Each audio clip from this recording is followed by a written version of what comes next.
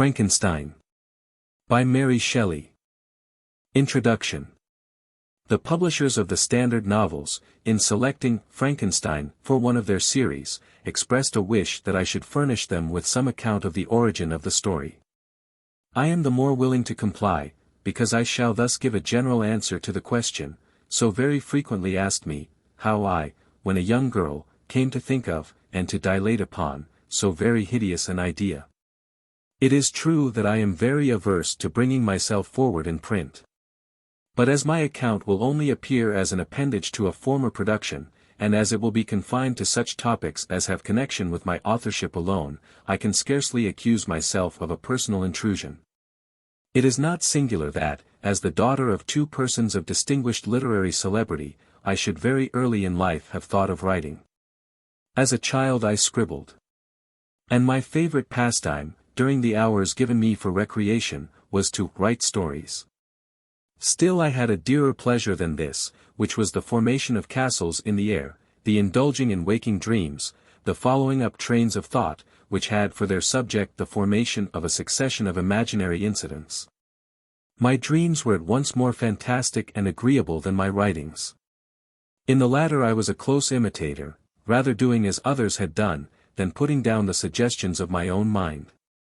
What I wrote was intended at least for one other eye, my childhood's companion and friend, but my dreams were all my own, I accounted for them to nobody, they were my refuge when annoyed, my dearest pleasure when free. I lived principally in the country as a girl, and passed a considerable time in Scotland. I made occasional visits to the more picturesque parts, but my habitual residence was on the blank and dreary northern shores of the Tay, near Dundee. Blank and dreary on retrospection I call them, they were not so to me then. They were the area of freedom, and the pleasant region where unheeded I could commune with the creatures of my fancy. I wrote then, but in a most commonplace style. It was beneath the trees of the grounds belonging to our house, or on the bleak sides of the woodless mountains near, that my true compositions, the airy flights of my imagination, were born and fostered. I did not make myself the heroine of my tales. Life appeared to me too commonplace an affair as regarded myself. I could not figure to myself that romantic woes or wonderful events would ever be my lot. But I was not confined to my own identity, and I could people the hours with creations far more interesting to me at that age, than my own sensations. After this my life became busier, and reality stood in place of fiction. My husband, however, was from the first, very anxious that I should prove myself worthy of my parentage, and enroll myself on the page of fame. He was forever inciting me to obtain literary reputation, which even on my own part one cared for then, though since I have become infinitely indifferent to it. At this time he desired that I should write, not so much with the idea that I could produce anything worthy of notice, but that he might himself judge how far I possessed the promise of better things hereafter. Still I did nothing. Traveling, and the cares of a family, occupied my time, and study, in the way of reading, or improving my ideas in communication with his far more cultivated mind, was all of literary employment that engaged my attention. In the summer of 1816, we visited Switzerland, and became the neighbors of Lord Byron. At first we spent our pleasant hours on the lake, or wandering on its shores. And Lord Byron, who was writing the third canto of Childe Harold, was the only one among us who put his thoughts upon paper. These, as he brought them successively to us, clothed in all the light and harmony of poetry, seemed to stamp as divine the glories of heaven and earth, whose influences we partook with him. But it proved a wet, ungenial summer, and incessant rain often confined us for days to the house. Some volumes of ghost stories, translated from the German into French, fell into our hands. There was the history of the inconstant lover, who, when he thought to clasp the bride to whom he had pledged his vows, found himself in the arms of the pale ghost of her whom he had deserted. There was the tale of the sinful founder of his race, whose miserable doom it was to bestow the kiss of death on all the younger sons of his fated house, just when they reached the age of promise. His gigantic, shadowy form, clothed like the ghost in Hamlet, in complete armor, but with the beaver up, was seen at midnight, by the moon's fitful beams, to advance slowly along the gloomy avenue. The shape was lost beneath the shadow of the castle walls, but soon a gate swung back, a step was heard, the door of the chamber opened, and he advanced to the couch of the blooming youths, cradled in healthy sleep. Eternal sorrow sat upon his face as he bent down and kissed the forehead of the boys, who from that hour withered like flowers snapped upon the stalk. I have not seen these stories since then. But their incidents are as fresh in my mind as if I had read them yesterday. "We will each write a ghost story," said Lord Byron, and his proposition was acceded to. There were 4 of us. The noble author began a tale, a fragment of which he printed at the end of his poem of Mazeppa. Shelley, more apt to embody ideas and sentiments in the radiance of brilliant imagery, and in the music of the most melodious verse that adorns our language, than to invent the machinery of a story, commenced one founded on the experiences of his early life. Poor Polidori had some terrible idea about a skull-headed lady, who was so punished for peeping through a keyhole, what to see I forget, something very shocking and wrong of course. But when she was reduced to a worse condition than the renowned Tom of Coventry, he did not know what to do with her, and was obliged to dispatch her to the tomb of the Capulets, the only place for which she was fitted. The illustrious poets also, annoyed by the platitude of prose, speedily relinquished their uncongenial task. I busied myself to think of a story to rival those which had excited us to this task. One which would speak to the mysterious fears of our nature, and awaken thrilling horror, one to make the reader dread to look round, to curdle the blood, and quicken the beatings of the heart. If I did not accomplish these things, my ghost story would be unworthy of its name. I thought and pondered, vainly. I felt that blank incapability of invention which is the greatest misery of authorship, when dull nothing replies to our anxious invocations. "Have you thought of a story?" I was asked each morning, and each morning I was forced to reply with a mortifying negative. Everything must have a beginning, to speak in Sanchian phrase, and that beginning must be linked to something that went before. The Hindus give the world an elephant to support it, but they make the elephant stand upon a tortoise. Invention, it must be humbly admitted, does not consist in creating out of void, but out of chaos. The materials must, in the first place, be afforded. It can give form to dark, shapeless substances, but cannot bring into being the substance itself. In all matters of discovery and invention, even of those that appertain to the imagination, we are continually reminded of the story of Columbus and his egg. Invention consists in the capacity of seizing on the capabilities of a subject, and in the power of molding and fashioning ideas suggested to it. Many and long were the conversations between Lord Byron and Shelley, to which I was a devout but nearly silent listener. During one of these, various philosophical doctrines were discussed, and among others the nature of the principle of life, and whether there was any probability of its ever being discovered and communicated. They talked of the experiments of Dr. Darwin. I speak not of what the doctor really did, or said that he did, but, as more to my purpose, of what was then spoken of as having been done by him, who preserved a piece of vermicelli in a glass case, till by some extraordinary means it began to move with voluntary motion. Not thus, after all, would life be given. Perhaps a corpse would be reanimated. Galvanism had given token of such things. Perhaps the component parts of a creature might be manufactured, brought together, and endued with vital warmth. Night waned upon this talk, and even the witching hour had gone by, before we retired to rest. When I placed my head on my pillow, I did not sleep, nor could I be said to think. My imagination, unbidden, possessed and guided me, gifting the successive images that arose in my mind with a vividness far beyond the usual bounds of reverie. I saw, with shut eyes, but acute mental vision, I saw the pale student of unhallowed arts kneeling beside the thing he had put together. I saw the hideous phantasm of a man stretched out, and then, on the working of some powerful engine, show signs of life, and stir with an uneasy, half-vital motion. Frightful must it be. For supremely frightful would be the effect of any human endeavor to mock the stupendous mechanism of the Creator of the world. His success would terrify the artist. He would rush away from his odious handiwork, horror-stricken. He would hope that, left to itself, the slight spark of life which he had communicated would fade, that this thing, which had received such imperfect animation, would subside into dead matter. And he might sleep in the belief that the silence of the grave would quench forever the transient existence of the hideous corpse which he had looked upon as the cradle of life. He sleeps, but he is awakened, he opens his eyes. Behold, the horrid thing stands at his bedside, opening his curtains, and looking on him with yellow, watery, but speculative eyes.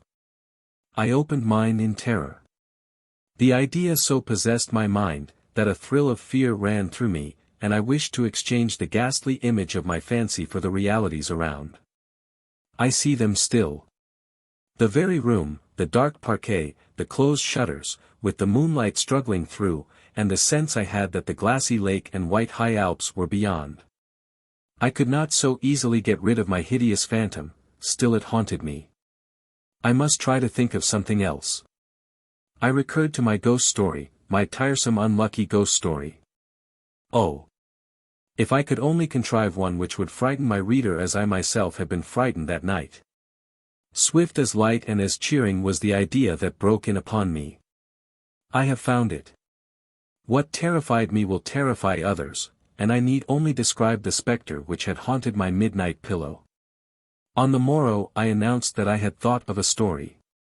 I began that day with the words, "It was on a dreary night of November," making only a transcript of the grim terrors of my waking dream.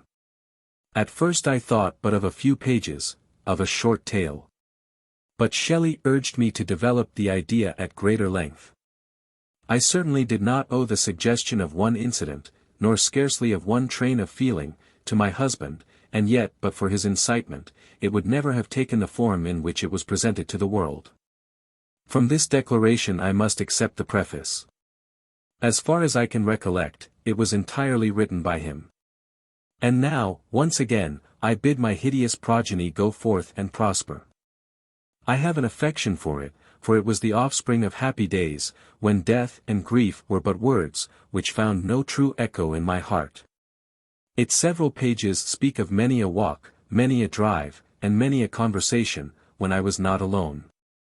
And my companion was one who, in this world, I shall never see more. But this is for myself, my readers have nothing to do with these associations. I will add but one word as to the alterations I have made. They are principally those of style. I have changed no portion of the story, nor introduced any new ideas or circumstances. I have mended the language where it was so bald as to interfere with the interest of the narrative. And these changes occur almost exclusively in the beginning of the first volume. Throughout they are entirely confined to such parts as are mere adjuncts to the story, leaving the core and substance of it untouched. M. W. S. London, October 15, 1831. How do you find this book? Any thoughts about the book or the author? Any suggestion for improvement? Please take a moment to share your thoughts in a comment. If you like it, share it with your friends who might enjoy it as well. Subscribe to keep in touch. Visit CompleteAudiobooks.com for more quality content. Preface. The event on which this fiction is founded, has been supposed, by Dr. Darwin, and some of the physiological writers of Germany, as not of impossible occurrence. I shall not be supposed as according the remotest degree of serious faith to such an imagination, yet, in assuming it as the basis of a work of fancy, I have not considered myself as merely weaving a series of supernatural terrors. The event on which the interest of the story depends is exempt from the disadvantages of a mere tale of spectres or enchantment. It was recommended by the novelty of the situations which it develops. And, however impossible as a physical fact, affords a point of view to the imagination for the delineating of human passions more comprehensive and commanding than any which the ordinary relations of existing events can yield. I have thus endeavored to preserve the truth of the elementary principles of human nature, while I have not scrupled to innovate upon their combinations. The Iliad, the tragic poetry of Greece, Shakespeare, in The Tempest, and Midsummer Night's Dream, and most especially Milton, in Paradise Lost, conform to this rule. And the most humble novelist, who seeks to confer or receive amusement from his labors, may, without presumption, apply to prose fiction a license, or rather a rule, from the adoption of which so many exquisite combinations of human feeling have resulted in the highest specimens of poetry. The circumstance on which my story rests was suggested in casual conversation. It was commenced partly as a source of amusement, and partly as an expedient for exercising any untried resources of mind. Other motives were mingled with these, as the work proceeded. I am by no means indifferent to the manner in which whatever moral tendencies exist in the sentiments or characters it contains shall affect the reader. Yet my chief concern in this respect has been limited to the avoiding the enervating effects of the novels of the present day, and to the exhibition of the amiableness of domestic affection, and the excellence of universal virtue. The opinions which naturally spring from the character and situation of the hero are by no means to be conceived as existing always in my own conviction. Nor is any inference justly to be drawn from the following pages as prejudicing any philosophical doctrine of whatever kind. It is a subject also of additional interest to the author, that this story was begun in the majestic region where the scene is principally laid, and in society which cannot cease to be regretted. I passed the summer of 1816 in the environs of Geneva. The season was cold and rainy, and in the evenings we crowded around a blazing wood fire, and occasionally amused ourselves with some German stories of ghosts, which happened to fall into our hands. These tales excited in us a playful desire of imitation. Two other friends, a tale from the pen of one of whom would be far more acceptable to the public than anything I can ever hope to produce, and myself agreed to write each a story, founded on some supernatural occurrence. The weather, however, suddenly became serene, and my two friends left me on a journey among the Alps, and lost, in the magnificent scenes which they present, all memory of their ghostly visions. The following tale is the only one which has been completed. Marlow, September, 1817. Letter 1. To Mrs. Saville, England. St. Petersburg, December 11, 17. You will rejoice to hear that no disaster has accompanied the commencement of an enterprise which you have regarded with such evil forebodings. I arrived here yesterday. And my first task is to assure my dear sister of my welfare, and increasing confidence in the success of my undertaking. I am already far north of London. And as I walk in the streets of Petersburg, I feel a cold northern breeze play upon my cheeks, which braces my nerves, and fills me with delight. Do you understand this feeling? This breeze, which has traveled from the regions towards which I am advancing, gives me a foretaste of those icy climes. Inspirited by this wind of promise, my day dreams become more fervent and vivid. I try in vain to be persuaded that the pole is the seat of frost and desolation, it ever presents itself to my imagination as the region of beauty and delight. There, Margaret, the sun is forever visible. Its broad disk just skirting the horizon, and diffusing a perpetual splendor. There, for with your leave, my sister, I will put some trust in preceding navigators, their snow and frost are banished. And, sailing over a calm sea, we may be wafted to a land surpassing in wonders and in beauty every region hitherto discovered on the habitable globe. Its productions and features may be without example, as the phenomena of the heavenly bodies undoubtedly are in those undiscovered solitudes. What may not be expected in a country of eternal light? I may there discover the wondrous power which attracts the needle, and may regulate 1,000 celestial observations, that require only this voyage to render their seeming eccentricities consistent forever. I shall satiate my ardent curiosity with the sight of a part of the world never before visited, and may tread a land never before imprinted by the foot of man.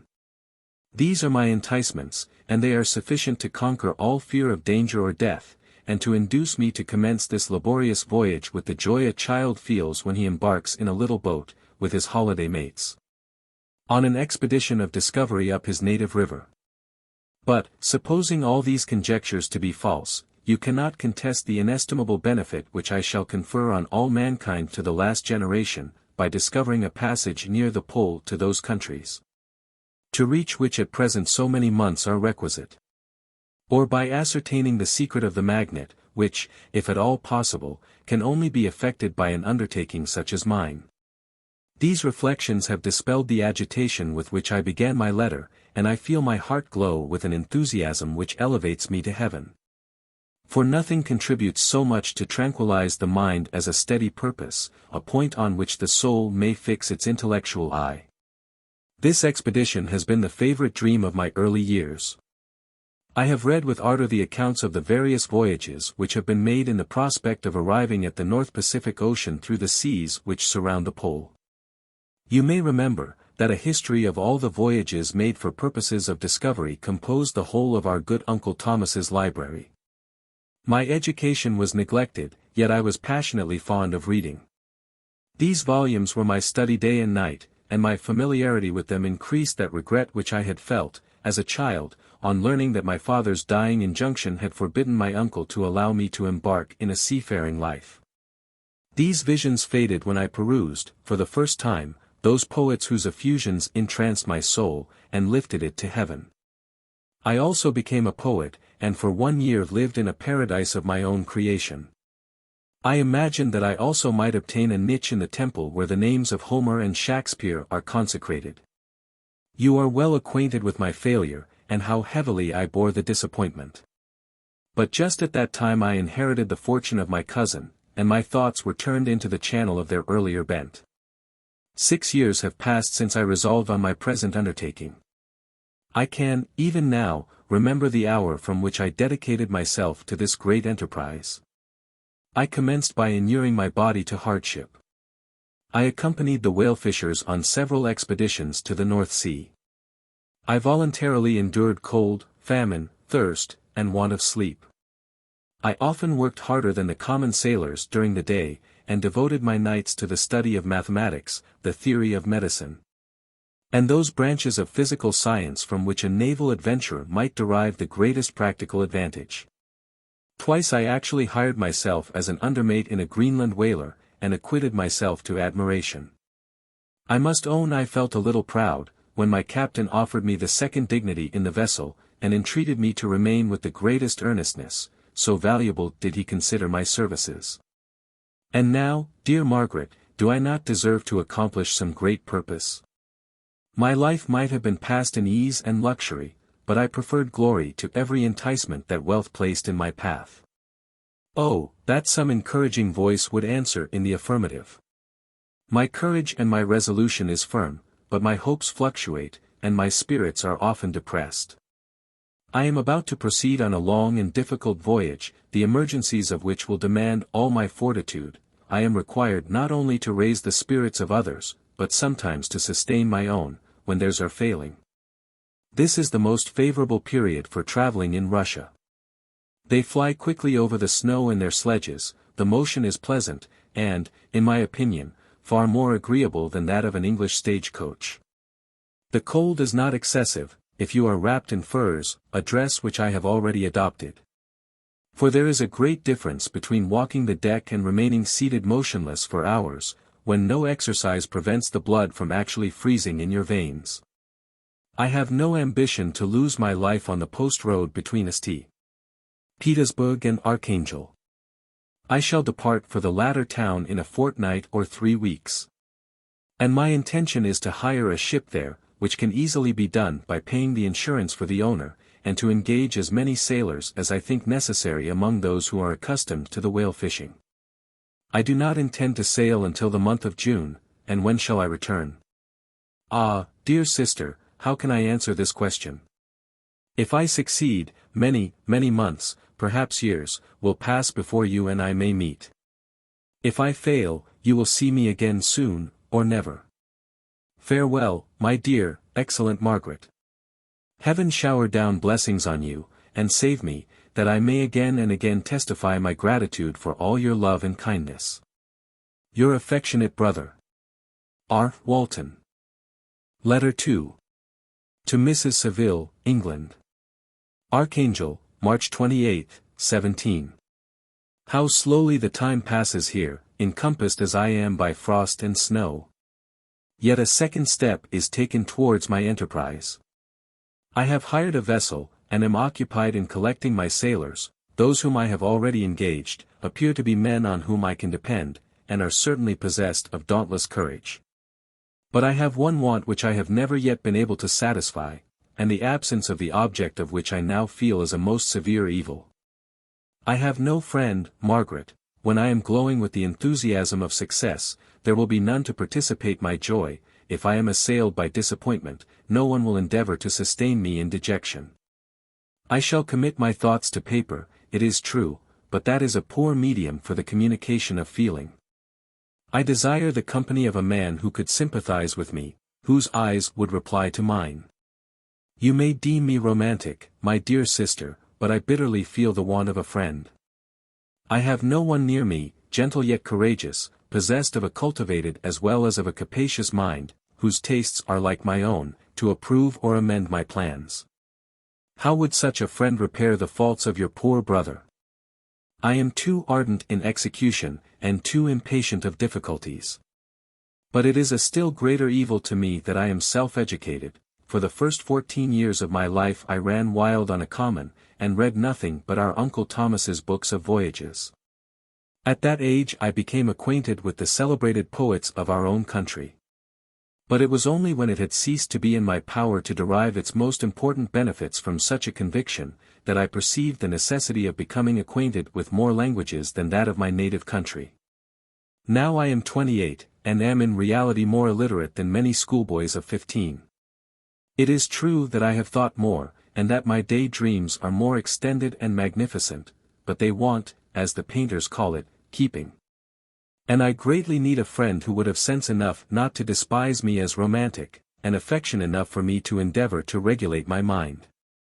Well, these are useless complaints. I shall certainly find no friend on the wide ocean, nor even here in Archangel, among merchants and seamen. Yet some feelings, unallied to the dross of human nature, beat even in these rugged bosoms. My lieutenant, for instance, is a man of wonderful courage and enterprise. He is madly desirous of glory, or rather, to word my phrase more characteristically, of advancement in his profession. He is an Englishman, and in the midst of national and professional prejudices, unsoftened by cultivation, retains some of the noblest endowments of humanity. I first became acquainted with him on board a whale vessel. Finding that he was unemployed in this city, I easily engaged him to assist in my enterprise. The master is a person of an excellent disposition, and is remarkable in the ship for his gentleness and the mildness of his discipline. This circumstance, added to his well-known integrity and dauntless courage, made me very desirous to engage him. A youth passed in solitude, my best years spent under your gentle and feminine fosterage, has so refined the groundwork of my character, that I cannot overcome an intense distaste to the usual brutality exercised on board ship. I have never believed it to be necessary. And when I heard of a mariner equally noted for his kindliness of heart, and the respect and obedience paid to him by his crew, I felt myself peculiarly fortunate in being able to secure his services. I heard of him first in rather a romantic manner, from a lady who owes to him the happiness of her life. This, briefly, is his story. Some years ago, he loved a young Russian lady, of moderate fortune.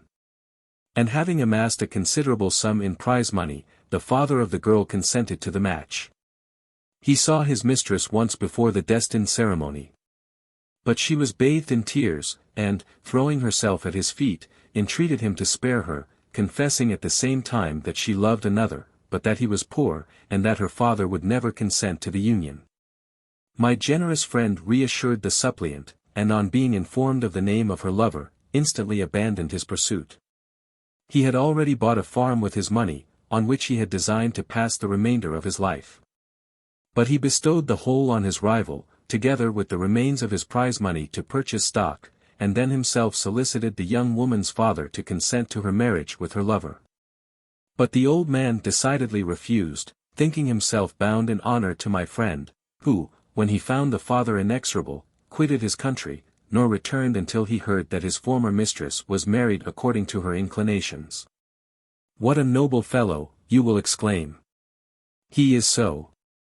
But then he is wholly uneducated, he is as silent as a Turk, and a kind of ignorant carelessness attends him, which, while it renders his conduct the more astonishing, detracts from the interest and sympathy which otherwise he would command. Yet do not suppose, because I complain a little, or because I can conceive a consolation for my toils which I may never know, that I am wavering in my resolutions. Those are as fixed as fate. And my voyage is only now delayed until the weather shall permit my embarkation. The winter has been dreadfully severe, but the spring promises well, and it is considered as a remarkably early season. So that perhaps I may sail sooner than I expected. I shall do nothing rashly, you know me sufficiently to confide in my prudence and considerateness, whenever the safety of others is committed to my care. I cannot describe to you my sensations on the near prospect of my undertaking. It is impossible to communicate to you a conception of the trembling sensation, half pleasurable and half fearful, with which I am preparing to depart. I am going to unexplored regions, to the land of mist and snow, but I shall kill no albatross, therefore do not be alarmed for my safety, or if I should come back to you as worn and waffled as the ancient mariner. You will smile at my illusion. But I will disclose a secret. I have often attributed my attachment to, my passionate enthusiasm for, the dangerous mysteries of ocean, to that production of the most imaginative of modern poets. There is something at work in my soul, which I do not understand. I am practically industrious, painstaking. A workman to execute with perseverance and labor, but besides this, there is a love for the marvelous, a belief in the marvelous, intertwined in all my projects, which hurries me out of the common pathways of men. Even to the wild sea and unvisited regions I am about to explore. But to return to dearer considerations.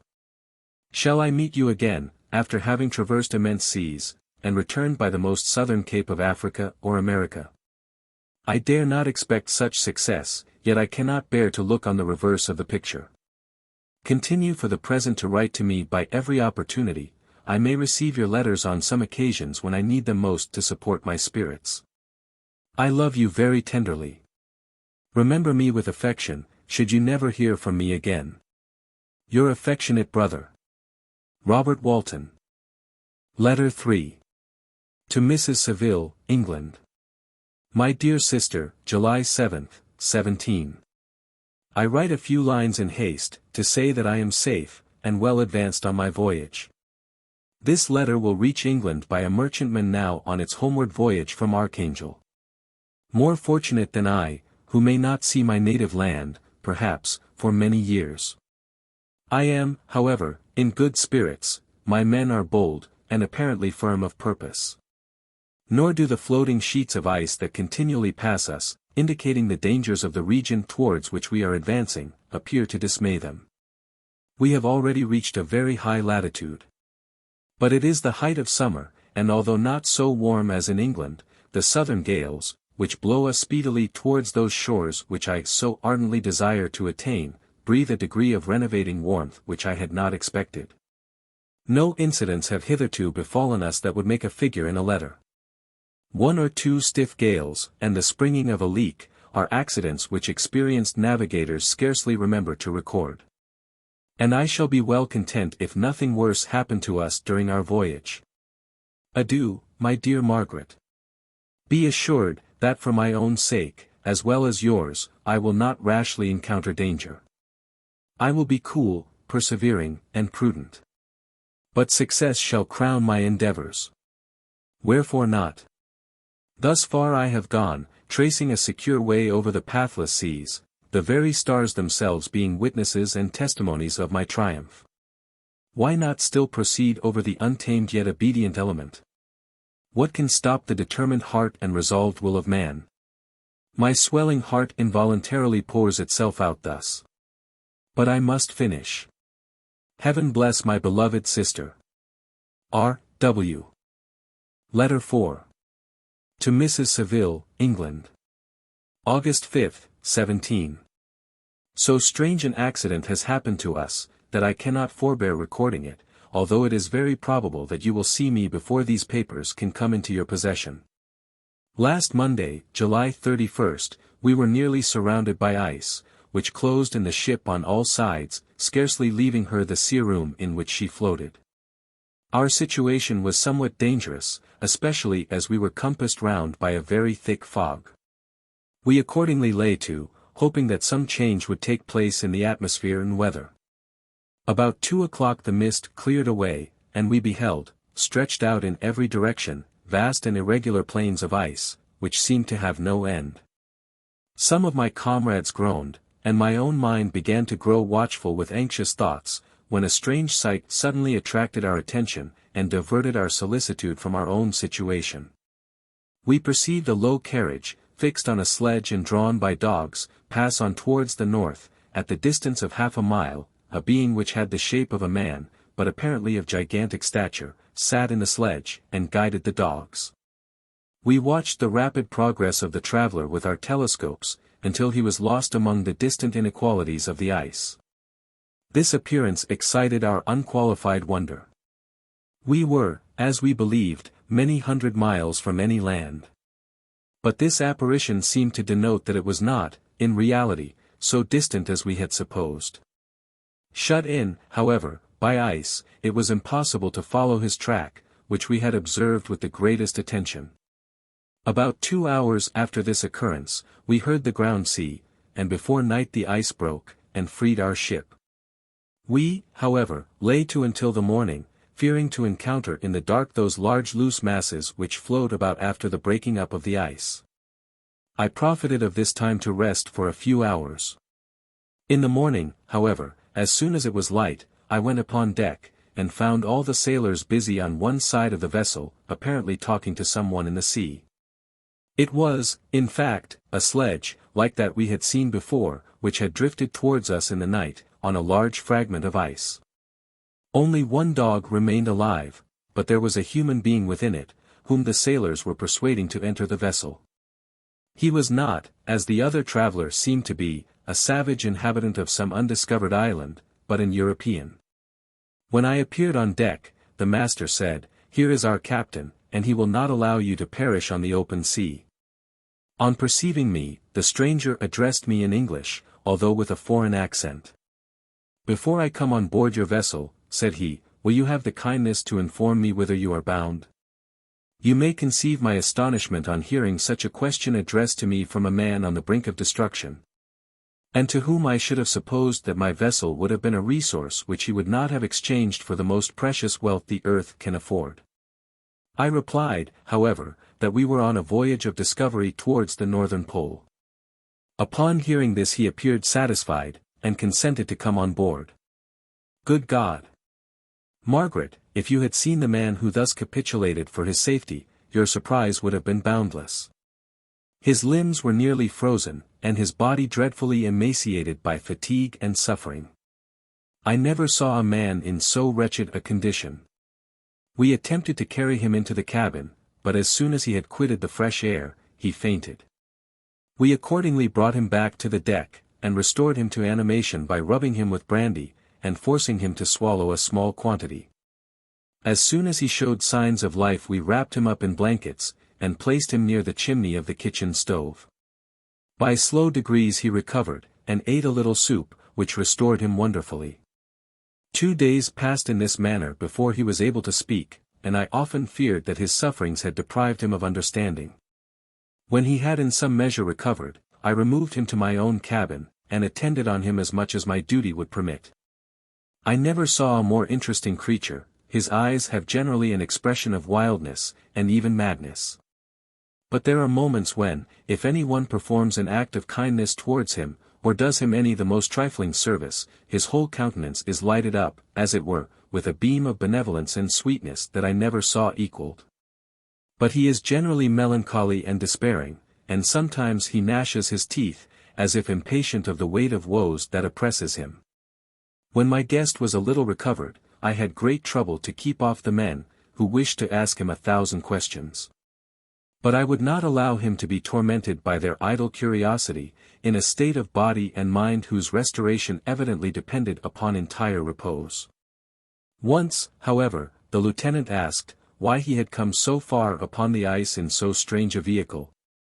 His countenance instantly assumed an aspect of the deepest gloom, and he replied, to seek one who fled from me. And did the man whom you pursued travel in the same fashion? Yes. Then I fancy we have seen him. For the day before we picked you up, we saw some dogs drawing a sledge, with a man in it, across the ice. This aroused the stranger's attention. And he asked a multitude of questions concerning the route which the demon, as he called him, had pursued. Soon after, when he was alone with me, he said, "I have, doubtless, excited your curiosity, as well as that of these good people. But you are too considerate to make inquiries. Certainly, it would indeed be very impertinent and inhuman in me to trouble you with any inquisitiveness of mine. And yet you rescued me from a strange and perilous situation. You have benevolently restored me to life." Soon after this he inquired if I thought that the breaking up of the ice had destroyed the other sledge. I replied, that I could not answer with any degree of certainty. For the ice had not broken until near midnight, and the traveler might have arrived at a place of safety before that time, but of this I could not judge. From this time a new spirit of life animated the decaying frame of the stranger. He manifested the greatest eagerness to be upon deck, to watch for the sledge which had before appeared, but I have persuaded him to remain in the cabin, for he is far too weak to sustain the rawness of the atmosphere. I have promised that some one should watch for him, and give him instant notice if any new object should appear in sight. Such is my journal of what relates to this strange occurrence up to the present day. The stranger has gradually improved in health, but is very silent, and appears uneasy when any one except myself enters his cabin.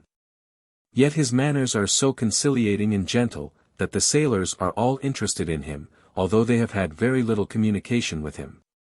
For my own part, I begin to love him as a brother. And his constant and deep grief fills me with sympathy and compassion. He must have been a noble creature in his better days, being even now in wreck so attractive and amiable.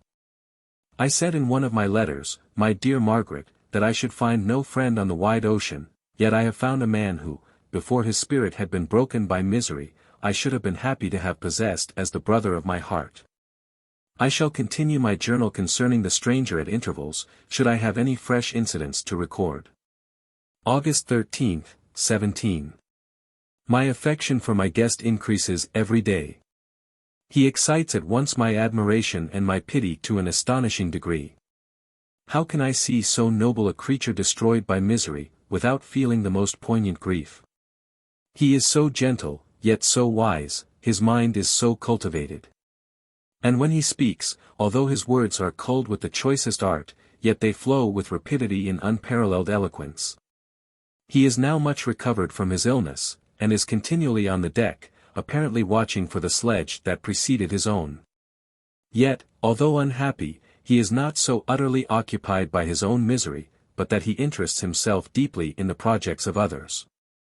He has frequently conversed with me on mine, which I have communicated to him without disguise. He entered attentively into all my arguments in favor of my eventual success, and into every minute detail of the measures I had taken to secure it. I was easily led by the sympathy which he evinced, to use the language of my heart. To give utterance to the burning ardor of my soul, and to say, with all the fervor that warmed me, how gladly I would sacrifice my fortune, my existence, my every hope, to the furtherance of my enterprise. One man's life or death were but a small price to pay for the acquirement of the knowledge which I sought, for the dominion I should acquire and transmit over the elemental foes of our race. As I spoke, a dark gloom spread over my listener's countenance. At first I perceived that he tried to suppress his emotion, he placed his hands before his eyes. And my voice quivered and failed me, as I beheld tears trickle fast from between his fingers, a groan burst from his heaving breast. I paused, at length he spoke, in broken accents, "Unhappy man! Do you share my madness? Have you drank also of the intoxicating draught? Hear me, let me reveal my tale, and you will dash the cup from your lips." Such words, you may imagine, strongly excited my curiosity. But the paroxysm of grief that had seized the stranger overcame his weakened powers, and many hours of repose and tranquil conversation were necessary to restore his composure. Having conquered the violence of his feelings, he appeared to despise himself for being the slave of passion, and quelling the dark tyranny of despair, he led me again to converse concerning myself personally. He asked me the history of my earlier years. The tale was quickly told, but it awakened various trains of reflection. I spoke of my desire of finding a friend, of my thirst for a more intimate sympathy with a fellow mind than had ever fallen to my lot, and expressed my conviction that a man could boast of little happiness, who did not enjoy this blessing. I agree with you, replied the stranger, we are unfashioned creatures, but half made up, if one wiser, better, dearer than ourselves, such a friend ought to be, do not lend his aid to perfectionate our weak and faulty natures. I once had a friend, the most noble of human creatures, and am entitled, therefore, to judge respecting friendship. You have hope, and the world before you, and have no cause for despair. But I have lost everything, and cannot begin life anew. As he said this, his countenance became expressive of a calm settled grief, that touched me to the heart. But he was silent, and presently retired to his cabin. Even broken in spirit as he is, no one can feel more deeply than he does the beauties of nature. The starry sky, the sea, and every sight afforded by these wonderful regions, seems still to have the power of elevating his soul from earth. Such a man has a double existence, he may suffer misery, and be overwhelmed by disappointments, yet, when he has retired into himself, he will be like a celestial spirit, that has a halo around him, within whose circle no grief or folly ventures. Will you smile at the enthusiasm I express concerning this divine wanderer?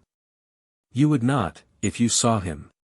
You have been tutored and refined by books and retirement from the world, and you are, therefore, somewhat fastidious. But this only renders you the more fit to appreciate the extraordinary merits of this wonderful man. Sometimes I have endeavored to discover what quality it is which he possesses, that elevates him so immeasurably above any other person I ever knew. I believe it to be an intuitive discernment, a quick but never failing power of judgment. A penetration into the causes of things, unequaled for clearness and precision, add to this a facility of expression, and a voice whose varied intonations are soul-subduing music. August 19th. 17. Yesterday the stranger said to me, you may easily perceive, Captain Walton, that I have suffered great and unparalleled misfortunes. I had determined, at one time, that the memory of these evils should die with me. But you have won me to alter my determination. You seek for knowledge and wisdom, as I once did, and I ardently hope that the gratification of your wishes may not be a serpent to sting you, as mine has been. I do not know that the relation of my disasters will be useful to you. Yet, when I reflect that you are pursuing the same course, exposing yourself to the same dangers which have rendered me what I am, I imagine that you may deduce an apt moral from my tale. One that may direct you if you succeed in your undertaking, and console you in case of failure. Prepare to hear of occurrences which are usually deemed marvelous. Were we among the tamer scenes of nature, I might fear to encounter your unbelief, perhaps your ridicule.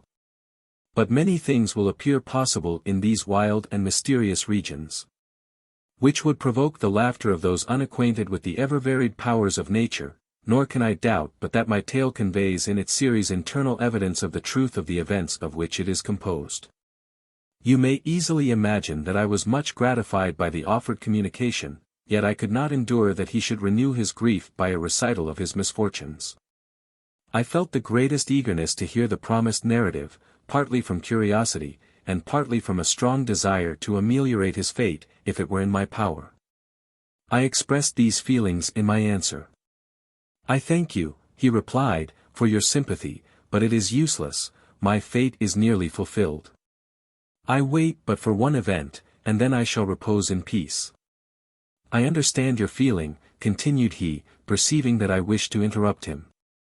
But you are mistaken, my friend, if thus you will allow me to name you, nothing can alter my destiny, listen to my history, and you will perceive how irrevocably it is determined.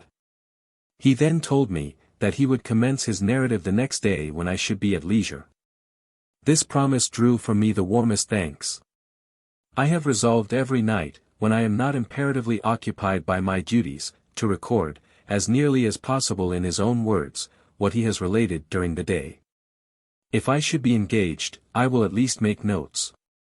This manuscript will doubtless afford you the greatest pleasure, but to me, who know him, and who hear it from his own lips, with what interest and sympathy shall I read it in some future day. Even now, as I commence my task, his full-toned voice swells in my ears, his lustrous eyes dwell on me with all their melancholy sweetness, I see his thin hand raised in animation, while the lineaments of his face are irradiated by the soul within. Strange and harrowing must be his story, frightful the storm which embraced the gallant vessel on its course, and wrecked it, thus. Chapter 1. I am by birth a Genevese, and my family is one of the most distinguished of that republic. My ancestors had been for many years councillors and syndics, and my father had filled several public situations with honor and reputation. He was respected by all who knew him, for his integrity and indefatigable attention to public business. He passed his younger days perpetually occupied by the affairs of his country. A variety of circumstances had prevented his marrying early, nor was it until the decline of life that he became a husband and the father of a family. As the circumstances of his marriage illustrate his character, I cannot refrain from relating them.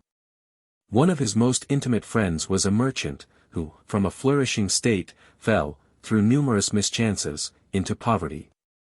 This man, whose name was Beaufort, was of a proud and unbending disposition, and could not bear to live in poverty and oblivion in the same country where he had formerly been distinguished for his rank and magnificence. Having paid his debts, therefore, in the most honorable manner, he retreated with his daughter to the town of Lucerne, where he lived unknown and in wretchedness. My father loved Beaufort with the truest friendship, and was deeply grieved by his retreat in these unfortunate circumstances. He bitterly deplored the false pride which led his friend to a conduct so little worthy of the affection that united them. He lost no time in endeavoring to seek him out, with the hope of persuading him to begin the world again through his credit and assistance. Beaufort had taken effectual measures to conceal himself. And it was 10 months before my father discovered his abode. Overjoyed at this discovery, he hastened to the house, which was situated in a mean street, near the Rus. But when he entered, misery and despair alone welcomed him.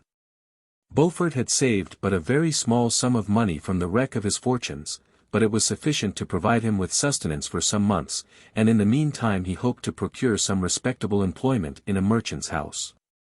The interval was, consequently, spent in inaction. His grief only became more deep and rankling, when he had leisure for reflection.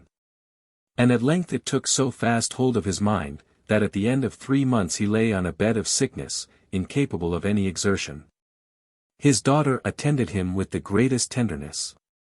But she saw with despair that their little fund was rapidly decreasing, and that there was no other prospect of support. But Caroline Beaufort possessed a mind of an uncommon mold, and her courage rose to support her in her adversity. She procured plain work, she plaited straw, and by various means contrived to earn a pittance scarcely sufficient to support life. Several months passed in this manner. Her father grew worse, her time was more entirely occupied in attending him. Her means of subsistence decreased, and in the 10th month her father died in her arms, leaving her an orphan and a beggar. This last blow overcame her, and she knelt by Beaufort's coffin, weeping bitterly, when my father entered the chamber. He came like a protecting spirit to the poor girl, who committed herself to his care, and after the interment of his friend, he conducted her to Geneva, and placed her under the protection of a relation. 2 years after this event Caroline became his wife.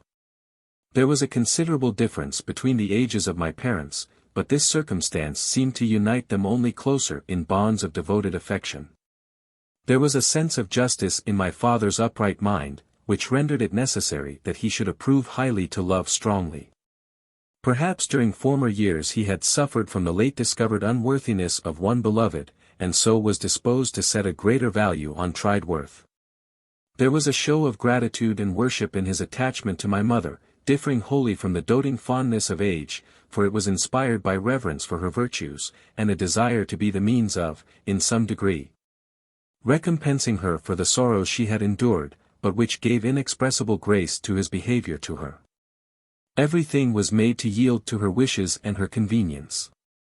He strove to shelter her, as a fair exotic is sheltered by the gardener, from every rougher wind, and to surround her with all that could tend to excite pleasurable emotion in her soft and benevolent mind. Her health, and even the tranquility of her hitherto constant spirit, had been shaken by what she had gone through. During the 2 years that had elapsed previous to their marriage my father had gradually relinquished all his public functions. And immediately after their union they sought the pleasant climate of Italy, and the change of scene and interest attendant on a tour through that land of wonders, as a restorative for her weakened frame. From Italy they visited Germany and France. I, their eldest child, was born at Naples, and as an infant accompanied them in their rambles. I remained for several years their only child. Much as they were attached to each other, they seemed to draw inexhaustible stores of affection from a very mine of love to bestow them upon me. My mother's tender caresses, and my father's smile of benevolent pleasure while regarding me, are my first recollections. I was their plaything and their idol, and something better, their child, the innocent and helpless creature bestowed on them by heaven, whom to bring up to good, and whose future lot it was in their hands to direct to happiness or misery, according as they fulfilled their duties towards me. With this deep consciousness of what they owed towards the being to which they had given life, added to the active spirit of tenderness that animated both.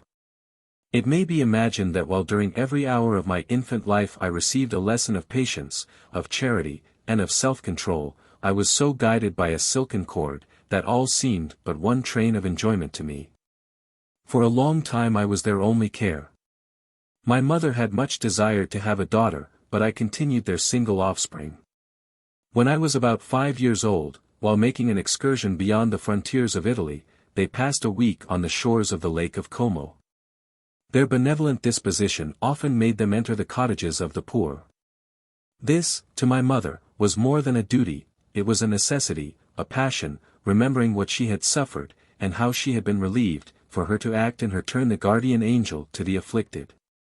During one of their walks a poor cot in the foldings of a veil attracted their notice, as being singularly disconsolate, while the number of half-clothed children gathered about it, spoke of penury in its worst shape. One day, when my father had gone by himself to Milan, my mother, accompanied by me, visited this abode. She found a peasant and his wife, hard-working, bent down by care and labor, distributing a scanty meal to 5 hungry babes. Among these there was one which attracted my mother far above all the rest. She appeared of a different stock. The 4 others were dark-eyed, hardy little vagrants, this child was thin, and very fair. Her hair was the brightest living gold, and, despite the poverty of her clothing, seemed to set a crown of distinction on her head. Her brow was clear and ample, her blue eyes cloudless, and her lips and the moulding of her face so expressive of sensibility and sweetness, that none could behold her without looking on her as of a distinct species, a being heaven-sent, and bearing a celestial stamp in all her features. The peasant woman, perceiving that my mother fixed eyes of wonder and admiration on this lovely girl, eagerly communicated her history. She was not her child, but the daughter of a Milanese nobleman.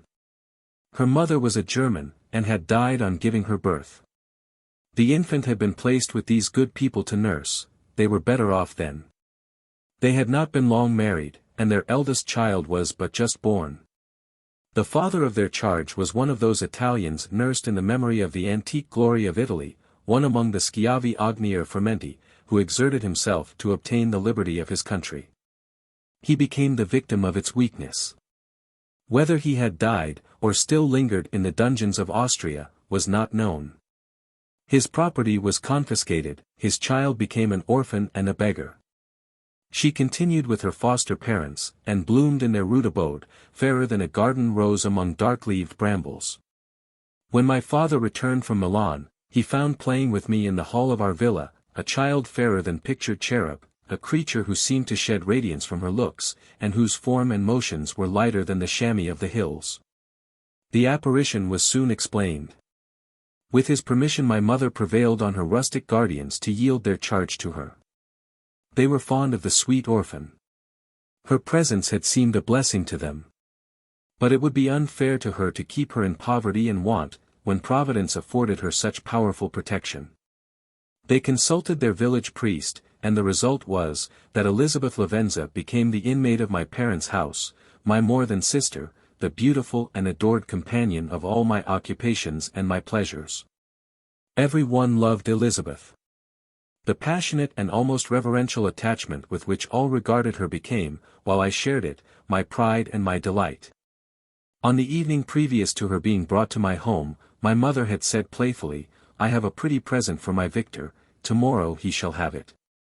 And when, on the morrow, she presented Elizabeth to me as her promised gift, with childish seriousness, interpreted her words literally, and looked upon Elizabeth as mine to protect, love, and cherish.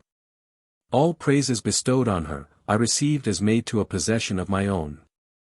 We called each other familiarly by the name of cousin.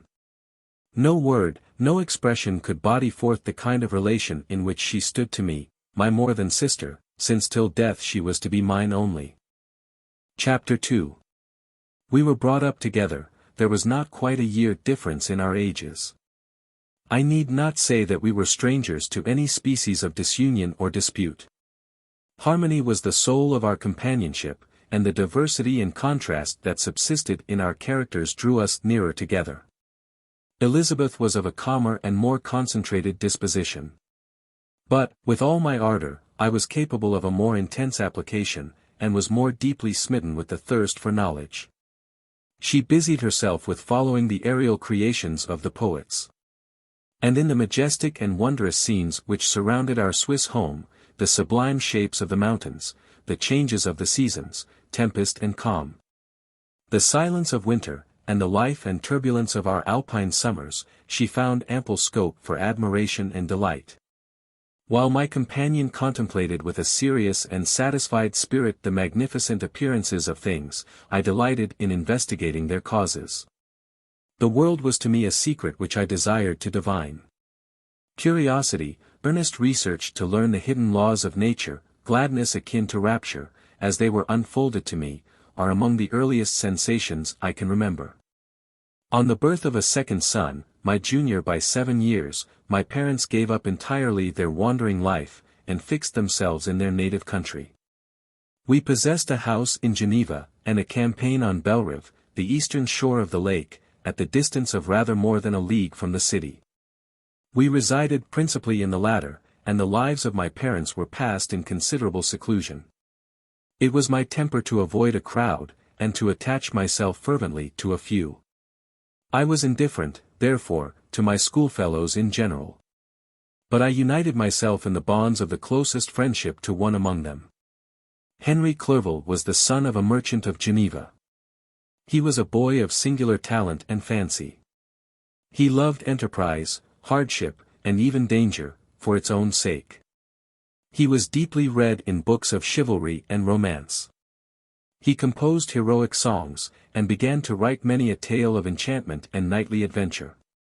He tried to make U.S. act plays, and to enter into masquerades, in which the characters were drawn from the heroes of Roncesvalles, of the Round Table of King Arthur, and the chivalrous train who shed their blood to redeem the Holy Sepulchre from the hands of the infidels.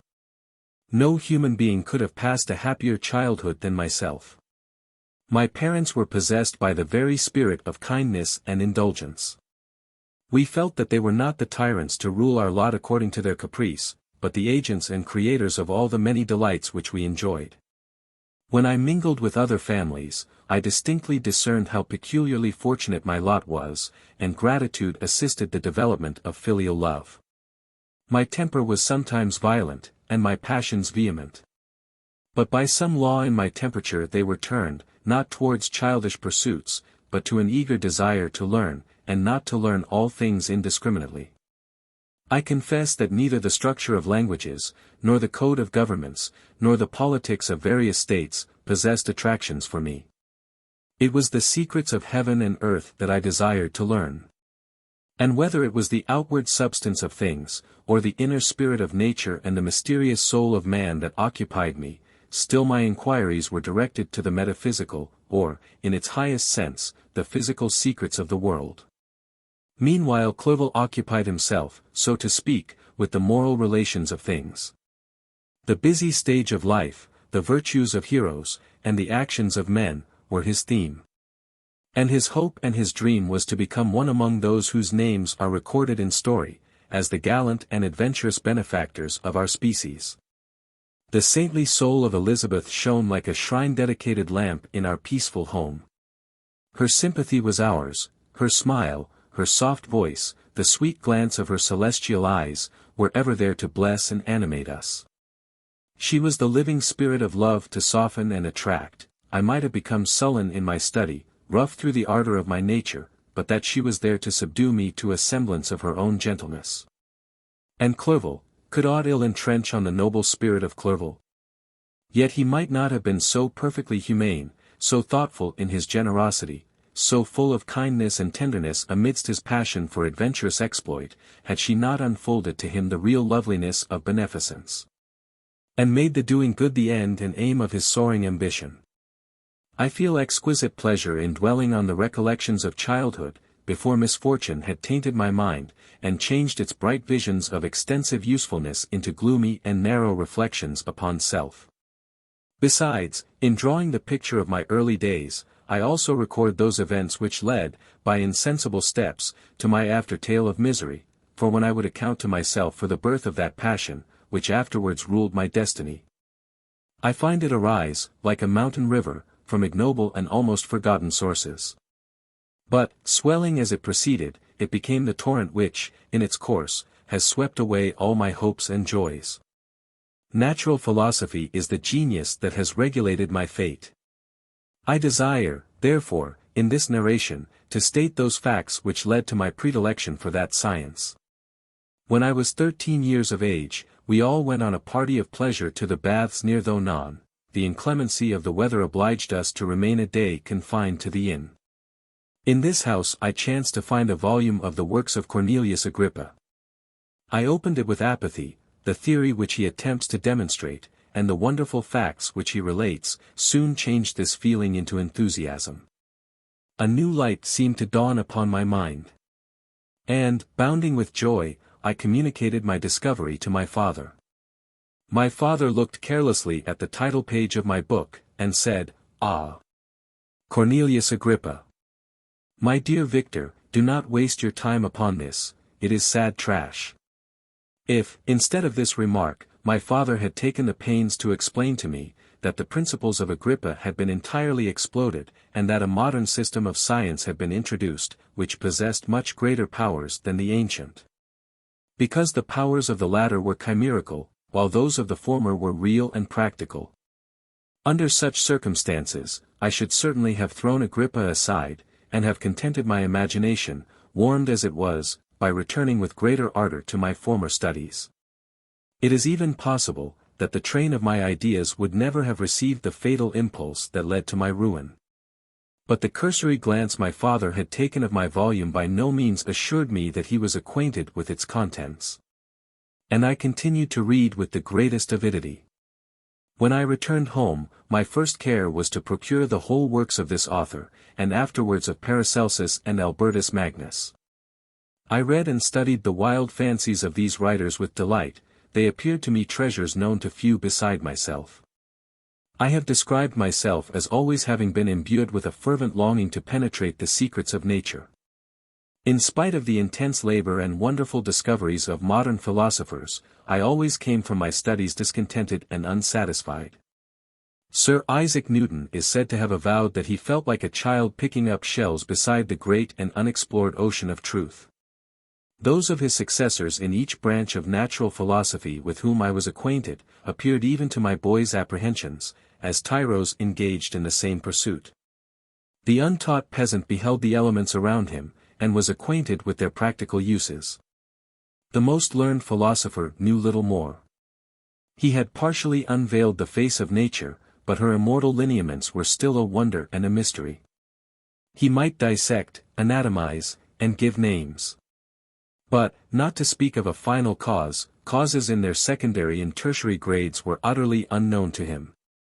I had gazed upon the fortifications and impediments that seemed to keep human beings from entering the citadel of nature, and rashly and ignorantly I had repined. But here were books, and here were men who had penetrated deeper and knew more. I took their word for all that they averred, and I became their disciple. It may appear strange that such should arise in the 18th century. But while I followed the routine of education in the schools of Geneva, I was, to a great degree, self-taught with regard to my favorite studies. My father was not scientific, and I was left to struggle with a child's blindness, added to a student's thirst for knowledge. Under the guidance of my new preceptors, I entered with the greatest diligence into the search of the philosopher's stone and the elixir of life, but the latter soon obtained my undivided attention. Wealth was an inferior object. But what glory would attend the discovery, if I could banish disease from the human frame, and render man invulnerable to any but a violent death? Nor were these my only visions. The raising of ghosts or devils was a promise liberally accorded by my favorite authors, the fulfillment of which I most eagerly sought. And if my incantations were always unsuccessful, I attributed the failure rather to my own inexperience and mistake, than to a want of skill or fidelity in my instructors. And thus for a time I was occupied by exploded systems, mingling, like an unadept, 1,000 contradictory theories, and floundering desperately in a very slough of multifarious knowledge, guided by an ardent imagination and childish reasoning. Till an accident again changed the current of my ideas. When I was about 15 years old we had retired to our house near Belrive, when we witnessed a most violent and terrible thunderstorm. It advanced from behind the mountains of Jura. And the thunder burst at once with frightful loudness from various quarters of the heavens. I remained, while the storm lasted, watching its progress with curiosity and delight. As I stood at the door, on a sudden I beheld a stream of fire issue from an old and beautiful oak, which stood about 20 yards from our house. And so soon as the dazzling light vanished, the oak had disappeared, and nothing remained but a blasted stump. When we visited it the next morning, we found the tree shattered in a singular manner. It was not splintered by the shock, but entirely reduced to thin ribbons of wood. I never beheld anything so utterly destroyed. Before this I was not unacquainted with the more obvious laws of electricity. On this occasion a man of great research in natural philosophy was with us, and, excited by this catastrophe, he entered on the explanation of a theory which he had formed on the subject of electricity and galvanism, which was at once new and astonishing to me.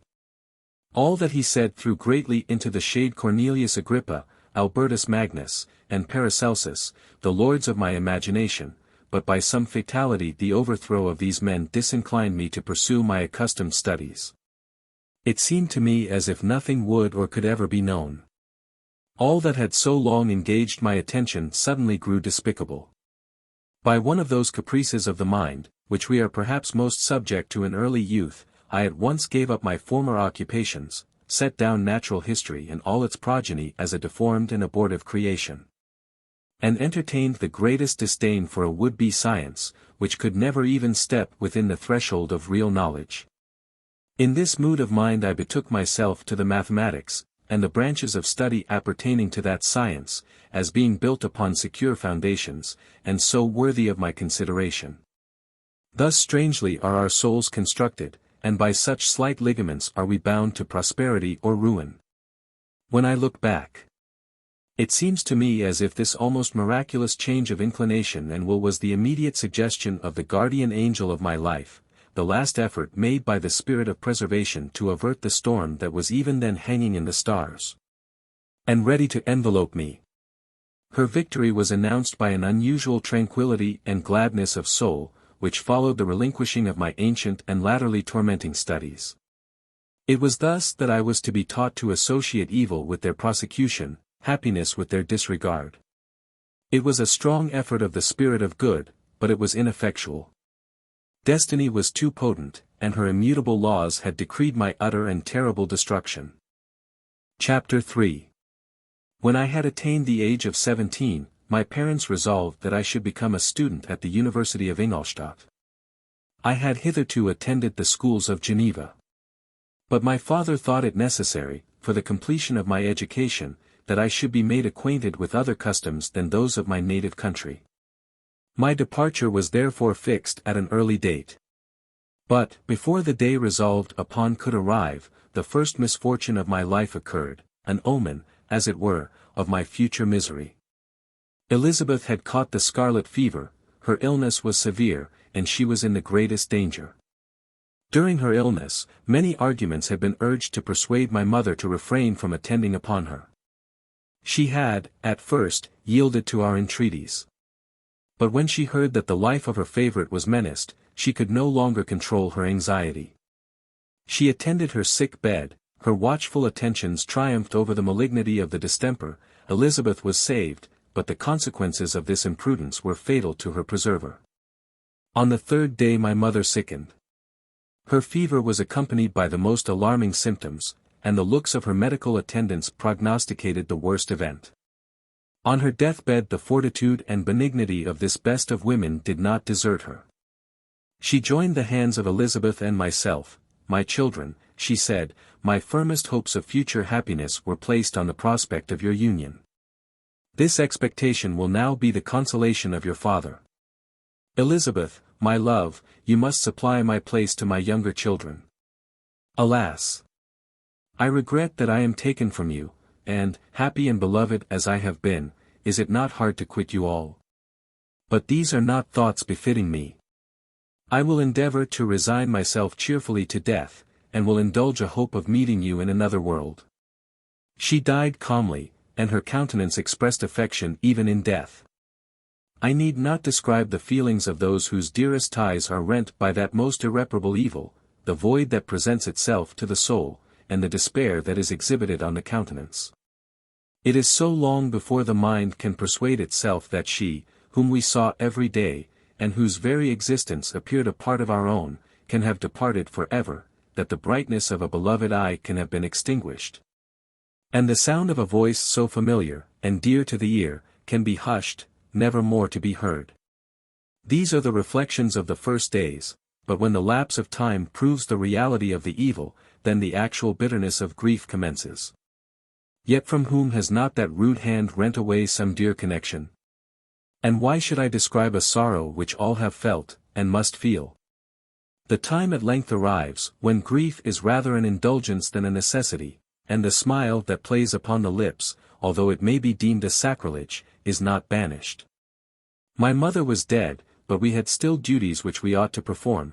We must continue our course with the rest, and learn to think ourselves fortunate, whilst one remains whom the spoiler has not seized. My departure for Ingolstadt, which had been deferred by these events, was now again determined upon. I obtained from my father a respite of some weeks. It appeared to me sacrilege so soon to leave the repose, akin to death, of the house of mourning, and to rush into the thick of life. I was new to sorrow, but it did not the less alarm me. I was unwilling to quit the sight of those that remained to me, and, above all, I desired to see my sweet Elizabeth in some degree consoled. She indeed veiled her grief, and strove to act the comforter to us all.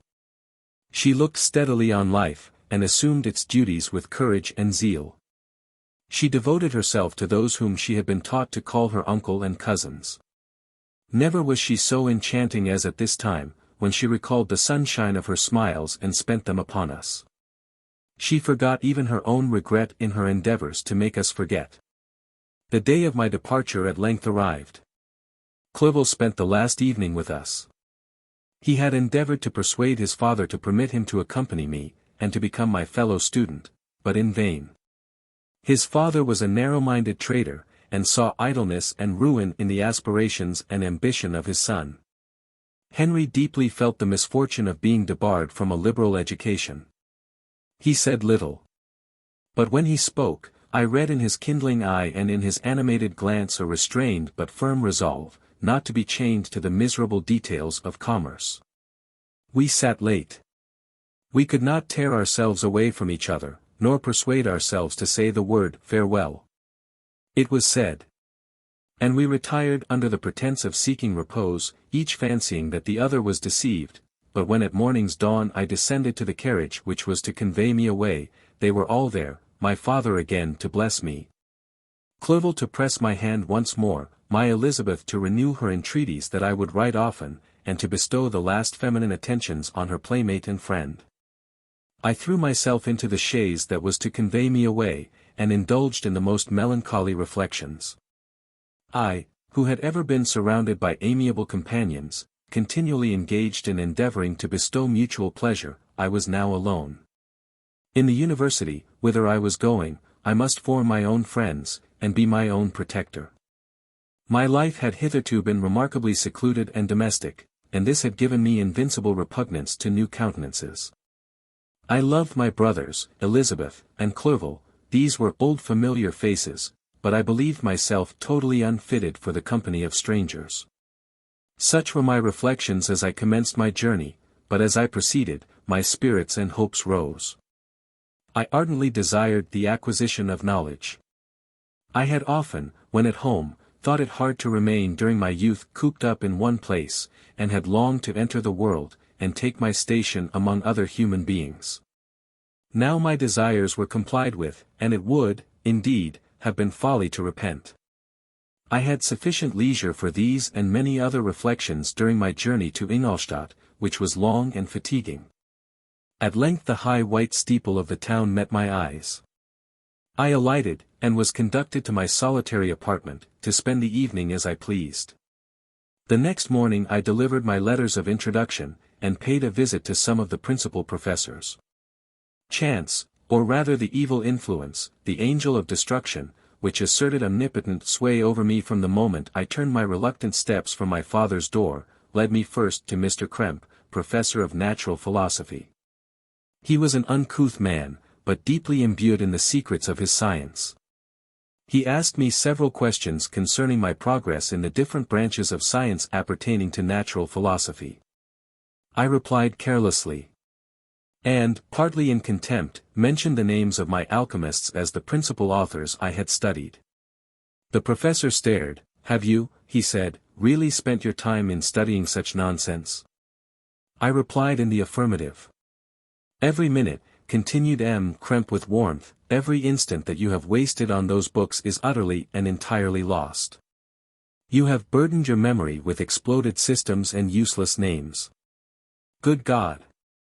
In what desert land have you lived, where no one was kind enough to inform you that these fancies, which you have so greedily imbibed, are 1,000 years old, and as musty as they are ancient? I little expected, in this enlightened and scientific age, to find a disciple of Albertus Magnus and Paracelsus. My dear sir, you must begin your studies entirely anew." So saying, he stepped aside, and wrote down a list of several books treating of natural philosophy, which he desired me to procure. And dismissed me, after mentioning that in the beginning of the following week he intended to commence a course of lectures upon natural philosophy in its general relations, and that M. Waldman, a fellow professor, would lecture upon chemistry the alternate days that he omitted. I returned home, not disappointed, for I have said that I had long considered those authors useless whom the professor reprobated. But I returned, not at all the more inclined to recur to these studies in any shape. M. Krempe was a little squat man, with a gruff voice and a repulsive countenance. The teacher, therefore, did not prepossess me in favor of his pursuits. In rather a too philosophical and connected a strain, perhaps, I have given an account of the conclusions I had come to concerning them in my early years. As a child, I had not been content with the results promised by the modern professors of natural science. With a confusion of ideas only to be accounted for by my extreme youth, and my want of a guide on such matters, I had retrod the steps of knowledge along the paths of time, and exchanged the discoveries of recent inquirers for the dreams of forgotten alchemists. Besides, I had a contempt for the uses of modern natural philosophy. It was very different, when the masters of the science sought immortality and power. Such views, although futile, were grand, but now the scene was changed. The ambition of the inquirer seemed to limit itself to the annihilation of those visions on which my interest in science was chiefly founded. I was required to exchange chimeras of boundless grandeur for realities of little worth. Such were my reflections during the first 2 or 3 days of my residence at Ingolstadt, which were chiefly spent in becoming acquainted with the localities, and the principal residents in my new abode. But as the ensuing week commenced, I thought of the information which M. Krempe had given me concerning the lectures. And although I could not consent to go and hear that little conceited fellow deliver sentences out of a pulpit, I recollected what he had said of M. Waldman, whom I had never seen, as he had hitherto been out of town. Partly from curiosity, and partly from idleness, I went into the lecturing room, which M. Waldman entered shortly after. This professor was very unlike his colleague. He appeared about 50 years of age, but with an aspect expressive of the greatest benevolence. A few grey hairs covered his temples, but those at the back of his head were nearly black. His person was short, but remarkably erect. And his voice the sweetest I had ever heard. He began his lecture by a recapitulation of the history of chemistry, and the various improvements made by different men of learning, pronouncing with fervor the names of the most distinguished discoverers. He then took a cursory view of the present state of the science, and explained many of its elementary terms. After having made a few preparatory experiments, he concluded with a panegyric upon modern chemistry, the terms of which I shall never forget. The ancient teachers of this science, said he, promised impossibilities, and performed nothing. The modern masters promise very little. They know that metals cannot be transmuted, and that the elixir of life is a chimera. But these philosophers, whose hands seem only made to dabble in dirt, and their eyes to pore over the microscope or crucible, have indeed performed miracles. They penetrate into the recesses of nature, and show how she works in her hiding places. They ascend into the heavens. They have discovered how the blood circulates, and the nature of the air we breathe. They have acquired new and almost unlimited powers. They can command the thunders of heaven, mimic the earthquake, and even mock the invisible world with its own shadows. Such were the professor's words, rather let me say such the words of fate, announced to destroy me. As he went on, I felt as if my soul were grappling with a palpable enemy. One by one the various keys were touched which formed the mechanism of my being, chord after chord was sounded, and soon my mind was filled with one thought, one conception, one purpose. So much has been done, exclaimed the soul of Frankenstein, more, far more, will I achieve, treading in the steps already marked, I will pioneer a new way, explore unknown powers, and unfold to the world the deepest mysteries of creation. I closed not my eyes that night. My internal being was in a state of insurrection and turmoil. I felt that order would thence arise, but I had no power to produce it. By degrees, after the morning's dawn, sleep came. I awoke, and my yesternight's thoughts were as a dream. There only remained a resolution to return to my ancient studies, and to devote myself to a science for which I believed myself to possess a natural talent. On the same day, I paid M. Waldman a visit. His manners in private were even more mild and attractive than in public, for there was a certain dignity in his mien during his lecture, which in his own house was replaced by the greatest affability and kindness. I gave him pretty nearly the same account of my former pursuits as I had given to his fellow professor. He heard with attention the little narration concerning my studies, and smiled at the names of Cornelius Agrippa and Paracelsus, but without the contempt that M. Krempe had exhibited. He said, that these were men to whose indefatigable zeal modern philosophers were indebted for most of the foundations of their knowledge. They had left to us, as an easier task, to give new names, and arrange in connected classifications, the facts which they in a great degree had been the instruments of bringing to light. The labors of men of genius, however erroneously directed, scarcely ever fail in ultimately turning to the solid advantage of mankind. I listened to his statement, which was delivered without any presumption or affectation. And then added, that his lecture had removed my prejudices against modern chemists. I expressed myself in measured terms, with the modesty and deference due from a youth to his instructor, without letting escape. Inexperience in life would have made me ashamed any of the enthusiasm which stimulated my intended labors. I requested his advice concerning the books I ought to procure. I am happy, said M. Waldman, to have gained a disciple, and if your application equals your ability, I have no doubt of your success. Chemistry is that branch of natural philosophy in which the greatest improvements have been and may be made. It is on that account that I have made it my peculiar study, but at the same time I have not neglected the other branches of science. A man would make but a very sorry chemist if he attended to that department of human knowledge alone. If your wish is to become really a man of science, and not merely a petty experimentalist, I should advise you to apply to every branch of natural philosophy, including mathematics. He then took me into his laboratory, and explained to me the uses of his various machines. Instructing me as to what I ought to procure, and promising me the use of his own when I should have advanced far enough in the science not to derange their mechanism. He also gave me the list of books which I had requested, and I took my leave. Thus ended a day memorable to me. It decided my future destiny. Chapter 4. From this day natural philosophy, and particularly chemistry, in the most comprehensive sense of the term, became nearly my sole occupation. I read with ardor those works, so full of genius and discrimination, which modern inquirers have written on these subjects. I attended the lectures, and cultivated the acquaintance, of the men of science of the university, and I found even in M. Krempe a great deal of sound sense and real information, combined, it is true, with a repulsive physiognomy in manners, but not on that account the less valuable. In M. Waldman I found a true friend.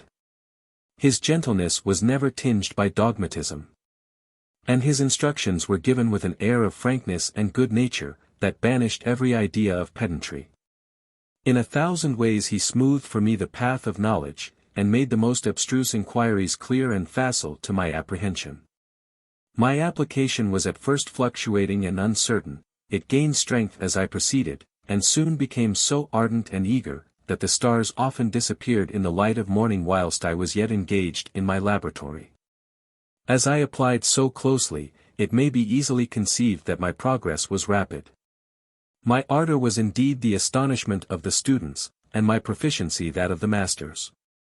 Professor Krempe often asked me, with a sly smile, how Cornelius Agrippa went on. Whilst M. Waldman expressed the most heartfelt exultation in my progress. 2 years passed in this manner, during which I paid no visit to Geneva, but was engaged, heart and soul, in the pursuit of some discoveries, which I hope to make. None but those who have experienced them can conceive of the enticements of science. In other studies you go as far as others have gone before you, and there is nothing more to know, but in a scientific pursuit there is continual food for discovery and wonder. A mind of moderate capacity, which closely pursues one study, must infallibly arrive at great proficiency in that study. And I, who continually sought the attainment of one object of pursuit, and was solely wrapped up in this, improved so rapidly, that, at the end of 2 years, I made some discoveries in the improvement of some chemical instruments, which procured me great esteem and admiration at the university. When I had arrived at this point, and had become as well acquainted with the theory and practice of natural philosophy as depended on the lessons of any of the professors at Ingolstadt, my residence there being no longer conducive to my improvements, I thought of returning to my friends and my native town, when an incident happened that protracted my stay. One of the phenomena which had peculiarly attracted my attention was the structure of the human frame, and, indeed, any animal endued with life. Whence, I often asked myself, did the principle of life proceed? It was a bold question, and one which has ever been considered as a mystery. Yet with how many things are we upon the brink of becoming acquainted, if cowardice or carelessness did not restrain our inquiries. I revolved these circumstances in my mind, and determined thenceforth to apply myself more particularly to those branches of natural philosophy which relate to physiology. Unless I had been animated by an almost supernatural enthusiasm, my application to this study would have been irksome, and almost intolerable. To examine the causes of life, we must first have recourse to death. I became acquainted with the science of anatomy, but this was not sufficient, I must also observe the natural decay and corruption of the human body. In my education my father had taken the greatest precautions that my mind should be impressed with no supernatural horrors. I do not ever remember to have trembled at a tale of superstition, or to have feared the apparition of a spirit. Darkness had no effect upon my fancy, and a churchyard was to me merely the receptacle of bodies deprived of life, which, from being the seat of beauty and strength, had become food for the worm. Now I was led to examine the cause and progress of this decay, and forced to spend days and nights in vaults and charnel houses. My attention was fixed upon every object the most insupportable to the delicacy of the human feelings. I saw how the fine form of man was degraded and wasted, I beheld the corruption of death succeed to the blooming cheek of life, I saw how the worm inherited the wonders of the eye and brain. I paused, examining and analyzing all the minutiae of causation, as exemplified in the change from life to death, and death to life, until from the midst of this darkness a sudden light broke in upon me, a light so brilliant and wondrous, yet so simple, that while I became dizzy with the immensity of the prospect which it illustrated, I was surprised, that among so many men of genius who had directed their inquiries towards the same science, that I alone should be reserved to discover so astonishing a secret. Remember, I am not recording the vision of a madman. The sun does not more certainly shine in the heavens, than that which I now affirm is true. Some miracle might have produced it, yet the stages of the discovery were distinct and probable. After days and nights of incredible labor and fatigue, I succeeded in discovering the cause of generation and life, nay, more, I became myself capable of bestowing animation upon lifeless matter. The astonishment which I had at first experienced on this discovery soon gave place to delight and rapture. After so much time spent in painful labor, to arrive at once at the summit of my desires, was the most gratifying consummation of my toils. But this discovery was so great and overwhelming, that all the steps by which I had been progressively led to it were obliterated, and I beheld only the result. What had been the study and desire of the wisest men since the creation of the world was now within my grasp. Not that, like a magic scene, it all opened upon me at once. The information I had obtained was of a nature rather to direct my endeavors so soon as I should point them towards the object of my search, than to exhibit that object already accomplished. I was like the Arabian who had been buried with the dead, and found a passage to life, aided only by one glimmering, and seemingly ineffectual, light. I see by your eagerness, and the wonder and hope which your eyes express, my friend, that you expect to be informed of the secret with which I am acquainted. That cannot be. Listen patiently until the end of my story, and you will easily perceive why I am reserved upon that subject. I will not lead you on, unguarded and ardent as I then was, to your destruction and infallible misery. Learn from me, if not by my precepts, at least by my example, how dangerous is the acquirement of knowledge, and how much happier that man is who believes his native town to be the world. Then he who aspires to become greater than his nature will allow. When I found so astonishing a power placed within my hands, I hesitated a long time concerning the manner in which I should employ it. Although I possessed the capacity of bestowing animation, yet to prepare a frame for the reception of it, with all its intricacies of fibers, muscles, and veins, still remained a work of inconceivable difficulty in labor. I doubted at first whether I should attempt the creation of a being like myself, or one of simpler organization. But my imagination was too much exalted by my first success to permit me to doubt of my ability to give life to an animal as complex and wonderful as man. The materials at present within my command hardly appeared adequate to so arduous an undertaking, but I doubted not that I should ultimately succeed. I prepared myself for a multitude of reverses. My operations might be incessantly baffled, and at last my work be imperfect, yet, when I considered the improvement which every day takes place in science and mechanics, I was encouraged to hope my present attempts would at least lay the foundations of future success. Nor could I consider the magnitude and complexity of my plan as any argument of its impracticability. It was with these feelings that I began the creation of a human being. As the minuteness of the parts formed a great hindrance to my speed, I resolved, contrary to my first intention, to make the being of a gigantic stature, that is to say, about 8 feet in height, and proportionably large. After having formed this determination, and having spent some months in successfully collecting and arranging my materials, I began.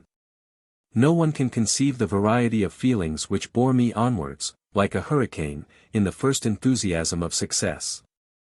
Life and death appeared to me ideal bounds, which I should first break through, and pour a torrent of light into our dark world. A new species would bless me as its creator and source, many happy and excellent natures would owe their being to me. No father could claim the gratitude of his child so completely as I should deserve theirs. Pursuing these reflections, I thought, that if I could bestow animation upon lifeless matter, I might in process of time, although I now found it impossible, renew life where death had apparently devoted the body to corruption. These thoughts supported my spirits, while I pursued my undertaking with unremitting ardor. My cheek had grown pale with study, and my person had become emaciated with confinement. Sometimes, on the very brink of certainty, I failed. Yet still I clung to the hope which the next day or the next hour might realize. One secret which I alone possessed was the hope to which I had dedicated myself. And the moon gazed on my midnight labors, while, with unrelaxed and breathless eagerness, I pursued nature to her hiding places. Who shall conceive the horrors of my secret toil, as I dabbled among the unhallowed damps of the grave, or tortured the living animal to animate the lifeless clay? My limbs now tremble, and my eyes swim with the remembrance.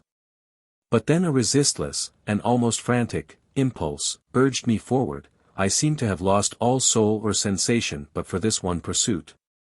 It was indeed but a passing trance, that only made me feel with renewed acuteness so soon as, the unnatural stimulus ceasing to operate, I had returned to my old habits. I collected bones from charnel houses, and disturbed, with profane fingers, the tremendous secrets of the human frame.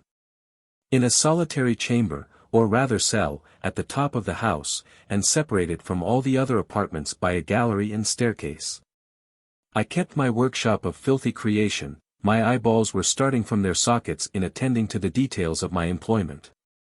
The dissecting room and the slaughterhouse furnished many of my materials. And often did my human nature turn with loathing from my occupation, whilst, still urged on by an eagerness which perpetually increased, I brought my work near to a conclusion. The summer months passed while I was thus engaged, heart and soul, in one pursuit. It was a most beautiful season. Never did the fields bestow a more plentiful harvest, or the vines yield a more luxuriant vintage, but my eyes were insensible to the charms of nature. And the same feelings which made me neglect the scenes around me caused me also to forget those friends who were so many miles absent, and whom I had not seen for so long a time. I knew my silence disquieted them. And I well remembered the words of my father, "I know that while you are pleased with yourself, you will think of us with affection, and we shall hear regularly from you. You must pardon me if I regard any interruption in your correspondence as a proof that your other duties are equally neglected." I knew well therefore what would be my father's feelings. But I could not tear my thoughts from my employment, loathsome in itself, but which had taken an irresistible hold of my imagination. I wished, as it were, to procrastinate all that related to my feelings of affection until the great object, which swallowed up every habit of my nature, should be completed.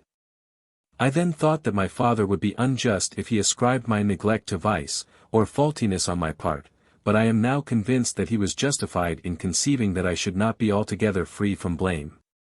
A human being in perfection ought always to preserve a calm and peaceful mind, and never to allow passion or a transitory desire to disturb his tranquillity. I do not think that the pursuit of knowledge is an exception to this rule. If the study to which you apply yourself has a tendency to weaken your affections, and to destroy your taste for those simple pleasures in which no alloy can possibly mix, then that study is certainly unlawful, that is to say, not befitting the human mind. If this rule were always observed, if no man allowed any pursuit whatsoever to interfere with the tranquillity of his domestic affections, Greece had not been enslaved, Caesar would have spared his country. America would have been discovered more gradually, and the empires of Mexico and Peru had not been destroyed. But I forget that I am moralizing in the most interesting part of my tale, and your looks remind me to proceed. My father made no reproach in his letters, and only took notice of my silence by inquiring into my occupations more particularly than before. Winter, spring, and summer passed away during my labors. But I did not watch the blossom or the expanding leaves, sights which before always yielded me supreme delight, so deeply was I engrossed in my occupation. The leaves of that year had withered before my work drew near to a close. And now every day showed me more plainly how well I had succeeded. But my enthusiasm was checked by my anxiety, and I appeared rather like one doomed by slavery to toil in the mines, or any other unwholesome trade, than an artist occupied by his favorite employment. Every night I was oppressed by a slow fever, and I became nervous to a most painful degree. The fall of a leaf startled me, and I shunned my fellow creatures as if I had been guilty of a crime. Sometimes I grew alarmed at the wreck I perceived that I had become. The energy of my purpose alone sustained me, my labors would soon end, and I believed that exercise and amusement would then drive away incipient disease. And I promised myself both of these when my creation should be complete. Chapter 5. It was on a dreary night of November, that I beheld the accomplishment of my toils. With an anxiety that almost amounted to agony, I collected the instruments of life around me, that I might infuse a spark of being into the lifeless thing that lay at my feet. It was already 1 in the morning. The rain pattered dismally against the panes, and my candle was nearly burnt out, when, by the glimmer of the half-extinguished light, I saw the dull yellow eye of the creature open. It breathed hard, and a convulsive motion agitated its limbs. How can I describe my emotions at this catastrophe, or how delineate the wretch whom with such infinite pains and care I had endeavored to form? His limbs were in proportion, and I had selected his features as beautiful. Beautiful, great God! His yellow skin scarcely covered the work of muscles and arteries beneath, his hair was of a lustrous black, and flowing, his teeth of a pearly whiteness. But these luxuriances only formed a more horrid contrast with his watery eyes, that seemed almost of the same color as the dun white sockets in which they were set, his shriveled complexion and straight black lips. The different accidents of life are not so changeable as the feelings of human nature. I had worked hard for nearly 2 years, for the sole purpose of infusing life into an inanimate body. For this I had deprived myself of rest and health. I had desired it with an ardor that far exceeded moderation, but now that I had finished, the beauty of the dream vanished, and breathless horror and disgust filled my heart.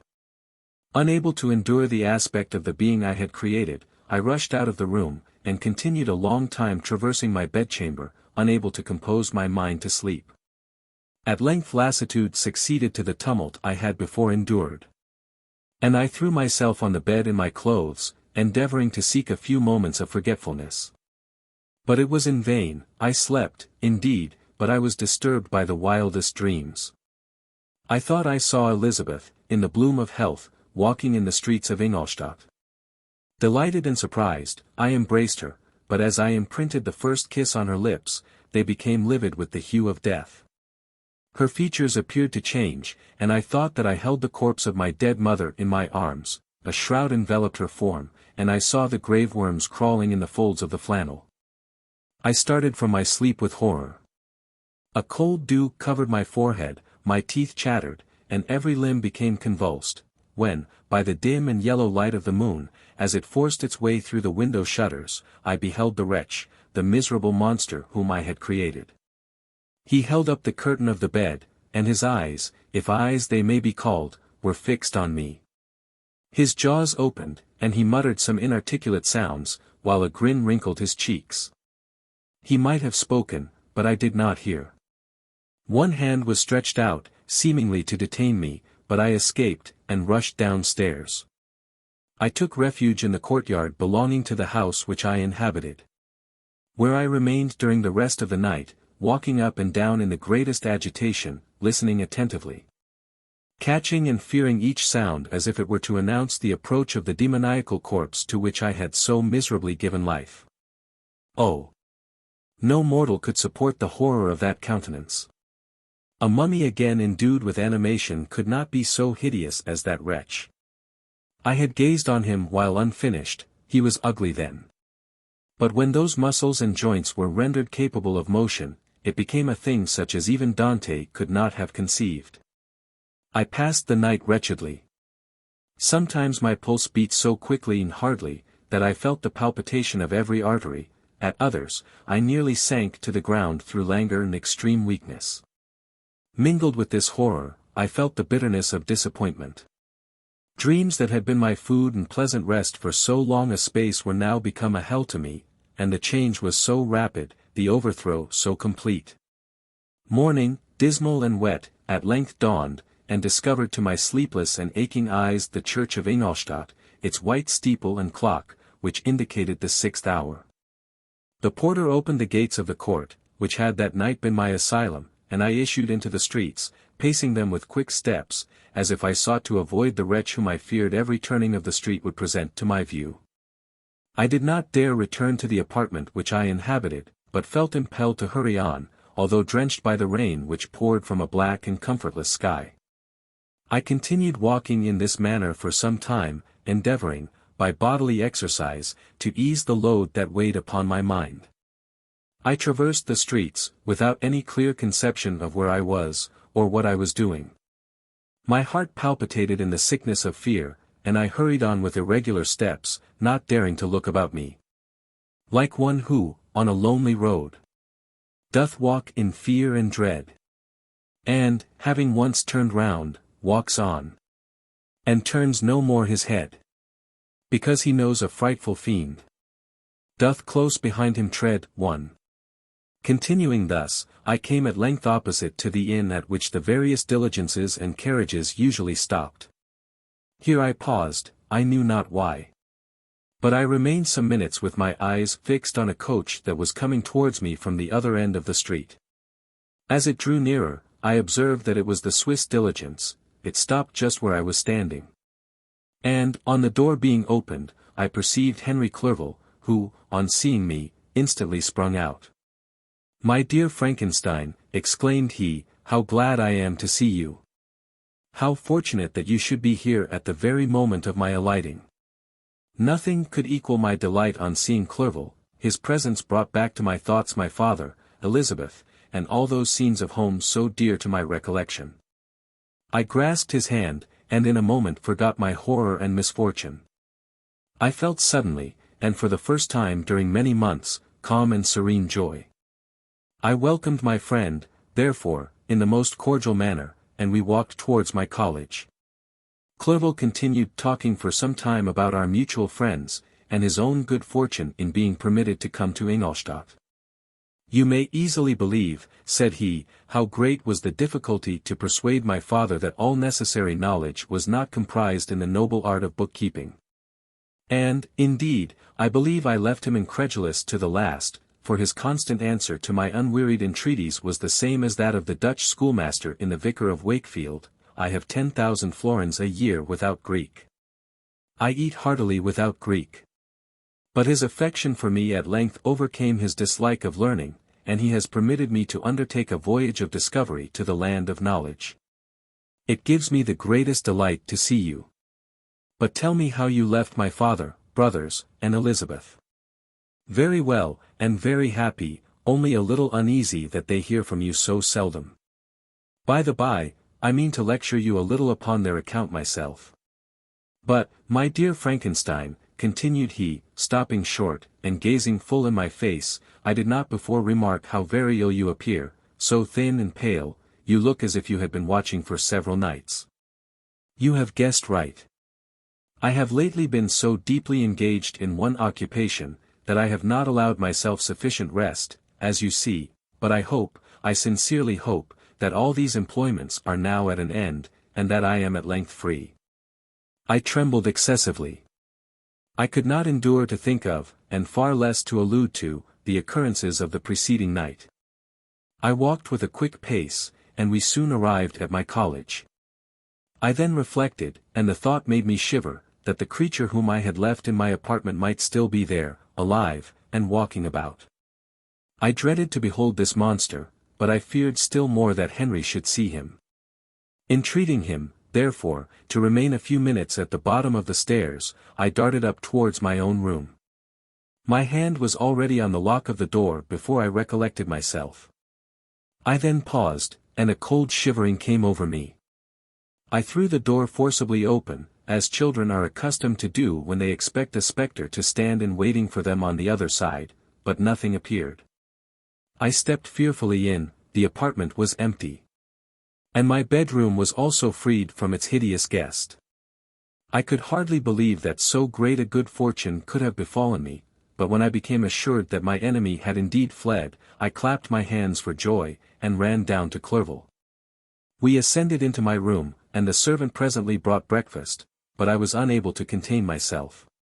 It was not joy only that possessed me, I felt my flesh tingle with excess of sensitiveness, and my pulse beat rapidly.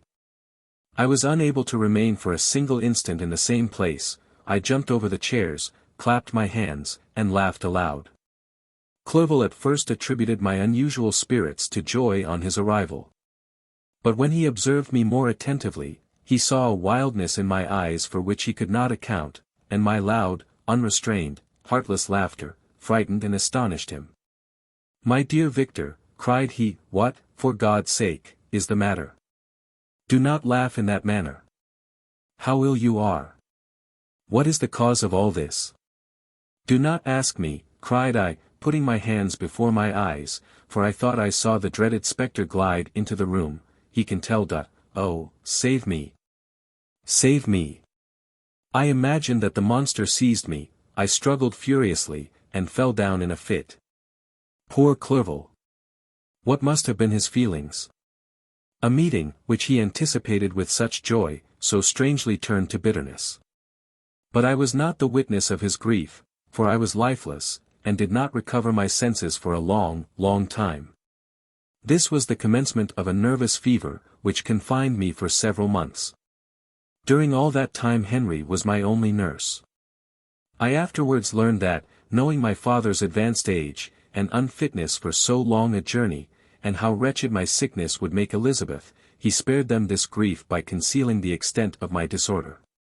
He knew that I could not have a more kind and attentive nurse than himself, and, firm in the hope he felt of my recovery, he did not doubt that, instead of doing harm, he performed the kindest action that he could towards them.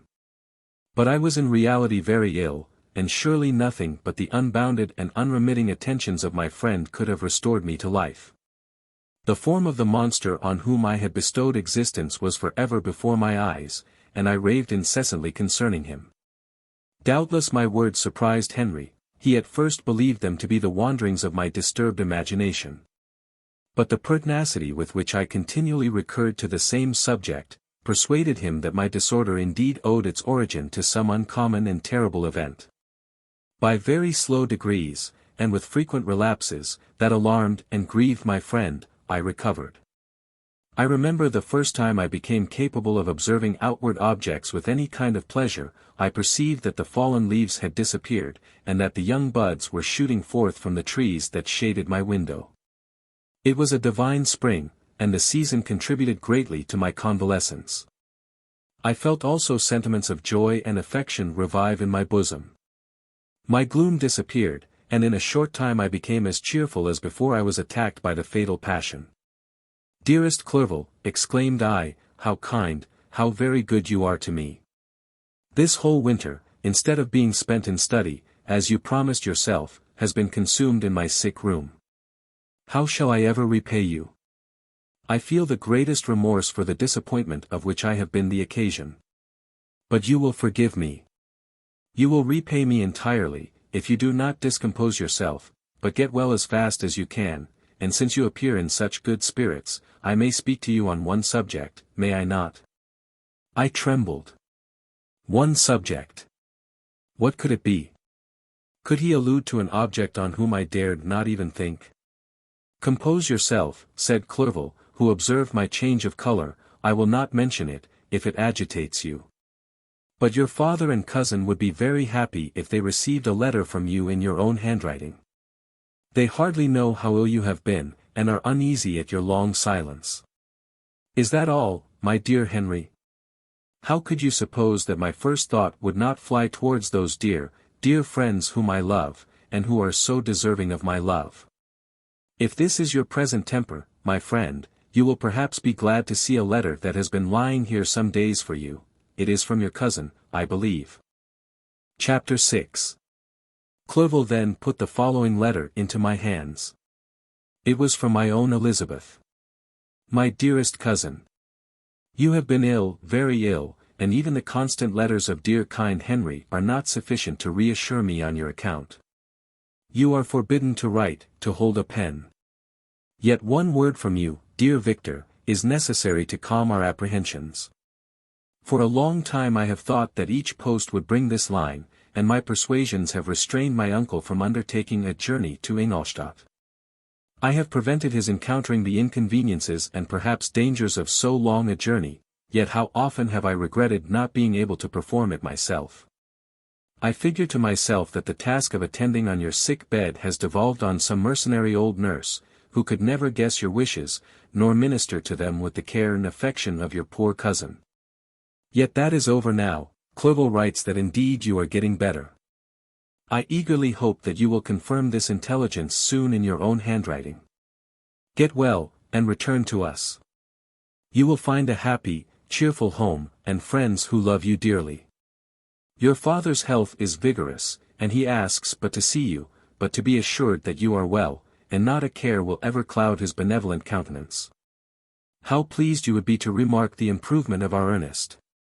He is now 16, and full of activity and spirit. He is desirous to be a true Swiss, and to enter into foreign service. But we cannot part with him, at least until his elder brother return to us. My uncle is not pleased with the idea of a military career in a distant country, but Ernest never had your powers of application. He looks upon study as an odious fetter. His time is spent in the open air, climbing the hills or rowing on the lake. I fear that he will become an idler, unless we yield the point, and permit him to enter on the profession which he has selected. Little alteration, except the growth of our dear children, has taken place since you left us. The blue lake, and snow-clad mountains, they never change. And I think our placid home, and our contented hearts are regulated by the same immutable laws. My trifling occupations take up my time and amuse me, and I am rewarded for any exertions by seeing none but happy, kind faces around me. Since you left us, but one change has taken place in our little household. Do you remember on what occasion Justine Moritz entered our family? Probably you do not. I will relate her history, therefore, in a few words. Madame Moritz, her mother, was a widow with 4 children, of whom Justine was the third. This girl had always been the favorite of her father, but, through a strange perversity, her mother could not endure her, and, after the death of M. Moritz, treated her very ill. My aunt observed this, and, when Justine was 12 years of age, prevailed on her mother to allow her to live at our house. The republican institutions of our country have produced simpler and happier manners than those which prevail in the great monarchies that surround it. Hence there is less distinction between the several classes of its inhabitants. And the lower orders, being neither so poor nor so despised, their manners are more refined and moral. A servant in Geneva does not mean the same thing as a servant in France and England. Justine, thus received in our family, learned the duties of a servant, a condition which, in our fortunate country, does not include the idea of ignorance, and a sacrifice of the dignity of a human being. Justine, you may remember, was a great favorite of yours. And I recollect you once remarked, that if you were in an ill humor, one glance from Justine could dissipate it, for the same reason that Ariosto gives concerning the beauty of Angelica, she looked so frank-hearted and happy. My aunt conceived a great attachment for her, by which she was induced to give her an education superior to that which she had at first intended. This benefit was fully repaid.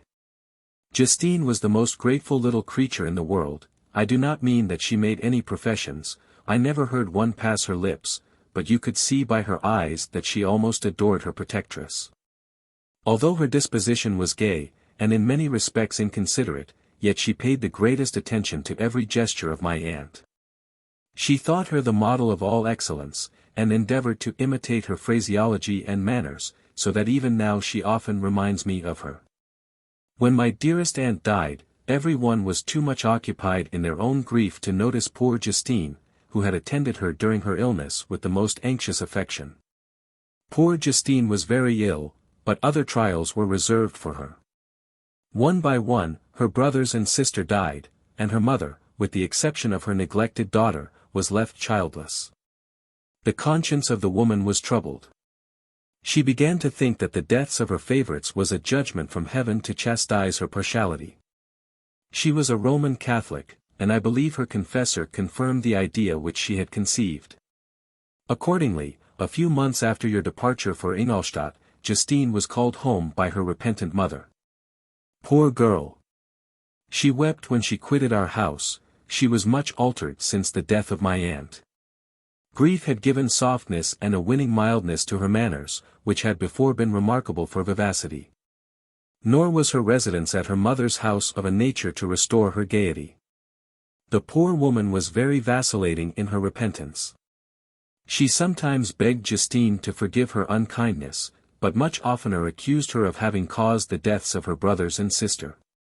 Perpetual fretting at length threw Madame Moritz into a decline, which at first increased her irritability, but she is now at peace forever. She died on the first approach of cold weather, at the beginning of this last winter. Justine has returned to us, and I assure you I love her tenderly.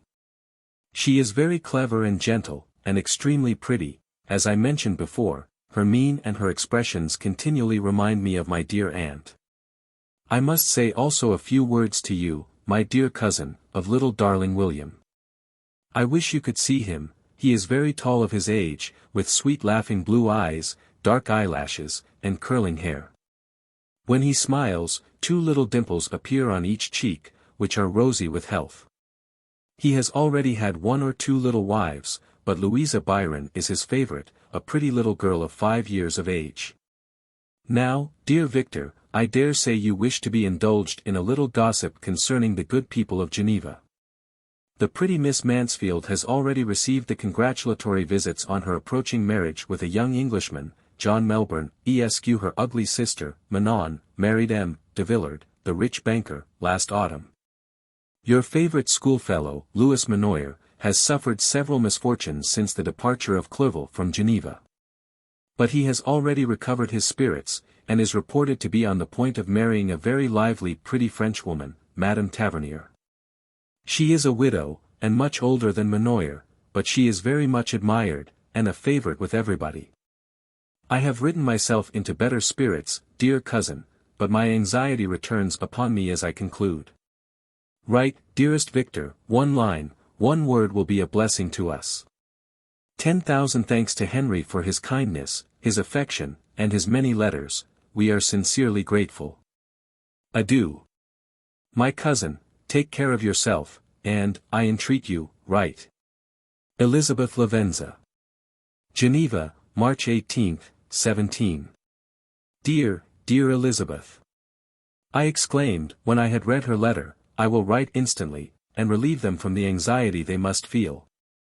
I wrote, and this exertion greatly fatigued me. But my convalescence had commenced, and proceeded regularly. In another fortnight I was able to leave my chamber. One of my first duties on my recovery was to introduce Clerval to the several professors of the university. In doing this, I underwent a kind of rough usage, though befitting the wounds that my mind had sustained. Ever since the fatal night, the end of my labors, and the beginning of my misfortunes, I had conceived a violent antipathy even to the name of natural philosophy. When I was otherwise quite restored to health, the sight of a chemical instrument would renew all the agony of my nervous symptoms. Henry saw this, and had removed all my apparatus from my view. He had also changed my apartment. For he perceived that I had acquired a dislike for the room which had previously been my laboratory. But these cares of Clerval were made of no avail when I visited the professors. M. Waldman inflicted torture when he praised, with kindness and warmth, the astonishing progress I had made in the sciences. He soon perceived that I disliked the subject. But not guessing the real cause, he attributed my feelings to modesty, and changed the subject from my improvement, to the science itself, with a desire, as I evidently saw, of drawing me out. What could I do? He meant to please, and he tormented me. I felt as if he had placed carefully, one by one, in my view those instruments which were to be afterwards used in putting me to a slow and cruel death. I writhed under his words, yet dared not exhibit the pain I felt. Clerval, whose eyes and feelings were always quick in discerning the sensations of others, declined the subject, alleging, in excuse, his total ignorance. And the conversation took a more general turn. I thanked my friend from my heart, but I did not speak. I saw plainly that he was surprised, but he never attempted to draw my secret from me. And although I loved him with a mixture of affection and reverence that knew no bounds, yet I could never persuade myself to confide to him that event which was so often present to my recollection, but which I feared the detail to another would only impress more deeply. Kremp was not equally docile, and in my condition at that time, of almost insupportable sensitiveness, his harsh blunt encomiums gave me even more pain than the benevolent approbation of Waldman. "And the fellow," cried he, "why, Clerval, I assure you he has outstripped us all. Stare if you please, but it is nevertheless true. A youngster who, but a few years ago, believed in Cornelius Agrippa as firmly as in the Gospel, has now set himself at the head of the university. And if he is not soon pulled down, we shall all be out of countenance. Continued he, observing my face expressive of suffering. Frankenstein is modest, an excellent quality in a young man. Young men should be diffident of themselves, you know, Clerval. I was myself when young, but that wears out in a very short time." Kremp had now commenced an eulogy on himself, which happily turned the conversation from a subject that was so annoying to me. Clerval had never sympathized in my tastes for natural science, and his literary pursuits differed wholly from those which had occupied me. He came to the university with the design of making himself complete master of the Oriental languages, as thus he should open a field for the plan of life he had marked out for himself. Resolved to pursue no inglorious career, he turned his eyes toward the East, as affording scope for his spirit of enterprise. The Persian, Arabic, and Sanskrit languages engaged his attention, and I was easily induced to enter on the same studies. Idleness had ever been irksome to me, and now that I wished to fly from reflection, and hated my former studies, I felt great relief in being the fellow pupil with my friend, and found not only instruction but consolation in the works of the Orientalists. I did not, like him, attempt a critical knowledge of their dialects, for I did not contemplate making any other use of them than temporary amusement. I read merely to understand their meaning, and they well repaid my labors. Their melancholy is soothing, and their joy elevating, to a degree I never experienced in studying the authors of any other country. When you read their writings, life appears to consist in a warm sun and a garden of roses, in the smiles and frowns of a fair enemy, and the fire that consumes your own heart. How different from the manly and heroical poetry of Greece and Rome! Summer passed away in these occupations, and my return to Geneva was fixed for the latter end of autumn. But being delayed by several accidents, winter and snow arrived, the roads were deemed impassable, and my journey was retarded until the ensuing spring. I felt this delay very bitterly, for I longed to see my native town and my beloved friends. My return had only been delayed so long, from an unwillingness to leave Clerval in a strange place, before he had become acquainted with any of its inhabitants. The winter, however, was spent cheerfully. And although the spring was uncommonly late, when it came its beauty compensated for its dilatoriness. The month of May had already commenced, and I expected the letter daily which was to fix the date of my departure, when Henry proposed a pedestrian tour in the environs of Ingolstadt, that I might bid a personal farewell to the country I had so long inhabited. I acceded with pleasure to this proposition. I was fond of exercise, and Clerval had always been my favorite companion in the rambles of this nature that I had taken among the scenes of my native country. We passed a fortnight in these perambulations. My health and spirits had long been restored, and they gained additional strength from the salubrious air I breathed, the natural incidents of our progress, and the conversation of my friend.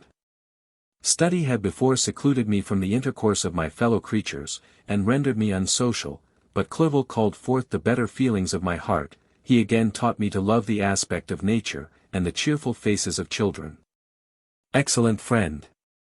How sincerely did you love me, and endeavor to elevate my mind until it was on a level with your own.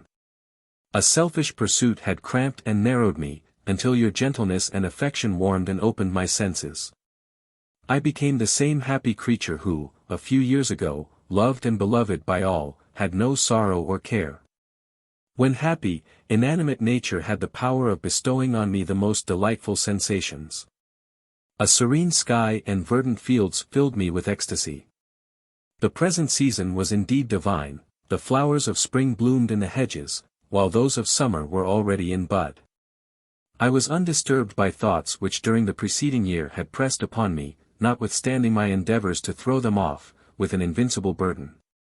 Henry rejoiced in my gaiety, and sincerely sympathized in my feelings. He exerted himself to amuse me, while he expressed the sensations that filled his soul.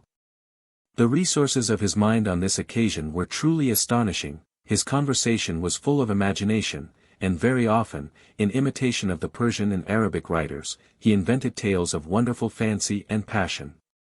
At other times he repeated my favorite poems, or drew me out into arguments, which he supported with great ingenuity. We returned to our college on a Sunday afternoon. The peasants were dancing, and everyone we met appeared gay and happy. My own spirits were high, and I bounded along with feelings of unbridled joy and hilarity. Chapter 7. On my return, I found the following letter from my father. My dear Victor, you have probably waited impatiently for a letter to fix the date of your return to us. And I was at first tempted to write only a few lines, merely mentioning the day on which I should expect you. But that would be a cruel kindness, and I dare not do it. What would be your surprise, my son, when you expected a happy and glad welcome, to behold, on the contrary, tears and wretchedness? And how, Victor, can I relate our misfortune? Absence cannot have rendered you callous to our joys and griefs. And how shall I inflict pain on my long-absent son? I wish to prepare you for the woeful news, but I know it is impossible. Even now your eye schemes over the page, to seek the words which are to convey to you the horrible tidings. William is dead. That sweet child, whose smiles delighted and warmed my heart, who was so gentle, yet so gay. Victor, he is murdered. I will not attempt to console you, but will simply relate the circumstances of the transaction. Last Thursday, May 7th, I, my niece, and your 2 brothers, went to walk in Plainpalais.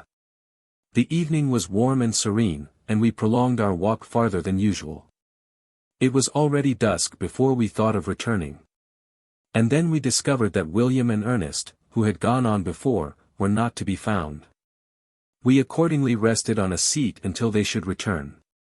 Presently Ernest came, and inquired if we had seen his brother. He said, that he had been playing with him, that William had run away to hide himself, and that he vainly sought for him, and afterwards waited for him a long time. But that he did not return. This account rather alarmed us, and we continued to search for him until night fell, when Elizabeth conjectured that he might have returned to the house. He was not there. We returned again, with torches. For I could not rest, when I thought that my sweet boy had lost himself, and was exposed to all the damps and dews of night. Elizabeth also suffered extreme anguish. About 5 in the morning I discovered my lovely boy, whom the night before I had seen blooming and active in health, stretched on the grass livid and motionless. The print of the murderer's finger was on his neck.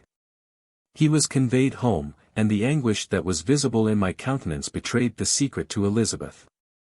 She was very earnest to see the corpse. At first I attempted to prevent her. But she persisted, and entering the room where it lay, hastily examined the neck of the victim, and clasping her hands exclaimed, "O God! I have murdered my darling child." She fainted, and was restored with extreme difficulty. When she again lived, it was only to weep and sigh. She told me, that same evening William had teased her to let him wear a very valuable miniature that she possessed of your mother. This picture is gone, and was doubtless the temptation which urged the murderer to the deed. We have no trace of him at present, although our exertions to discover him are unremitted, but they will not restore my beloved William.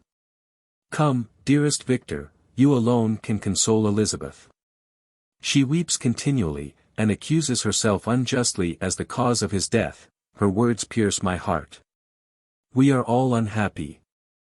But will not that be an additional motive for you, my son, to return and be our comforter? Your dear mother. Alas, Victor. I now say, thank God she did not live to witness the cruel, miserable death of her youngest darling. Come, Victor. Not brooding thoughts of vengeance against the assassin, but with feelings of peace and gentleness, that will heal, instead of festering, the wounds of our minds. Enter the house of mourning, my friend, but with kindness and affection for those who love you, and not with hatred for your enemies. Your affectionate and afflicted father, Alphonse Frankenstein. Geneva, May 12, 17. Clerval, who had watched my countenance as I read this letter, was surprised to observe the despair that succeeded to the joy I at first expressed on receiving news from my friends. I threw the letter on the table, and covered my face with my hands. "My dear Frankenstein," exclaimed Henry, when he perceived me weep with bitterness, "are you always to be unhappy? My dear friend, what has happened?" I motioned to him to take up the letter, while I walked up and down the room in the extremest agitation. Tears also gushed from the eyes of Clerval, as he read the account of my misfortune. "I can offer you no consolation, my friend," said he. "Your disaster is irreparable. What do you intend to do?" "To go instantly to Geneva. Come with me, Henry, to order the horses." During our walk, Clerval endeavored to say a few words of consolation. He could only express his heartfelt sympathy. "Poor William," said he, "dear lovely child, he now sleeps with his angel mother. Who that had seen him bright and joyous in his young beauty, but must weep over his untimely loss. To die so miserably, to feel the murderer's grasp. How much more a murderer, that could destroy such radiant innocence. Poor little fellow. One only consolation have we, his friends mourn and weep, but he is at rest. The pang is over, his sufferings are at an end for ever. A sod covers his gentle form, and he knows no pain. He can no longer be a subject for pity, we must reserve that for his miserable survivors." Clerval spoke thus as we hurried through the streets.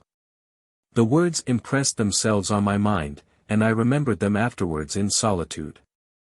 But now, as soon as the horses arrived, I hurried into a cabriolet, and bade farewell to my friend. My journey was very melancholy. At first I wished to hurry on, for I longed to console and sympathize with my loved and sorrowing friends, but when I drew near my native town, I slackened my progress. I could hardly sustain the multitude of feelings that crowded into my mind. I passed through scenes familiar to my youth, but which I had not seen for nearly 6 years. How altered everything might be during that time! One sudden and desolating change had taken place.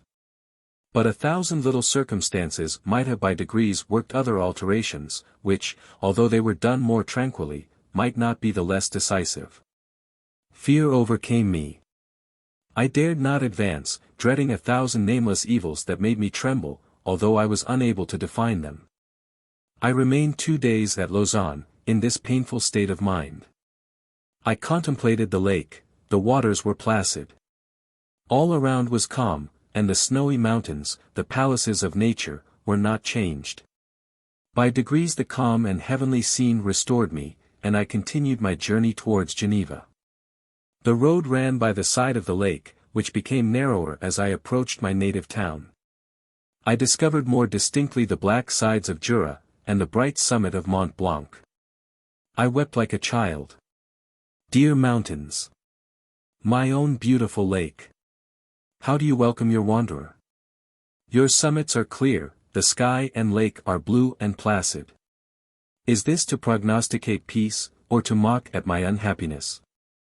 I fear, my friend, that I shall render myself tedious by dwelling on these preliminary circumstances, but they were days of comparative happiness, and I think of them with pleasure. My country, my beloved country! Who but a native can tell the delight I took in again beholding thy streams, thy mountains, and, more than all, thy lovely lake? Yet, as I drew nearer home, grief and fear again overcame me. Night also closed around. And when I could hardly see the dark mountains, I felt still more gloomily.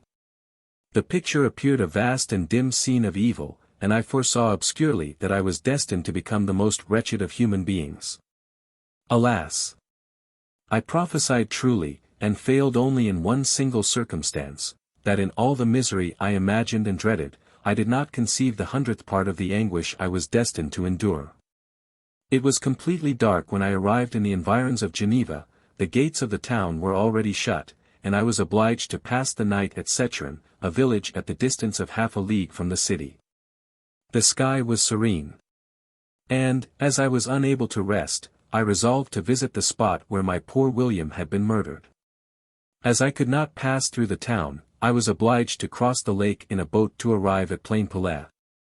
During this short voyage I saw the lightnings playing on the summit of Mont Blanc in the most beautiful figures.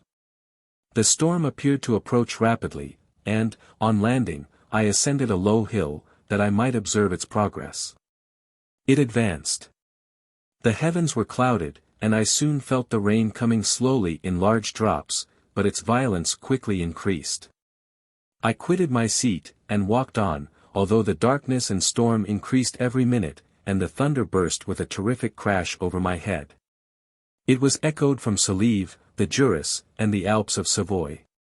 Vivid flashes of lightning dazzled my eyes, illuminating the lake, making it appear like a vast sheet of fire. Then for an instant everything seemed of a pitchy darkness, until the eye recovered itself from the preceding flash. The storm, as is often the case in Switzerland, appeared at once in various parts of the heavens. The most violent storm hung exactly north of the town, over that part of the lake which lies between the promontory of Bellerive and the village of Copet. Another storm enlightened Jura with faint flashes. And another darkened and sometimes disclosed the Mole, a peaked mountain to the east of the lake.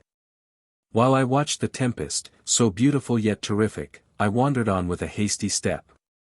This noble war in the sky elevated my spirits. I clasped my hands, and exclaimed aloud, "William, dear angel! This is thy funeral, this thy dirge." As I said these words, I perceived in the gloom a figure which stole from behind a clump of trees near me. I stood fixed, gazing intently. I could not be mistaken. A flash of lightning illuminated the object, and discovered its shape plainly to me. Its gigantic stature, and the deformity of its aspect, more hideous than belongs to humanity, instantly informed me that it was the wretch, the filthy demon, to whom I had given life. What did he there? Could he be, I shuddered at the conception, the murderer of my brother? No sooner did that idea cross my imagination, than I became convinced of its truth, my teeth chattered, and I was forced to lean against a tree for support. The figure passed me quickly, and I lost it in the gloom. Nothing in human shape could have destroyed that fair child. He was the murderer. I could not doubt it. The mere presence of the idea was an irresistible proof of the fact. I thought of pursuing the devil, but it would have been in vain, for another flash discovered him to me hanging among the rocks of the nearly perpendicular ascent of Mont Salive, a hill that bounds Plainpalais on the south. He soon reached the summit, and disappeared. I remained motionless. The thunder ceased, but the rain still continued, and the scene was enveloped in an impenetrable darkness. I revolved in my mind the events which I had until now sought to forget, the whole train of my progress towards the creation, the appearance of the work of my own hands alive at my bedside, its departure. 2 years had now nearly elapsed since the night on which he first received life, and was this his first crime? Alas! I had turned loose into the world a depraved wretch, whose delight was in carnage and misery, had he not murdered my brother. No one can conceive the anguish I suffered during the remainder of the night, which I spent, cold and wet, in the open air. But I did not feel the inconvenience of the weather, my imagination was busy in scenes of evil and despair. I considered the being whom I had cast among mankind, and endowed with the will and power to effect purposes of horror, such as the deed which he had now done, nearly in the light of my own vampire, my own spirit let loose from the grave, and forced to destroy all that was dear to me.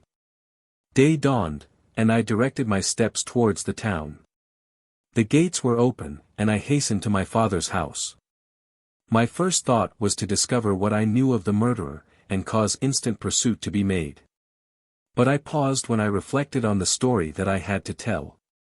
A being whom I myself had formed, and endued with life, had met me at midnight among the precipices of an inaccessible mountain. I remembered also the nervous fever with which I had been seized just at the time that I dated my creation, and which would give an air of delirium to a tale otherwise so utterly improbable. I well knew that if any other had communicated such a relation to me, I should have looked upon it as the ravings of insanity. Besides, the strange nature of the animal would elude all pursuit, even if I were so far credited as to persuade my relatives to commence it. And then of what use would be pursuit?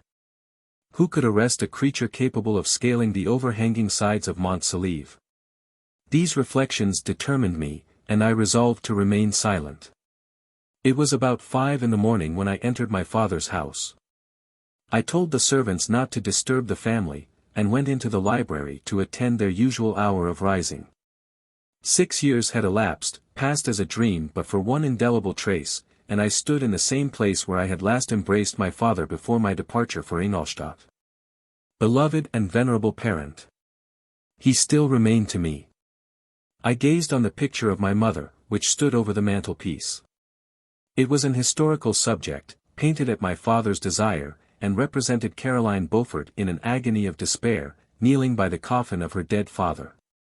Her garb was rustic, and her cheek pale, but there was an air of dignity and beauty, that hardly permitted the sentiment of pity. Below this picture was a miniature of William, and my tears flowed when I looked upon it. While I was thus engaged, Ernest entered. He had heard me arrive, and hastened to welcome me. He expressed a sorrowful delight to see me. "Welcome, my dearest Victor," said he. "Ah! I wish you had come 3 months ago, and then you would have found us all joyous and delighted. You come to us now to share a misery which nothing can alleviate. Yet your presence will, I hope, revive our father, who seems sinking under his misfortune, and your persuasions will induce poor Elizabeth to cease her vain and tormenting self-accusations. Poor William! He was our darling and our pride." Tears, unrestrained, fell from my brother's eyes, a sense of mortal agony crept over my frame. Before, I had only imagined the wretchedness of my desolated home, the reality came on me as a new, and a not less terrible, disaster.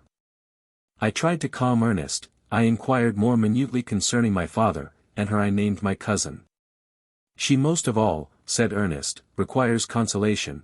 She accused herself of having caused the death of my brother, and that made her very wretched. But since the murderer has been discovered." "The murderer discovered? Good God! How can that be? Who could attempt to pursue him? It is impossible. One might as well try to overtake the winds, or confine a mountain stream with a straw. I saw him too, he was free last night." "I do not know what you mean," replied my brother, in accents of wonder, "but to us the discovery we have made completes our misery. No one would believe it at first. And even now Elizabeth will not be convinced, notwithstanding all the evidence. Indeed, who would credit that Justine Moritz, who was so amiable, and fond of all the family, could suddenly become capable of so frightful, so appalling a crime? Justine Moritz! Poor girl, is she the accused? But it is wrongfully, every one knows that, no one believes it, surely, Ernest. No one did at first, but several circumstances came out, that have almost forced conviction upon us. And her own behavior has been so confused, as to add to the evidence of facts a weight that, I fear, leaves no hope for doubt. But she will be tried today, and you will then hear all." He related that, the morning on which the murder of poor William had been discovered, Justine had been taken ill, and confined to her bed for several days. During this interval, one of the servants, happening to examine the apparel she had worn on the night of the murder, had discovered in her pocket the picture of my mother, which had been judged to be the temptation of the murderer.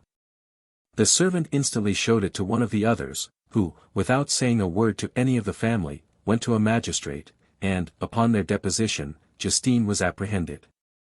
On being charged with the fact, the poor girl confirmed the suspicion in a great measure by her extreme confusion of manner. This was a strange tale, but it did not shake my faith, and I replied earnestly, "You are all mistaken. I know the murderer. Justine, poor, good Justine, is innocent." At that instant my father entered. I saw unhappiness deeply impressed on his countenance, but he endeavored to welcome me cheerfully.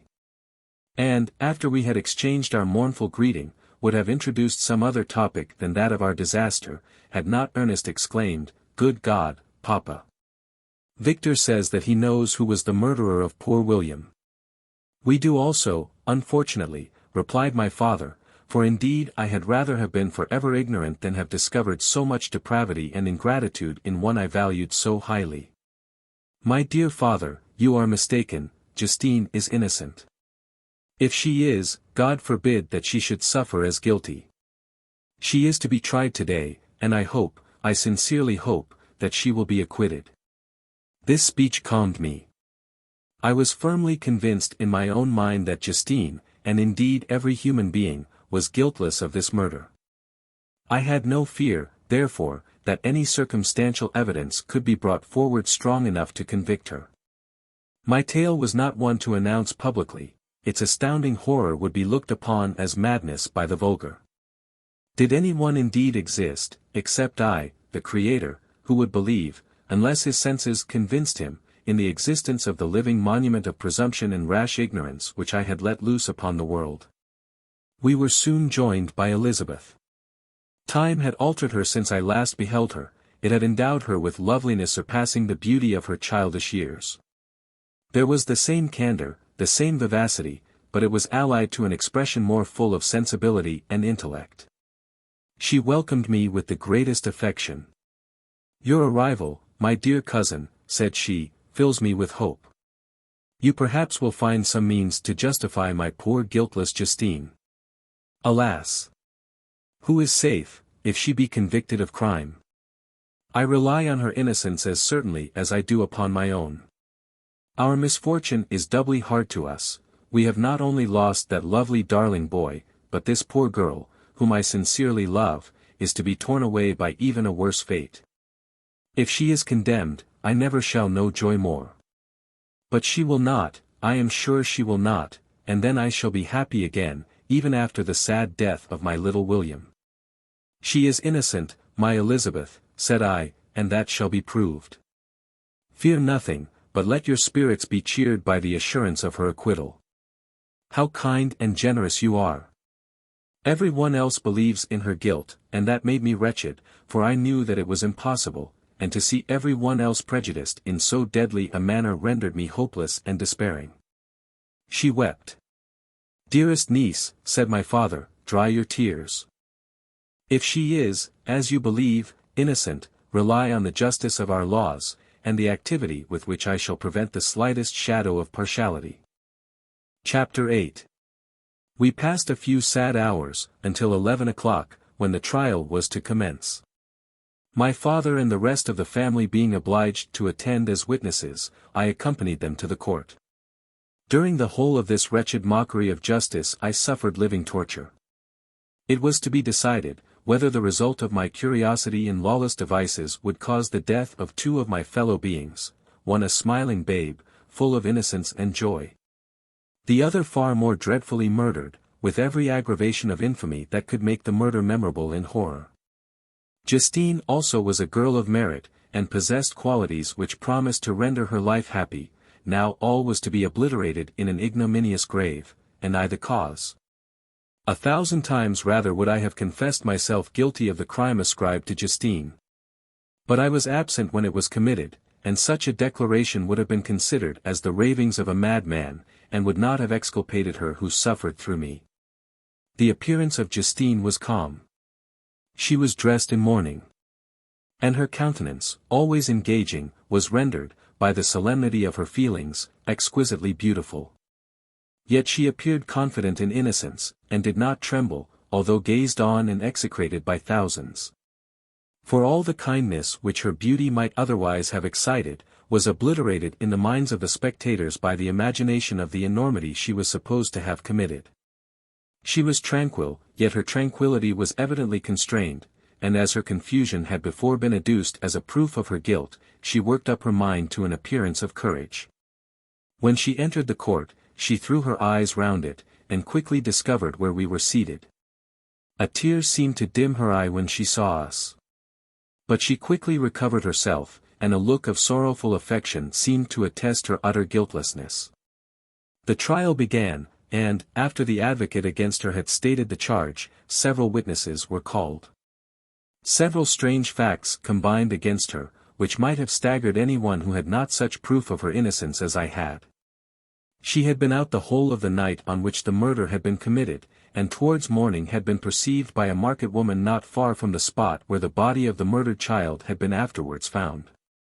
The woman asked her what she did there, but she looked very strangely, and only returned a confused and unintelligible answer. She returned to the house about 8 o'clock. And, when one inquired where she had passed the night, she replied that she had been looking for the child, and demanded earnestly if anything had been heard concerning him. When shown the body, she fell into violent hysterics, and kept her bed for several days. The picture was then produced, which the servant had found in her pocket. And when Elizabeth, in a faltering voice, proved that it was the same which, an hour before the child had been missed, she had placed round his neck, a murmur of horror and indignation filled the court. Justine was called on for her defense. As the trial had proceeded, her countenance had altered. Surprise, horror, and misery were strongly expressed. Sometimes she struggled with her tears. But, when she was desired to plead, she collected her powers, and spoke, in an audible, although variable voice. God knows, she said, how entirely I am innocent. But I do not pretend that my protestations should acquit me. I rest my innocence on a plain and simple explanation of the facts which have been adduced against me. And I hope the character I have always borne will incline my judges to a favorable interpretation, where any circumstance appears doubtful or suspicious. She then related that, by the permission of Elizabeth, she had passed the evening of the night on which the murder had been committed at the house of an aunt at Chain, a village situated at about a league from Geneva. On her return, at about 9 o'clock, she met a man, who asked her if she had seen anything of the child who was lost. She was alarmed by this account, and passed several hours in looking for him, when the gates of Geneva were shut, and she was forced to remain several hours of the night in a barn belonging to a cottage, being unwilling to call up the inhabitants, to whom she was well known. Most of the night she spent here watching. Towards morning she believed that she slept for a few minutes. Some steps disturbed her, and she awoke. It was dawn, and she quitted her asylum, that she might again endeavor to find my brother. If she had gone near the spot where his body lay, it was without her knowledge. That she had been bewildered when questioned by the market woman was not surprising, since she had passed a sleepless night, and the fate of poor William was yet uncertain. Concerning the picture she could give no account.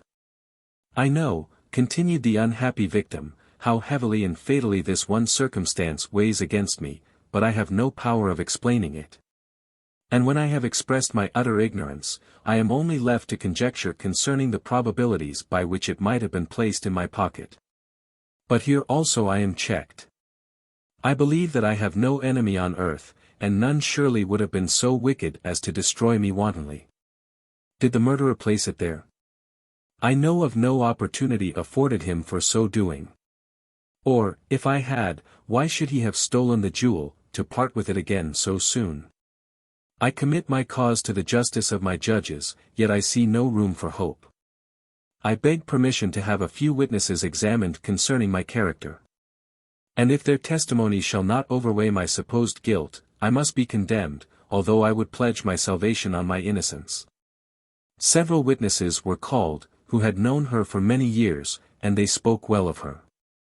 But fear, and hatred of the crime of which they supposed her guilty, rendered them timorous, and unwilling to come forward. Elizabeth saw even this last resource, her excellent dispositions and irreproachable conduct, about to fail the accused, when, although violently agitated, she desired permission to address the court.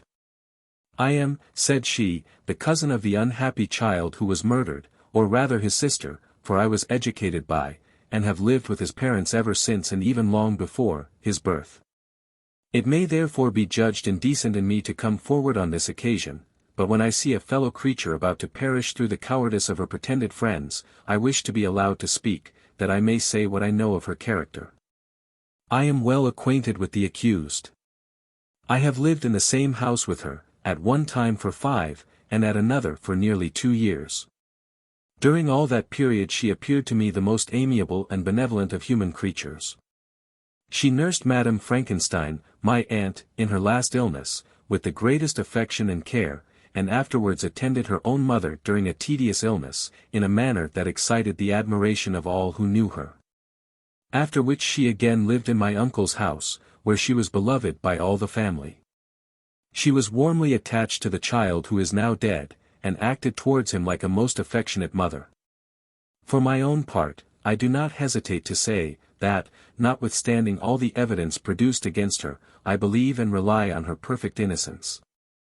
She had no temptation for such an action. As to the bauble on which the chief proof rests, if she had earnestly desired it, I should have willingly given it to her, so much do I esteem and value her. A murmur of approbation followed Elizabeth's simple and powerful appeal. But it was excited by her generous interference, and not in favor of poor Justine, on whom the public indignation was turned with renewed violence, charging her with the blackest ingratitude. She herself wept as Elizabeth spoke, but she did not answer. My own agitation and anguish was extreme during the whole trial. I believed in her innocence, I knew it.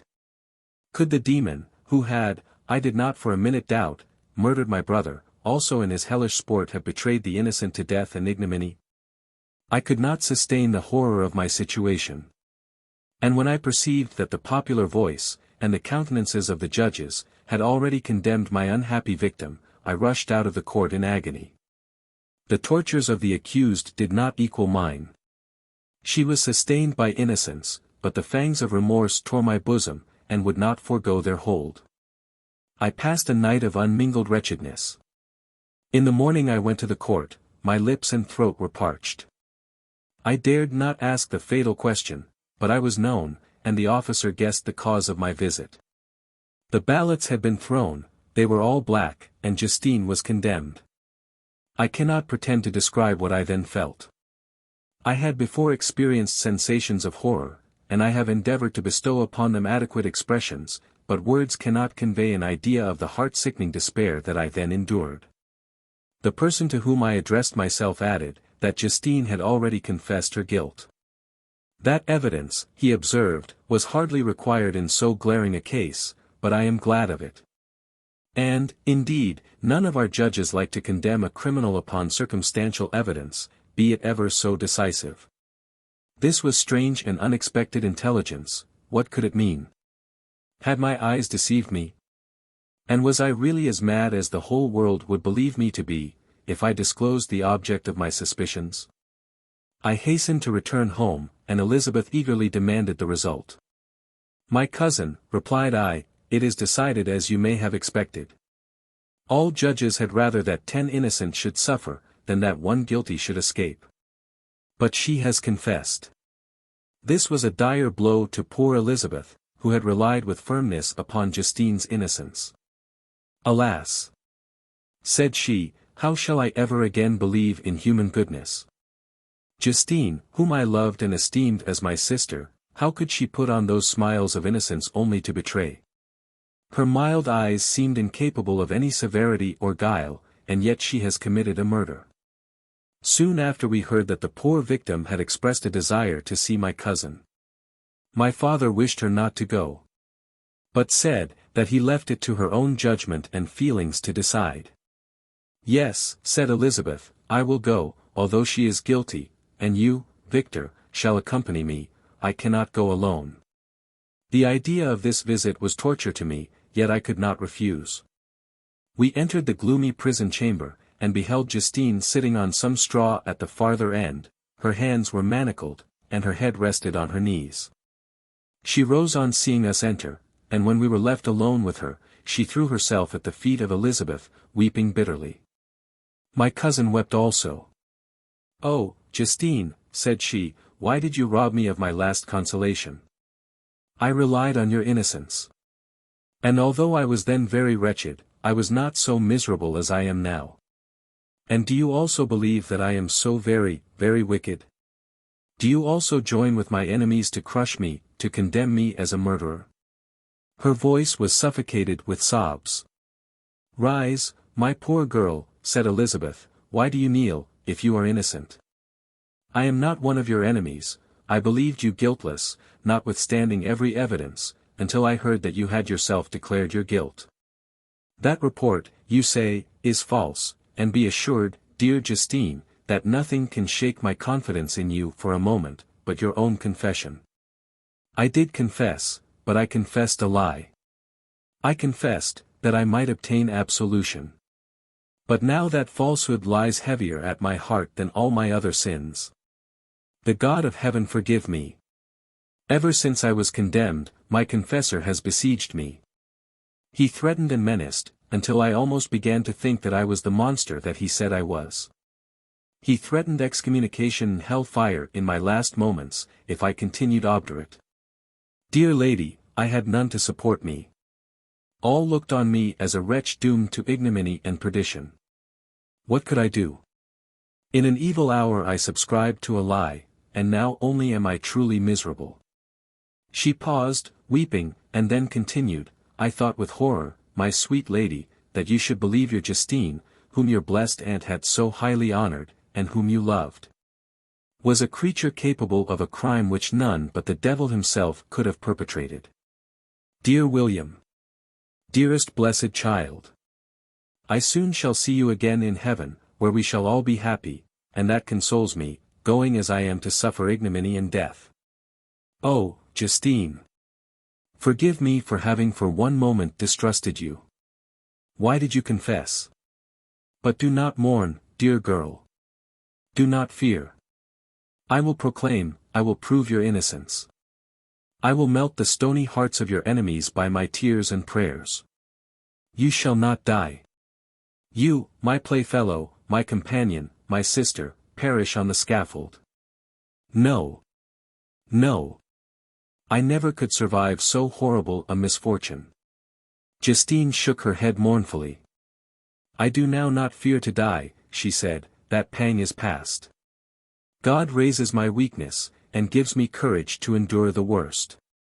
I leave a sad and bitter world, and if you remember me, and think of me as of one unjustly condemned, I am resigned to the fate awaiting me. Learn from me, dear lady, to submit in patience to the will of heaven. During this conversation I had retired to a corner of the prison room, where I could conceal the horrid anguish that possessed me. Despair. Who dared talk of that? The poor victim, who on the morrow was to pass the awful boundary between life and death, felt not as I did, such deep and bitter agony. I gnashed my teeth, and ground them together, uttering a groan that came from my inmost soul. Justine started. When she saw who it was, she approached me, and said, Dear sir, you are very kind to visit me, you, I hope, do not believe that I am guilty. I could not answer. No, Justine, said Elizabeth, he is more convinced of your innocence than I was. For even when he heard that you had confessed, he did not credit it. I truly thank him. In these last moments I feel the sincerest gratitude towards those who think of me with kindness. How sweet is the affection of others to such a wretch as I am. It removes more than half my misfortune, and I feel as if I could die in peace, now that my innocence is acknowledged by you, dear lady, and your cousin. Thus the poor sufferer tried to comfort others and herself. She indeed gained the resignation she desired. But I, the true murderer, felt the never-dying worm alive in my bosom, which allowed of no hope or consolation. Elizabeth also wept, and was unhappy, but hers also was the misery of innocence, which, like a cloud that passes over the fair moon, for a while hides but cannot tarnish its brightness. Anguish and despair had penetrated into the core of my heart. I bore a hell within me, which nothing could extinguish. We stayed several hours with Justine, and it was with great difficulty that Elizabeth could tear herself away. I wish, cried she, that I were to die with you. I cannot live in this world of misery. Justine assumed an air of cheerfulness, while she with difficulty repressed her bitter tears.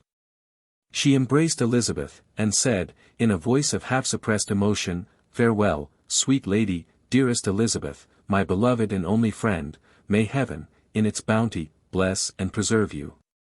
May this be the last misfortune that you will ever suffer.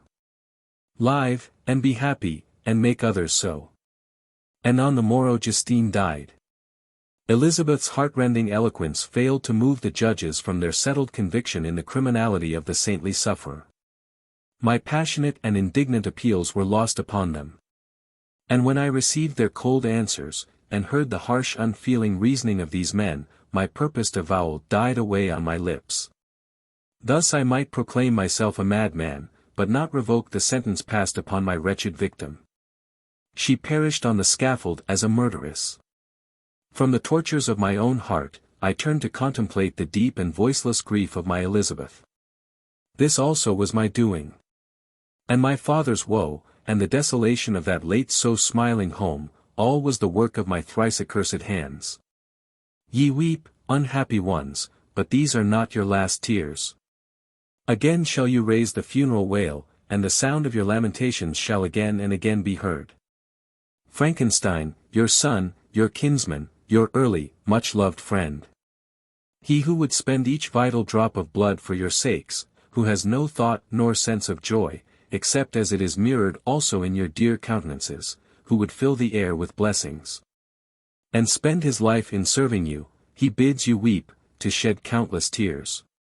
Happy beyond his hopes, if thus inexorable fate be satisfied, and if the destruction pause before the peace of the grave have succeeded to your sad torments.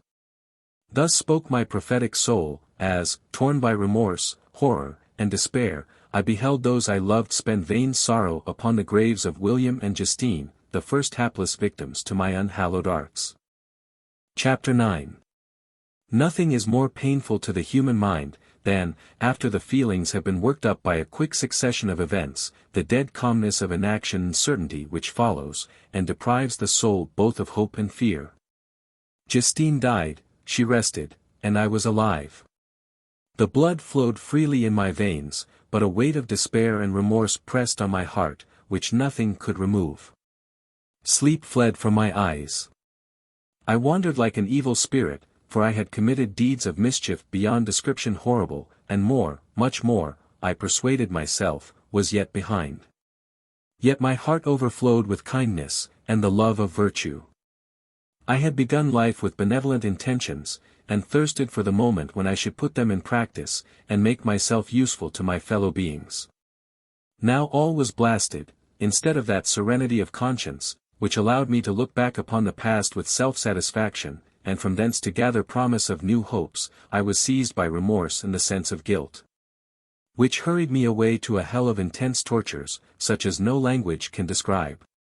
This state of mind preyed upon my health, which had perhaps never entirely recovered from the first shock it had sustained. I shunned the face of man, all sound of joy or complacency was torture to me. Solitude was my only consolation, deep, dark, death-like solitude. My father observed with pain the alteration perceptible in my disposition and habits, and endeavored by arguments deduced from the feelings of his serene conscience and guiltless life, to inspire me with fortitude, and awaken in me the courage to dispel the dark cloud which brooded over me. Do you think, Victor, said he, that I do not suffer also? No one could love a child more than I loved your brother. Tears came into his eyes as he spoke, winky face. But is it not a duty to the survivors, that we should refrain from augmenting their unhappiness by an appearance of immoderate grief? It is also a duty owed to yourself. For excessive sorrow prevents improvement or enjoyment, or even the discharge of daily usefulness, without which no man is fit for society. This advice, although good, was totally inapplicable to my case. I should have been the first to hide my grief, and console my friends, if remorse had not mingled its bitterness, and terror its alarm with my other sensations. Now I could only answer my father with a look of despair, and endeavor to hide myself from his view. About this time we retired to our house at Belrive. This change was particularly agreeable to me. The shutting of the gates regularly at 10 o'clock, and the impossibility of remaining on the lake after that hour, had rendered our residence within the walls of Geneva very irksome to me. I was now free. Often, after the rest of the family had retired for the night, I took the boat, and passed many hours upon the water. Sometimes, with my sails set, I was carried by the wind. And sometimes, after rowing into the middle of the lake, I left the boat to pursue its own course, and gave way to my own miserable reflections. I was often tempted, when all was at peace around me, and I the only unquiet thing that wandered restless in a scene so beautiful and heavenly, if I except some bat, or the frogs, whose harsh and interrupted croaking was heard only when I approached the shore. Often, I say, I was tempted to plunge into the silent lake, that the waters might close over me and my calamities forever. But I was restrained, when I thought of the heroic and suffering Elizabeth, whom I tenderly loved, and whose existence was bound up in mine. I thought also of my father, and surviving brother. Should I by my base desertion leave them exposed and unprotected to the malice of the fiend whom I had let loose among them? At these moments I wept bitterly, and wished that peace would revisit my mind only that I might afford them consolation and happiness. But that could not be. Remorse extinguished every hope. I had been the author of unalterable evils. And I lived in daily fear, lest the monster whom I had created should perpetrate some new wickedness. I had an obscure feeling that all was not over, and that he would still commit some signal crime, which by its enormity should almost efface the recollection of the past. There was always scope for fear, so long as anything I loved remained behind. My abhorrence of this fiend cannot be conceived. When I thought of him, I gnashed my teeth, my eyes became inflamed, and I ardently wished to extinguish that life which I had so thoughtlessly bestowed. When I reflected on his crimes and malice, my hatred and revenge burst all bounds of moderation. I would have made a pilgrimage to the highest peak of the Andes, could I, when there, have precipitated him to their base. I wished to see him again, that I might wreak the utmost extent of abhorrence on his head, and avenge the deaths of William and Justine. Our house was the house of mourning. My father's health was deeply shaken by the horror of the recent events. Elizabeth was sad and desponding, she no longer took delight in her ordinary occupations, all pleasure seemed to her sacrilege toward the dead. Eternal woe and tears she then thought was the just tribute she should pay to innocence so blasted and destroyed. She was no longer that happy creature, who in earlier youth wandered with me on the banks of the lake, and talked with ecstasy of our future prospects. The first of those sorrows which are sent to wean us from the earth, had visited her, and its dimming influence quenched her dearest smiles. When I reflect, my dear cousin, said she, on the miserable death of Justine Moritz, I no longer see the world and its works as they before appeared to me. Before, I looked upon the accounts of vice and injustice, that I read in books or heard from others, as tales of ancient days, or imaginary evils. At least they were remote, and more familiar to reason than to the imagination. But now misery has come home, and men appear to me as monsters thirsting for each other's blood. Yet I am certainly unjust. Everybody believed that poor girl to be guilty. And if she could have committed the crime for which she suffered, assuredly she would have been the most depraved of human creatures. For the sake of a few jewels, to have murdered the son of her benefactor and friend, a child whom she had nursed from its birth, and appeared to love as if it had been her own. I could not consent to the death of any human being. But certainly I should have thought such a creature unfit to remain in the society of men. But she was innocent. I know, I feel she was innocent, you are of the same opinion, and that confirms me. Alas! Victor, when falsehood can look so like the truth, who can assure themselves of certain happiness? I feel as if I were walking on the edge of a precipice, towards which thousands are crowding, and endeavoring to plunge me into the abyss. William and Justine were assassinated, and the murderer escapes, he walks about the world free, and perhaps respected. But even if I were condemned to suffer on the scaffold for the same crimes, I would not change places with such a wretch. I listened to this discourse with the extremest agony. I, not indeed, but in effect, was the true murderer. Elizabeth read my anguish in my countenance, and kindly taking my hand, said, "My dearest friend, you must calm yourself. These events have affected me, God knows how deeply, but I am not so wretched as you are. There is an expression of despair, and sometimes of revenge, in your countenance, that makes me tremble. Dear Victor, banish these dark passions. Remember the friends around you, who center all their hopes in you. Have we lost the power of rendering you happy? Ah! While we love, while we are true to each other, here in this land of peace and beauty, your native country, we may reap every tranquil blessing, what can disturb our peace? And could not such words from her whom I fondly prized before every other gift of fortune, suffice to chase away the fiend that lurked in my heart?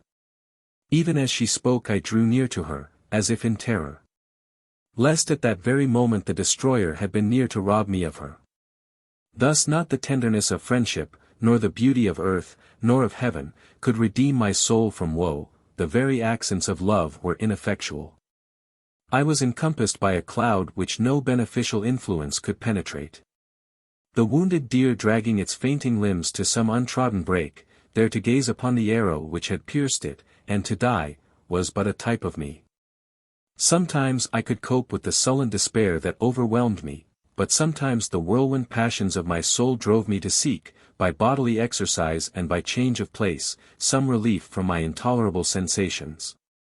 It was during an access of this kind that I suddenly left my home, and bending my steps towards the near alpine valleys, sought in the magnificence, the eternity of such scenes, to forget myself and my ephemeral, because human, sorrows. My wanderings were directed towards the valley of Chamonix. I had visited it frequently during my boyhood. 6 years had passed since then, I was a wreck, but naught had changed in those savage and enduring scenes. I performed the first part of my journey on horseback. I afterwards hired a mule, as the more sure-footed, and least liable to receive injury on these rugged roads. The weather was fine, it was about the middle of the month of August, nearly 2 months after the death of Justine, that miserable epoch from which I dated all my woe. The weight upon my spirit was sensibly lightened as I plunged yet deeper in the ravine of Arve. The immense mountains and precipices that overhung me on every side, the sound of the river raging among the rocks, and the dashing of the waterfalls around, spoke of a power mighty as omnipotence, and I ceased to fear, or to bend before any being less almighty than that which had created and ruled the elements, here displayed in their most terrific guise. Still, as I ascended higher, the valley assumed a more magnificent and astonishing character. Ruined castles hanging on the precipices of piny mountains. The impetuous Arve, and cottages every here and there peeping forth from among the trees, formed a scene of singular beauty. But it was augmented and rendered sublime by the mighty Alps, whose white and shining pyramids and domes towered above all, as belonging to another earth, the habitations of another race of beings. I passed the bridge of Pelissier, where the ravine, which the river forms, opened before me, and I began to ascend the mountain that overhangs it. Soon after I entered the valley of Chamonix. This valley is more wonderful and sublime, but not so beautiful and picturesque, as that of Servox, through which I had just passed. The high and snowy mountains were its immediate boundaries, but I saw no more ruined castles and fertile fields. Immense glaciers approached the road, I heard the rumbling thunder of the falling avalanche, and marked the smoke of its passage. Mont Blanc, the supreme and magnificent Mont Blanc, raised itself from the surrounding aiguilles, and its tremendous dome overlooked the valley. A tingling long-lost sense of pleasure often came across me during this journey. Some turn in the road, some new object suddenly perceived and recognized, reminded me of days gone by, and were associated with the light-hearted gaiety of boyhood. The very winds whispered in soothing accents, and maternal nature bade me weep no more. Then again the kindly influence ceased to act, I found myself fettered again to grief, and indulging in all the misery of reflection. Then I spurred on my animal, striving so to forget the world, my fears, and, more than all, myself, or, in a more desperate fashion, I alighted, and threw myself on the grass, weighed down by horror and despair. At length I arrived at the village of Chamonix. Exhaustion succeeded to the extreme fatigue both of body and of mind which I had endured. For a short space of time I remained at the window, watching the pallid lightnings that played above Mont Blanc, and listening to the rushing of the Arve, which pursued its noisy way beneath. The same lulling sounds acted as a lullaby to my too keen sensations. When I placed my head upon my pillow, sleep crept over me, I felt it as it came, and blessed the giver of oblivion. Chapter 10. I spent the following day roaming through the valley. I stood beside the sources of the Arverne, which take their rise in a glacier, that with slow pace is advancing down from the summit of the hills, to barricade the valley. The abrupt sides of vast mountains were before me, the icy wall of the glacier overhung me, a few shattered pines were scattered around. And the solemn silence of this glorious presence chamber of imperial nature was broken only by the brawling waves, or the fall of some vast fragment, the thunder sound of the avalanche, or the cracking, reverberated along the mountains of the accumulated ice, which, through the silent working of immutable laws, was ever and anon rent and torn, as if it had been but a plaything in their hands. These sublime and magnificent scenes afforded me the greatest consolation that I was capable of receiving. They elevated me from all littleness of feeling, and although they did not remove my grief, they subdued and tranquilized it. In some degree, also, they diverted my mind from the thoughts over which it had brooded for the last month. I retired to rest at night. My slumbers, as it were, waited on and ministered to by the assemblance of grand shapes which I had contemplated during the day. They congregated round me. The unstained snowy mountain top, the glittering pinnacle, the pine woods, and ragged bare ravine, the eagle, soaring amidst the clouds, they all gathered round me, and bade me be at peace. Where had they fled when the next morning I awoke? All of soul inspiriting fled with sleep, and dark melancholy clouded every thought. The rain was pouring in torrents, and thick mists hid the summits of the mountains, so that I even saw not the faces of those mighty friends. Still I would penetrate their misty veil, and seek them in their cloudy retreats. What were rain and storm to me? My mule was brought to the door, and I resolved to ascend to the summit of Montanvert. I remembered the effect that the view of the tremendous and ever-moving glacier had produced upon my mind when I first saw it. It had then filled me with a sublime ecstasy, that gave wings to the soul, and allowed it to soar from the obscure world to light and joy. The sight of the awful and majestic in nature had indeed always the effect of solemnizing my mind, and causing me to forget the passing cares of life. I determined to go without a guide, for I was well acquainted with the path, and the presence of another would destroy the solitary grandeur of the scene. The ascent is precipitous, but the path is cut into continual and short windings, which enable you to surmount the perpendicularity of the mountain. It is a scene terrifically desolate. In 1,000 spots the traces of the winter avalanche may be perceived, where trees lie broken and strewed on the ground, some entirely destroyed, others bent, leaning upon the jutting rocks of the mountain, or transversely upon other trees.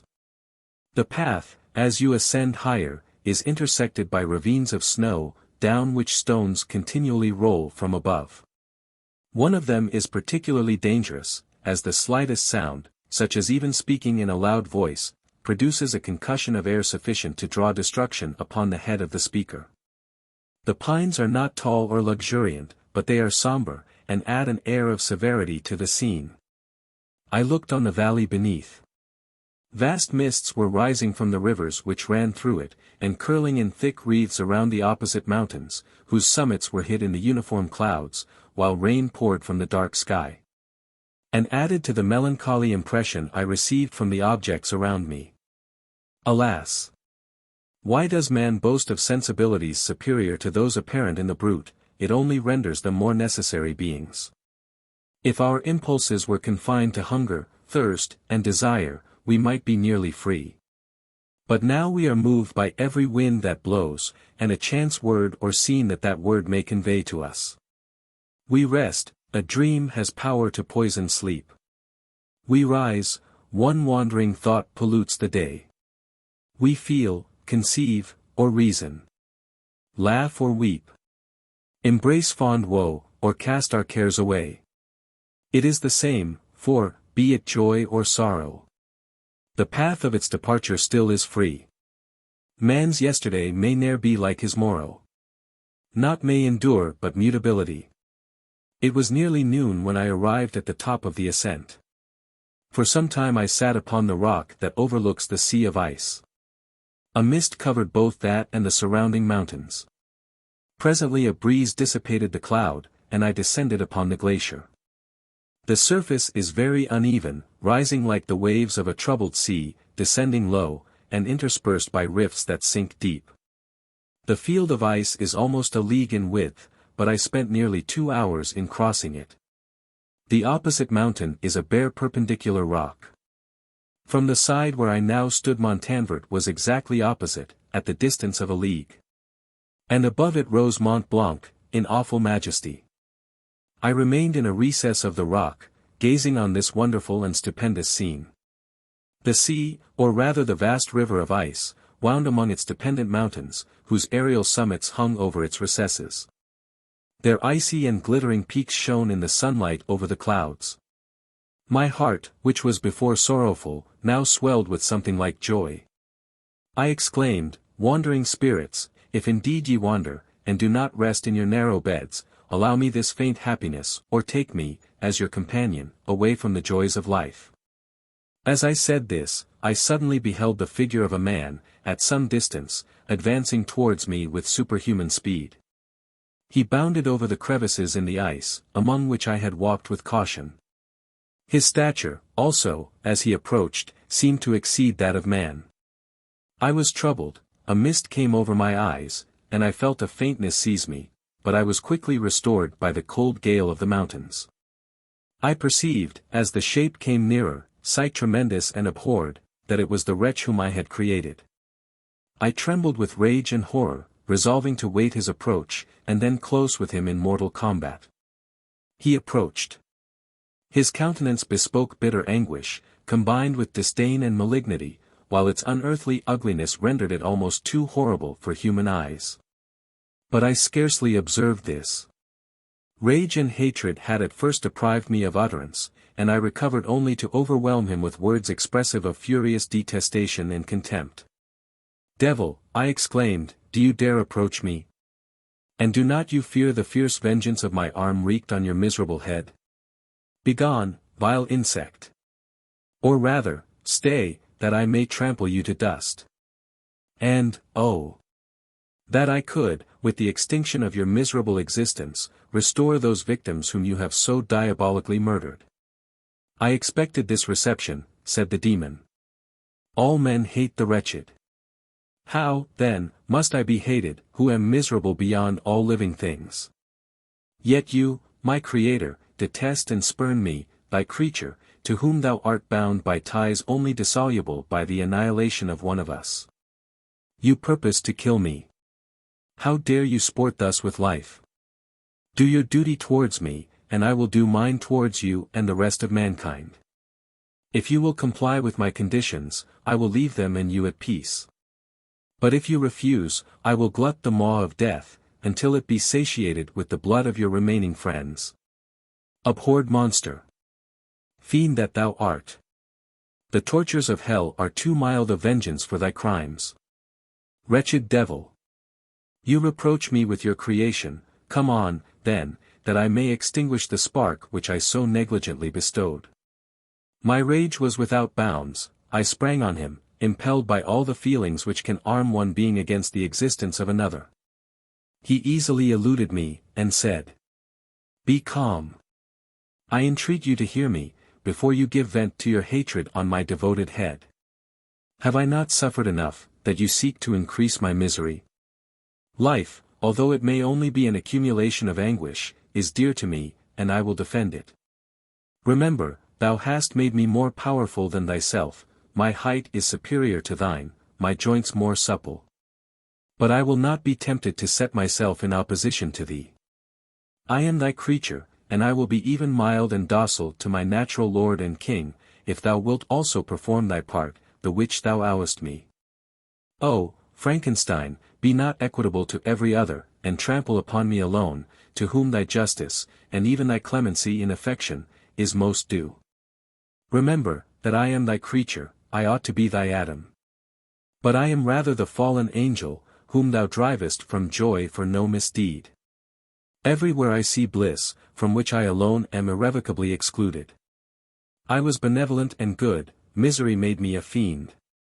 Make me happy, and I shall again be virtuous. Begone. I will not hear you. There can be no community between you and me, we are enemies. Begone, or let us try our strength in a fight, in which one must fall. How can I move thee? Will no entreaties cause thee to turn a favorable eye upon thy creature, who implores thy goodness and compassion? Believe me, Frankenstein, I was benevolent, my soul glowed with love and humanity, but am I not alone, miserably alone? You, my creator, abhor me. What hope can I gather from your fellow creatures, who owe me nothing? They spurn and hate me. The desert mountains and dreary glaciers are my refuge. I have wandered here many days. The caves of ice, which I only do not fear, are a dwelling to me, and the only one which man does not grudge. These bleak skies I hail, for they are kinder to me than your fellow beings. If the multitude of mankind knew of my existence, they would do as you do, and arm themselves for my destruction. Shall I not then hate them who abhor me? I will keep no terms with my enemies. I am miserable, and they shall share my wretchedness. Yet it is in your power to recompense me, and deliver them from an evil which it only remains for you to make so great, that not only you and your family, but thousands of others, shall be swallowed up in the whirlwinds of its rage. Let your compassion be moved, and do not disdain me. Listen to my tale. When you have heard that, abandon or commiserate me, as you shall judge that I deserve. But hear me. The guilty are allowed, by human laws, bloody as they are, to speak in their own defense before they are condemned. Listen to me, Frankenstein. You accuse me of murder, and yet you would, with a satisfied conscience, destroy your own creature. Oh, praise the eternal justice of man. Yet I ask you not to spare me. Listen to me, and then, if you can, and if you will, destroy the work of your hands. Why do you call to my remembrance, I rejoined, circumstances, of which I shudder to reflect, that I have been the miserable origin and author? Cursed be the day, abhorred devil, in which you first saw light. Cursed, although I curse myself, be the hands that formed you. You have made me wretched beyond expression. You have left me no power to consider whether I am just to you, or not. Begone. Relieve me from the sight of your detested form. Thus I relieve thee, my Creator, he said, and placed his hated hands before my eyes, which I flung from me with violence. Thus I take from thee a sight which you abhor. Still thou canst listen to me, and grant me thy compassion. By the virtues that I once possessed, I demand this from you. Hear my tale. It is long and strange, and the temperature of this place is not fitting to your fine sensations. Come to the hut upon the mountain. The sun is yet high in the heavens. Before it descends to hide itself behind yon snowy precipices, and illuminate another world, you will have heard my story, and can decide. On you it rests, whether I quit for ever the neighborhood of man, and lead a harmless life, or become the scourge of your fellow creatures, and the author of your own speedy ruin. As he said this, he led the way across the ice. I followed. My heart was full, and I did not answer him, but, as I proceeded, I weighed the various arguments that he had used and determined at least to listen to his tale. I was partly urged by curiosity, and compassion confirmed my resolution. I had hitherto supposed him to be the murderer of my brother, and I eagerly sought a confirmation or denial of this opinion. For the first time, also, I felt what the duties of a creator towards his creature were, and that I ought to render him happy before I complained of his wickedness. These motives urged me to comply with his demand. We crossed the ice, therefore, and ascended the opposite rock. The air was cold, and the rain again began to descend. We entered the hut, the fiend with an air of exultation, I with a heavy heart and depressed spirits. But I consented to listen. And, seating myself by the fire which my odious companion had lighted, he thus began his tale. Chapter 11. It is with considerable difficulty that I remember the original era of my being. All the events of that period appear confused and indistinct. A strange multiplicity of sensations seized me, and I saw, felt, heard, and smelt, at the same time, and it was, indeed, a long time before I learned to distinguish between the operations of my various senses. By degrees, I remember, a stronger light pressed upon my nerves, so that I was obliged to shut my eyes. Darkness then came over me, and troubled me. But hardly had I felt this, when, by opening my eyes, as I now suppose, the light poured in upon me again. I walked, and, I believe, descended, but I presently found a great alteration in my sensations. Before, dark and opaque bodies had surrounded me, impervious to my touch or sight, but I now found that I could wander on at liberty, with no obstacles which I could not either surmount or avoid. The light became more and more oppressive to me. And, the heat wearying me as I walked, I sought a place where I could receive shade. This was the forest near Ingolstadt, and here I lay by the side of a brook resting from my fatigue, until I felt tormented by hunger and thirst. This roused me from my nearly dormant state, and I ate some berries which I found hanging on the trees, or lying on the ground. I slaked my thirst at the brook, and then lying down, was overcome by sleep. It was dark when I awoke. I felt cold also, and half frightened, as it were instinctively, finding myself so desolate. Before I had quitted your apartment, on a sensation of cold, I had covered myself with some clothes. But these were insufficient to secure me from the dews of night. I was a poor, helpless, miserable wretch, I knew, and could distinguish nothing, but feeling pain invade me on all sides, I sat down and wept. Soon a gentle light stole over the heavens, and gave me a sensation of pleasure. I started up, and beheld a radiant form rise from among the trees. I gazed with a kind of wonder. It moved slowly, but it enlightened my path. And I again went out in search of berries. I was still cold, when under one of the trees I found a huge cloak, with which I covered myself, and sat down upon the ground. No distinct ideas occupied my mind, all was confused. I felt light, and hunger, and thirst, and darkness, innumerable sounds rung in my ears, and on all sides various scents saluted me. The only object that I could distinguish was the bright moon, and I fixed my eyes on that with pleasure. Several changes of day and night passed, and the orb of night had greatly lessened, when I began to distinguish my sensations from each other. I gradually saw plainly the clear stream that supplied me with drink, and the trees that shaded me with their foliage. I was delighted when I first discovered that a pleasant sound, which often saluted my ears, proceeded from the throats of the little winged animals who had often intercepted the light from my eyes.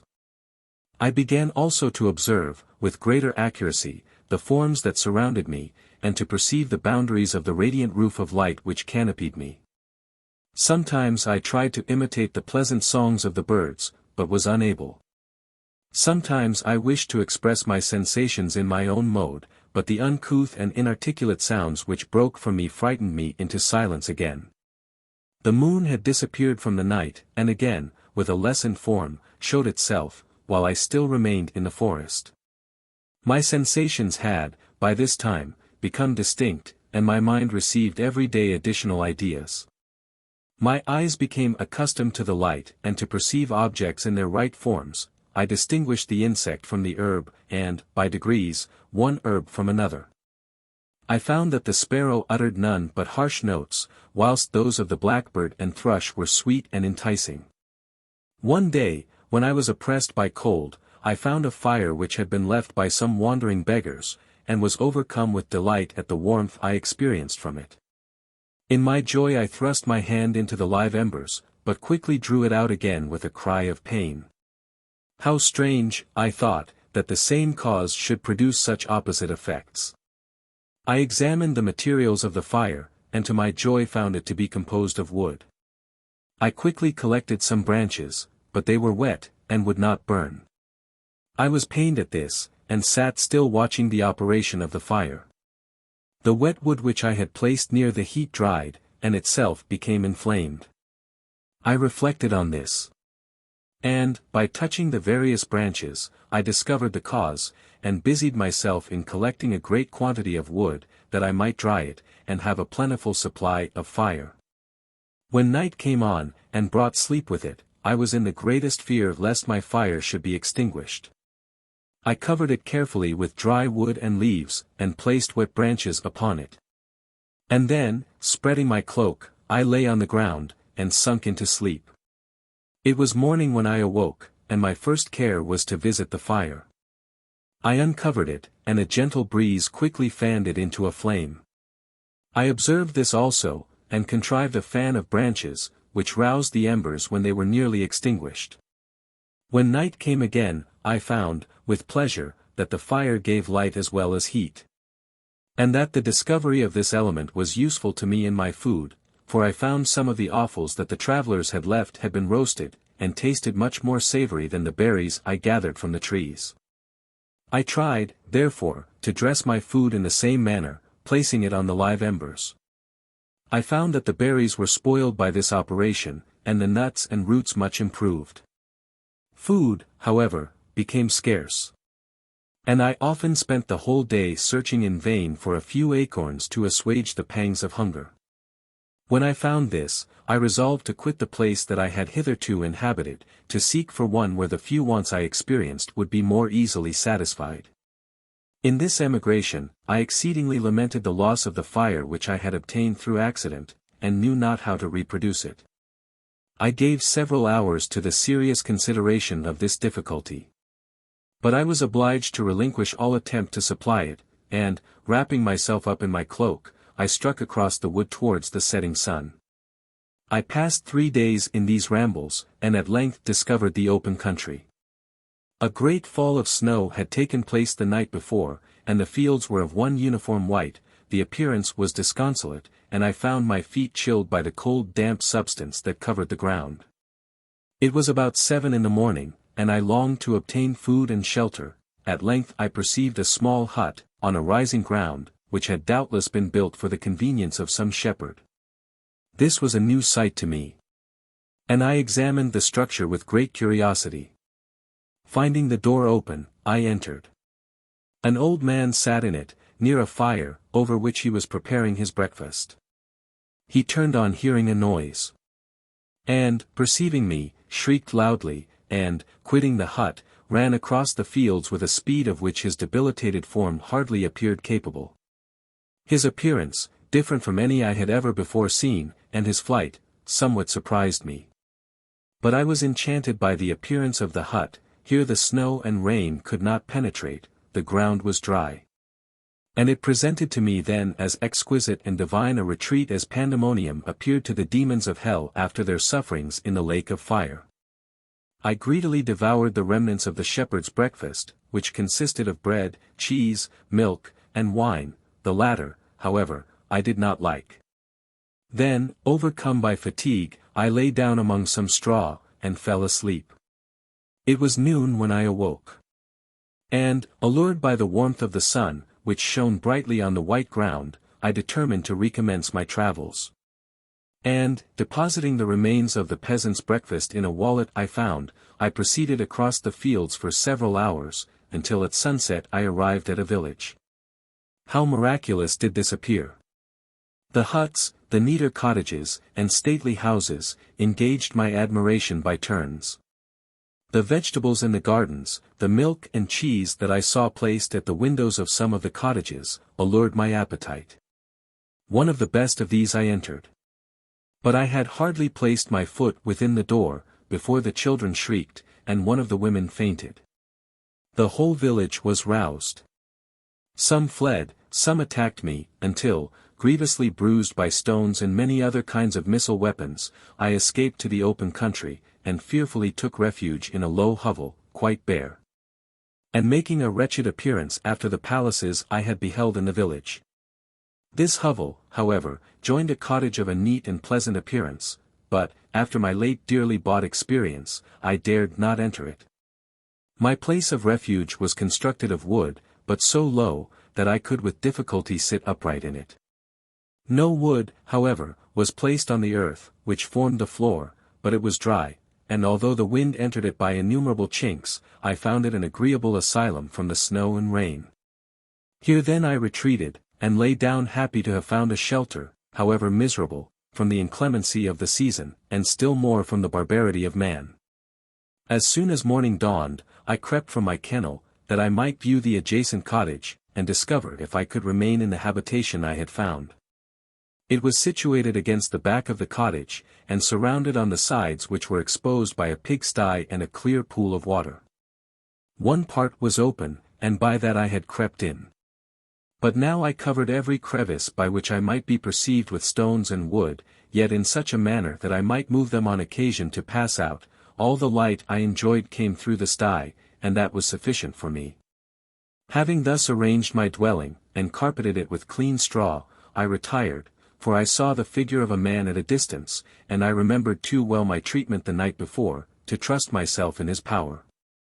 I had first, however, provided for my sustenance for that day, by a loaf of coarse bread, which I purloined, and a cup with which I could drink, more conveniently than from my hand, of the pure water which flowed by my retreat. The floor was a little raised, so that it was kept perfectly dry, and by its vicinity to the chimney of the cottage it was tolerably warm. Being thus provided, I resolved to reside in this hovel, until something should occur which might alter my determination. It was indeed a paradise, compared to the bleak forest, my former residence, the raindropping branches, and dank earth. I ate my breakfast with pleasure, and was about to remove a plank to procure myself a little water, when I heard a step, and looking through a small chink, I beheld a young creature, with a pail on her head, passing before my hovel. The girl was young, and of gentle demeanor, unlike what I have since found cottagers and farmhouse servants to be. Yet she was meanly dressed, a coarse blue petticoat and a linen jacket being her only garb. Her fair hair was plaited, but not adorned. She looked patient, yet sad. I lost sight of her, and in about a quarter of an hour she returned, bearing the pail, which was now partly filled with milk. As she walked along, seemingly incommoded by the burden, a young man met her, whose countenance expressed a deeper despondence. Uttering a few sounds with an air of melancholy, he took the pail from her head, and bore it to the cottage himself. She followed, and they disappeared. Presently I saw the young man again, with some tools in his hand, cross the field behind the cottage, and the girl was also busied, sometimes in the house, and sometimes in the yard. On examining my dwelling, I found that one of the windows of the cottage had formerly occupied a part of it, but the panes had been filled up with wood. In one of these was a small and almost imperceptible chink, through which the eye could just penetrate. Through this crevice a small room was visible, whitewashed and clean, but very bare of furniture. In one corner, near a small fire, sat an old man, leaning his head on his hands in a disconsolate attitude. The young girl was occupied in arranging the cottage. But presently she took something out of a drawer, which employed her hands, and she sat down beside the old man, who, taking up an instrument, began to play, and to produce sounds sweeter than the voice of the thrush or the nightingale. It was a lovely sight, even to me, poor wretch, who had never beheld aught beautiful before.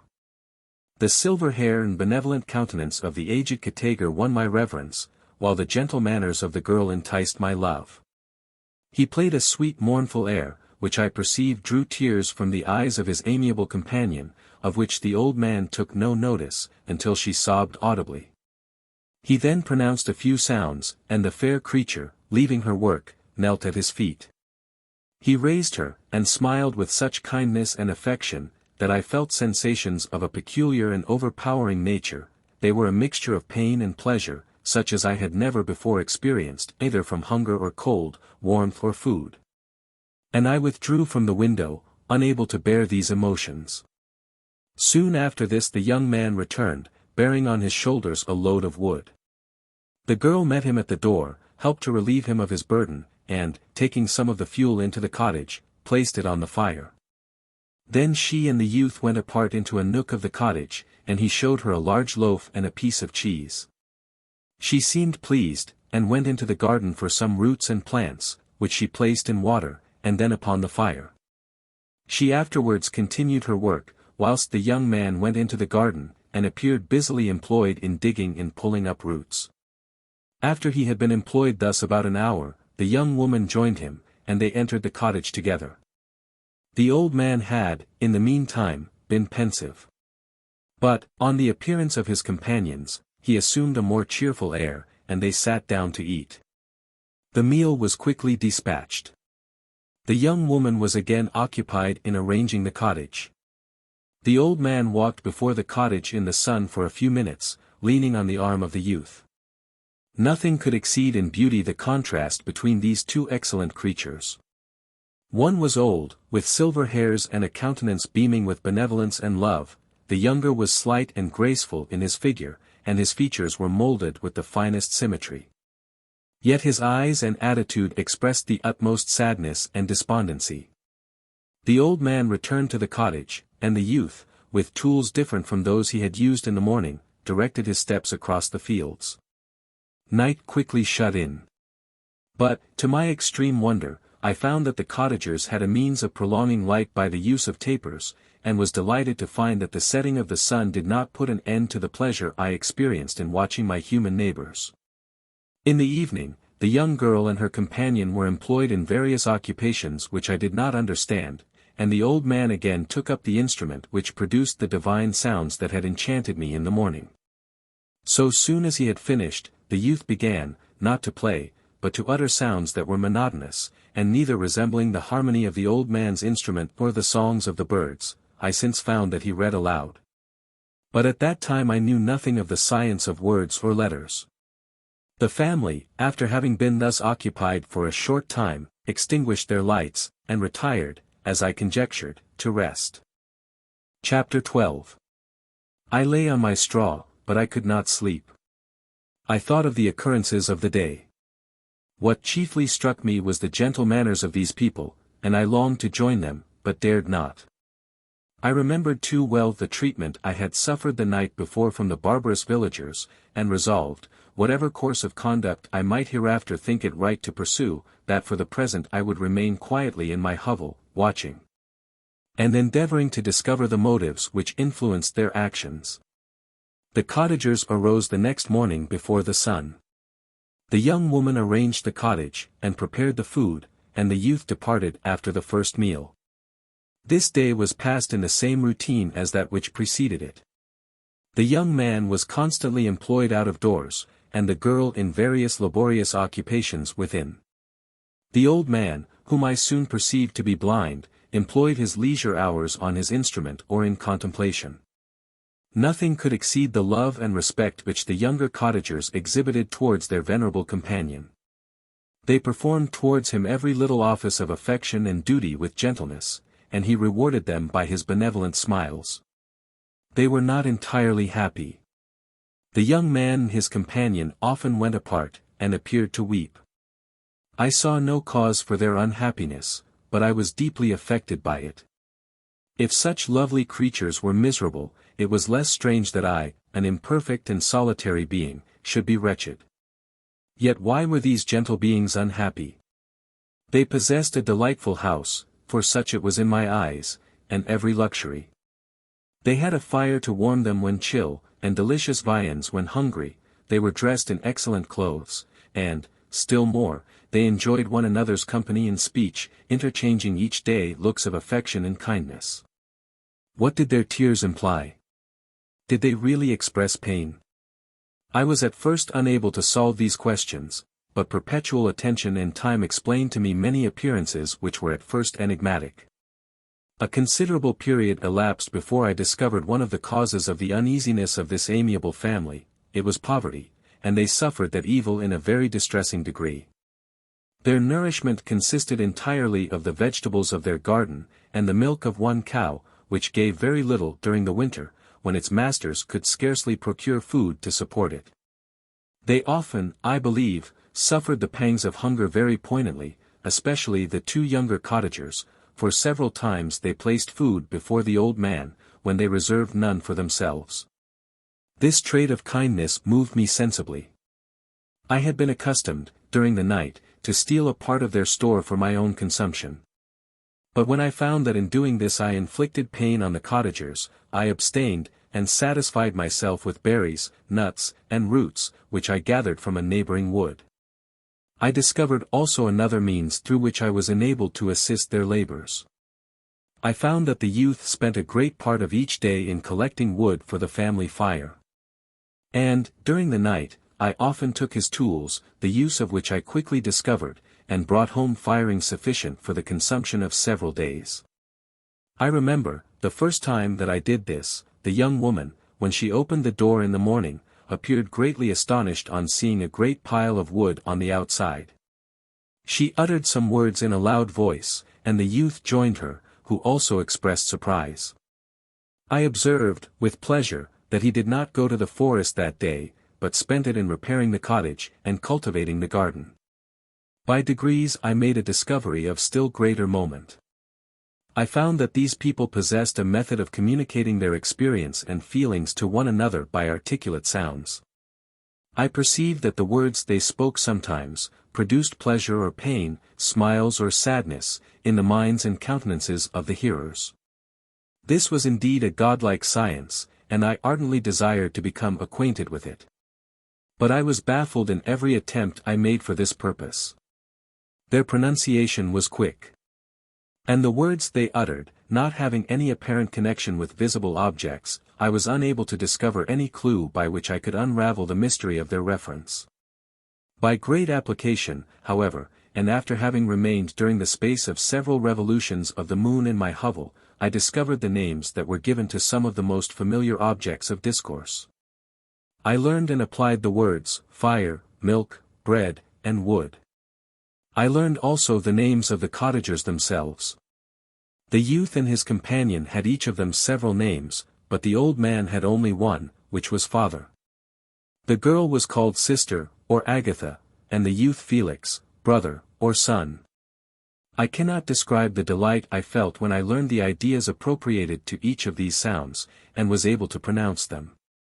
I distinguished several other words, without being able as yet to understand or apply them, such as good, dearest, unhappy. I spent the winter in this manner. The gentle manners and beauty of the cottagers greatly endeared them to me. When they were unhappy, I felt depressed; when they rejoiced, I sympathized in their joys. I saw few human beings beside them. And if any other happened to enter the cottage, their harsh manners and rude gait only enhanced to me the superior accomplishments of my friends. The old man, I could perceive, often endeavored to encourage his children, as sometimes I found that he called them, to cast off their melancholy. He would talk in a cheerful accent, with an expression of goodness that bestowed pleasure even upon me. Agatha listened with respect, her eyes sometimes filled with tears, which she endeavored to wipe away unperceived. But I generally found that her countenance and tone were more cheerful after having listened to the exhortations of her father. It was not thus with Felix. He was always the saddest of the group. And, even to my unpracticed senses, he appeared to have suffered more deeply than his friends. But if his countenance was more sorrowful, his voice was more cheerful than that of his sister, especially when he addressed the old man. I could mention innumerable instances, which, although slight, marked the dispositions of these amiable cottagers. In the midst of poverty and want, Felix carried with pleasure to his sister the first little white flower that peeped out from beneath the snowy ground. Early in the morning, before she had risen, he cleared away the snow that obstructed her path to the milk-house, drew water from the well, and brought the wood from the outhouse, where, to his perpetual astonishment, he found his store always replenished by an invisible hand. In the day, I believe, he worked sometimes for a neighboring farmer, because he often went forth, and did not return until dinner, yet brought no wood with him. At other times he worked in the garden. But, as there was little to do in the frosty season, he read to the old man and Agatha. This reading had puzzled me extremely at first, but, by degrees, I discovered that he uttered many of the same sounds when he read, as when he talked. I conjectured, therefore, that he found on the paper signs for speech which he understood, and I ardently longed to comprehend these also, but how was that possible, when I did not even understand the sounds for which they stood as signs?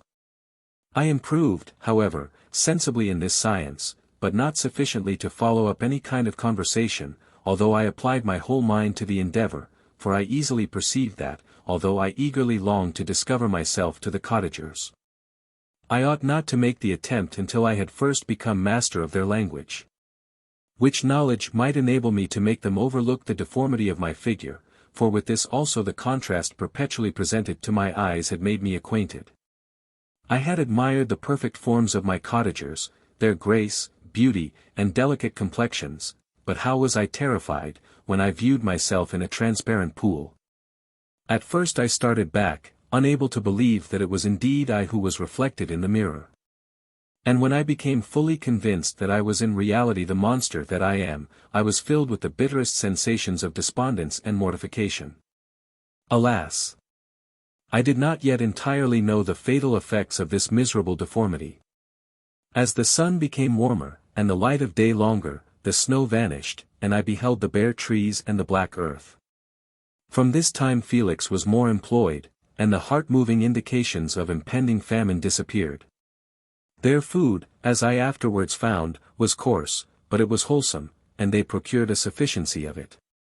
Several new kinds of plants sprung up in the garden, which they dressed, and these signs of comfort increased daily as the season advanced. The old man, leaning on his son, walked each day at noon, when it did not rain, as I found it was called when the heavens poured forth its waters. This frequently took place.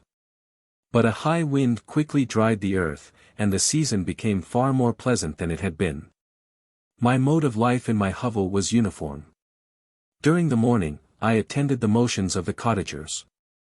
And when they were dispersed in various occupations, I slept. The remainder of the day was spent in observing my friends. When they had retired to rest, if there was any moon, or the night was starlight, I went into the woods, and collected my own food and fuel for the cottage. When I returned, as often as it was necessary, I cleared their path from the snow, and performed those offices that I had seen done by Felix. I afterwards found that these labors, performed by an invisible hand, greatly astonished them. And once or twice I heard them, on these occasions, utter the words good spirit, wonderful, but I did not then understand the signification of these terms. My thoughts now became more active, and I longed to discover the motives and feelings of these lovely creatures. I was inquisitive to know why Felix appeared so miserable, and Agatha so sad. I thought, foolish wretch, that it might be in my power to restore happiness to these deserving people. When I slept, or was absent, the forms of the venerable blind father, the gentle Agatha, and the excellent Felix, flitted before me. I looked upon them as superior beings, who would be the arbiters of my future destiny. I formed in my imagination 1,000 pictures of presenting myself to them, and their reception of me. I imagined that they would be disgusted, until, by my gentle demeanor and conciliating words, I should first win their favor, and afterwards their love. These thoughts exhilarated me, and led me to apply with fresh ardor to the acquiring the art of language. My organs were indeed harsh, but supple. And although my voice was very unlike the soft music of their tones, yet I pronounced such words as I understood with tolerable ease. It was as the ass and the lapdog. Yet surely the gentle ass, whose intentions were affectionate, although his manners were rude, deserved better treatment than blows and execration. The pleasant showers and genial warmth of spring greatly altered the aspect of the earth. Men, who before this change seemed to have been hid in caves, dispersed themselves, and were employed in various arts of cultivation. The birds sang in more cheerful notes, and the leaves began to bud forth on the trees. Happy, happy earth! Fit habitation for gods, which, so short a time before, was bleak, damp, and unwholesome. My spirits were elevated by the enchanting appearance of nature. The past was blotted from my memory, the present was tranquil, and the future gilded by bright rays of hope, and anticipations of joy. Chapter 13. I now hasten to the more moving part of my story. I shall relate events, that impressed me with feelings which, from what I had been, have made me what I am. Spring advanced rapidly. The weather became fine, and the skies cloudless. It surprised me, that what before was desert and gloomy should now bloom with the most beautiful flowers and verdure. My senses were gratified and refreshed by 1,000 scents of delight, and 1,000 sights of beauty. It was on one of these days, when my cottagers periodically rested from labor, the old man played on his guitar, and the children listened to him, that I observed the countenance of Felix was melancholy beyond expression. He sighed frequently. And once his father paused in his music, and I conjectured by his manner that he inquired the cause of his son's sorrow. Felix replied in a cheerful accent, and the old man was recommencing his music, when some one tapped at the door. It was a lady on horseback, accompanied by a countryman as a guide.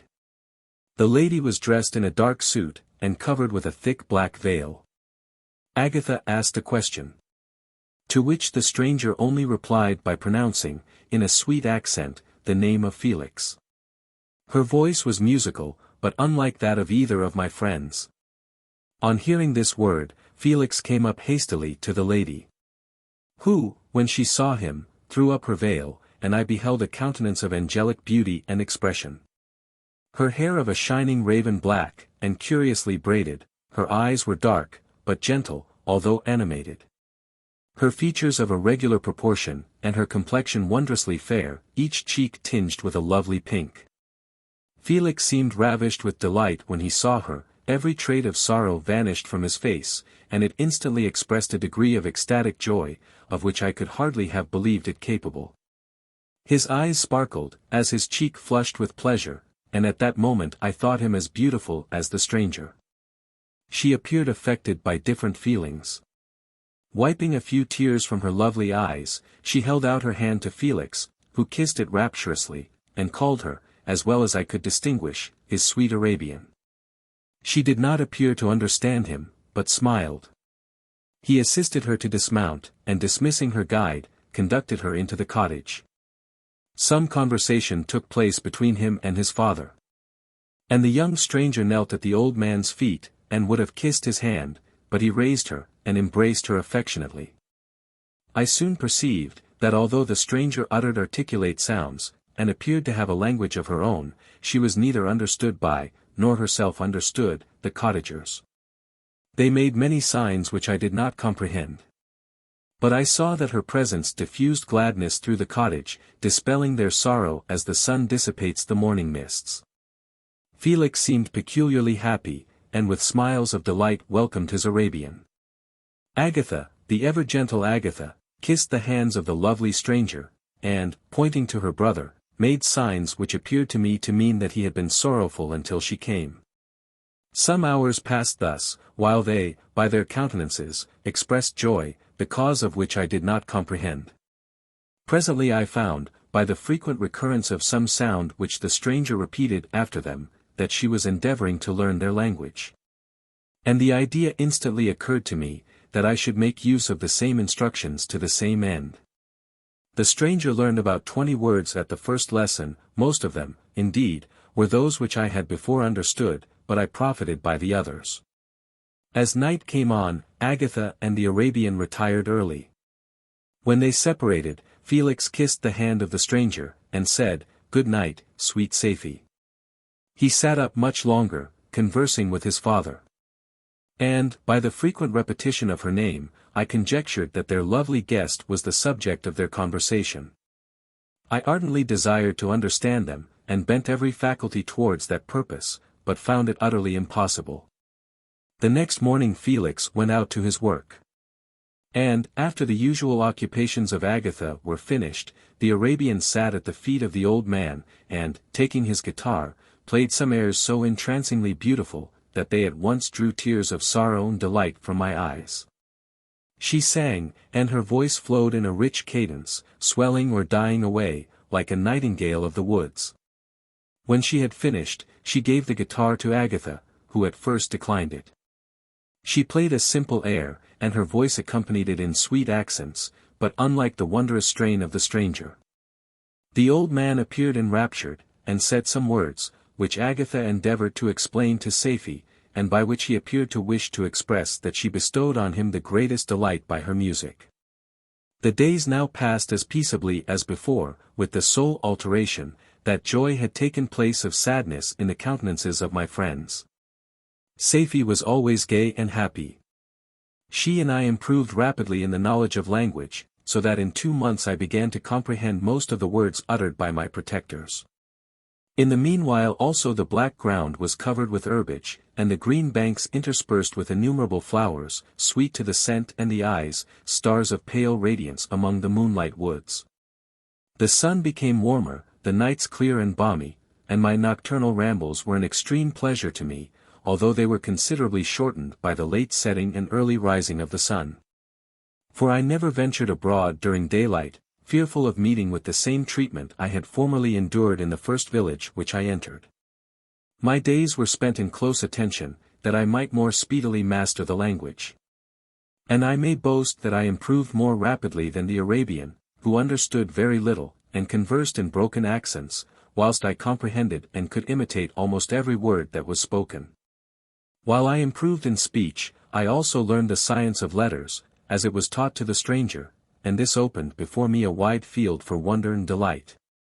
The book from which Felix instructed Safie was Volney's Ruins of Empires.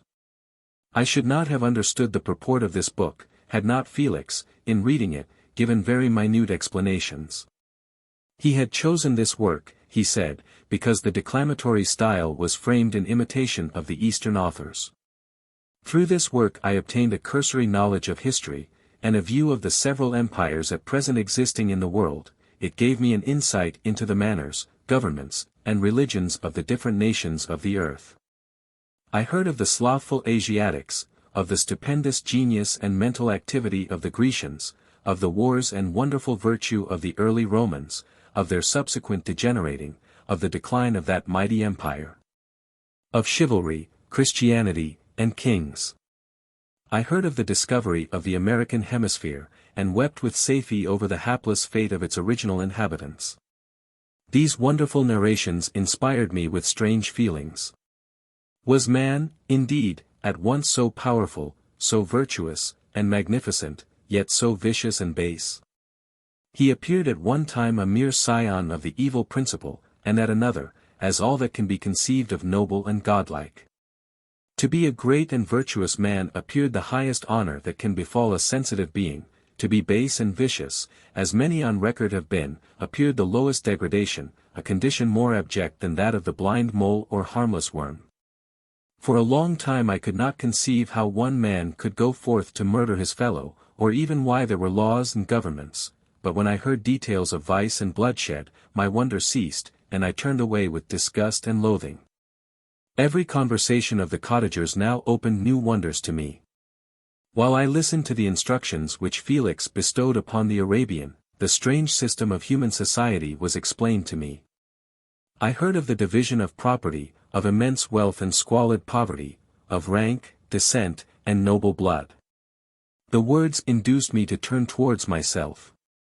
I learned that the possessions most esteemed by your fellow creatures were, high and unsullied descent united with riches. A man might be respected with only one of these advantages. But, without either, he was considered, except in very rare instances, as a vagabond and a slave, doomed to waste his powers for the profits of the chosen few. And what was I?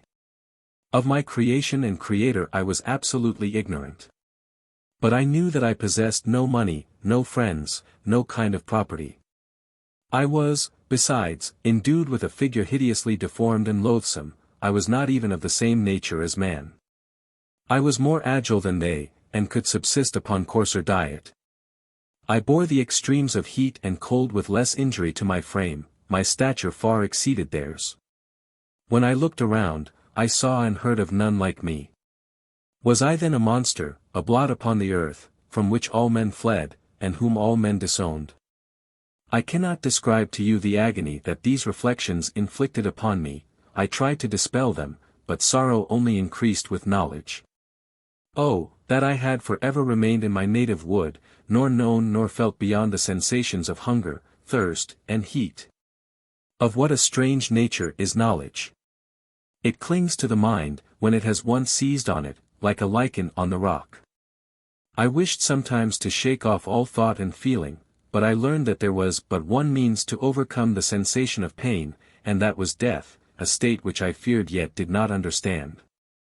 I admired virtue and good feelings, and loved the gentle manners and amiable qualities of my cottagers.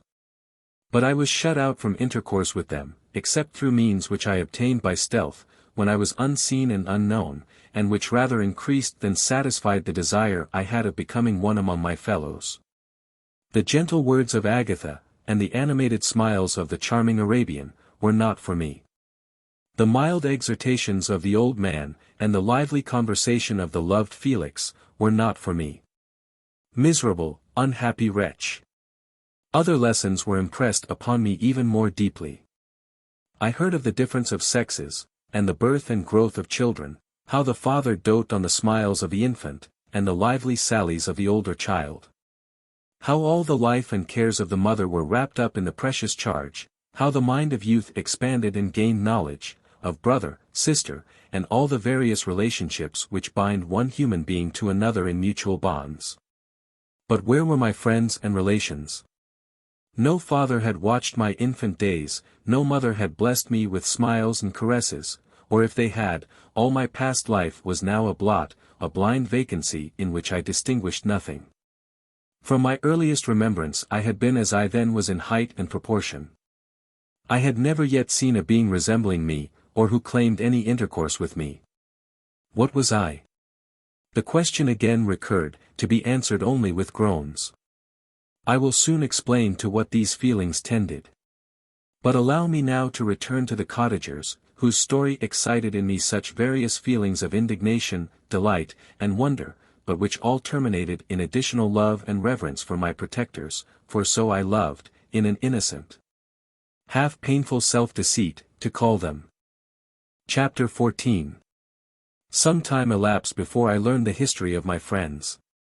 It was one which could not fail to impress itself deeply on my mind, unfolding as it did a number of circumstances, each interesting and wonderful to one so utterly inexperienced as I was.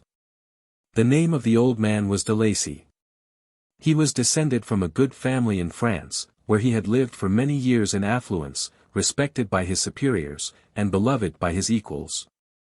His son was bred in the service of his country. And Agatha had ranked with ladies of the highest distinction. A few months before my arrival, they had lived in a large and luxurious city, called Paris, surrounded by friends, and possessed of every enjoyment which virtue, refinement of intellect, or taste, accompanied by a moderate fortune, could afford. The father of Safie had been the cause of their ruin.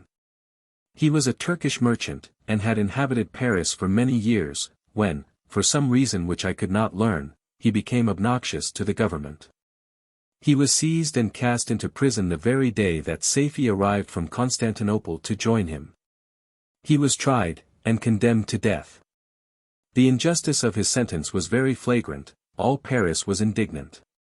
And it was judged that his religion and wealth, rather than the crime alleged against him, had been the cause of his condemnation.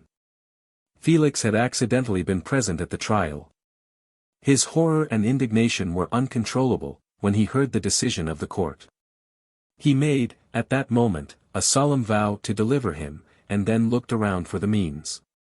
After many fruitless attempts to gain admittance to the prison, he found a strongly grated window in an unguarded part of the building, which lighted the dungeon of the unfortunate Mahometan, who, loaded with chains, waited in despair the execution of the barbarous sentence. Felix visited the grate at night, and made known to the prisoner his intentions in his favor. The Turk, amazed and delighted, endeavored to kindle the zeal of his deliverer by promises of reward and wealth. Felix rejected his offers with contempt. Yet when he saw the lovely Safie, who was allowed to visit her father, and who, by her gestures, expressed her lively gratitude, the youth could not help owning to his own mind that the captive possessed a treasure which would fully reward his toil and hazard. The Turk quickly perceived the impression that his daughter had made on the heart of Felix, and endeavored to secure him more entirely in his interests by the promise of her hand in marriage, so soon as he should be conveyed to a place of safety. Felix was too delicate to accept this offer, yet he looked forward to the probability of the event as to the consummation of his happiness. During the ensuing days, while the preparations were going forward for the escape of the merchant, the zeal of Felix was warmed by several letters that he received from this lovely girl, who found means to express her thoughts in the language of her lover by the aid of an old man, a servant of her father, who understood French. She thanked him in the most ardent terms for his intended services towards her parent, and at the same time she gently deplored her own fate. I have copies of these letters. For I found means, during my residence in the hovel, to procure the implements of writing, and the letters were often in the hands of Felix or Agatha. Before I depart, I will give them to you, they will prove the truth of my tale. But at present, as the sun is already far declined, I shall only have time to repeat the substance of them to you. Safie related, that her mother was a Christian Arab, seized and made a slave by the Turks. Recommended by her beauty, she had won the heart of the father of Safie, who married her. The young girl spoke in high and enthusiastic terms of her mother, who, born in freedom, spurned the bondage to which she was now reduced. She instructed her daughter in the tenets of her religion, and taught her to aspire to higher powers of intellect, and an independence of spirit, forbidden to the female followers of Mahomet. This lady died. But her lessons were indelibly impressed on the mind of Safie, who sickened at the prospect of again returning to Asia, and being immured within the walls of a haram, allowed only to occupy herself with infantile amusements. Ill-suited to the temper of her soul, now accustomed to grand ideas and a noble emulation for virtue. The prospect of marrying a Christian, and remaining in a country where women were allowed to take a rank in society, was enchanting to her. The day for the execution of the Turk was fixed. But, on the night previous to it, he quitted his prison, and before morning was distant many leagues from Paris. Felix had procured passports in the name of his father, sister, and himself. He had previously communicated his plan to the former, who aided the deceit by quitting his house, under the pretence of a journey, and concealed himself, with his daughter, in an obscure part of Paris. Felix conducted the fugitives through France to Lyons, and across Mont Cenis to Leghorn, where the merchant had decided to wait a favorable opportunity of passing into some part of the Turkish dominions. Safie resolved to remain with her father until the moment of his departure, before which time the Turk renewed his promise that she should be united to his deliverer, and Felix remained with them in expectation of that event. And in the meantime he enjoyed the society of the Arabian, who exhibited towards him the simplest and tenderest affection. They conversed with one another through the means of an interpreter, and sometimes with the interpretation of looks. And Safie sang to him the divine airs of her native country. The Turk allowed this intimacy to take place, and encouraged the hopes of the youthful lovers, while in his heart he had formed far other plans. He loathed the idea that his daughter should be united to a Christian, but he feared the resentment of Felix, if he should appear lukewarm. For he knew that he was still in the power of his deliverer, if he should choose to betray him to the Italian state which they inhabited. He revolved 1,000 plans by which he should be enabled to prolong the deceit until it might be no longer necessary, and secretly to take his daughter with him when he departed. His plans were facilitated by the news which arrived from Paris. The government of France were greatly enraged at the escape of their victim, and spared no pains to detect and punish his deliverer. The plot of Felix was quickly discovered, and de Lacy and Agatha were thrown into prison. The news reached Felix, and roused him from his dream of pleasure. His blind and aged father, and his gentle sister, lay in a noisome dungeon, while he enjoyed the free air, and the society of her whom he loved. This idea was torture to him. He quickly arranged with the Turks, that if the latter should find a favorable opportunity for escape before Felix could return to Italy, Safie should remain as a boarder at a convent at Leghorn. And then, quitting the lovely Arabian, he hastened to Paris, and delivered himself up to the vengeance of the law, hoping to free de Lacy and Agatha by this proceeding. He did not succeed. They remained confined for 5 months before the trial took place, the result of which deprived them of their fortune, and condemned them to a perpetual exile from their native country. They found a miserable asylum in the cottage in Germany, where I discovered them. Felix soon learned that the treacherous Turk, for whom he and his family endured such unheard of oppression, on discovering that his deliverer was thus reduced to poverty and ruin, became a traitor to good feeling and honor, and had quitted Italy with his daughter, insultingly sending Felix a pittance of money, to aid him, as he said, in some plan of future maintenance. Such were the events that preyed on the heart of Felix, and rendered him, when I first saw him, the most miserable of his family. He could have endured poverty.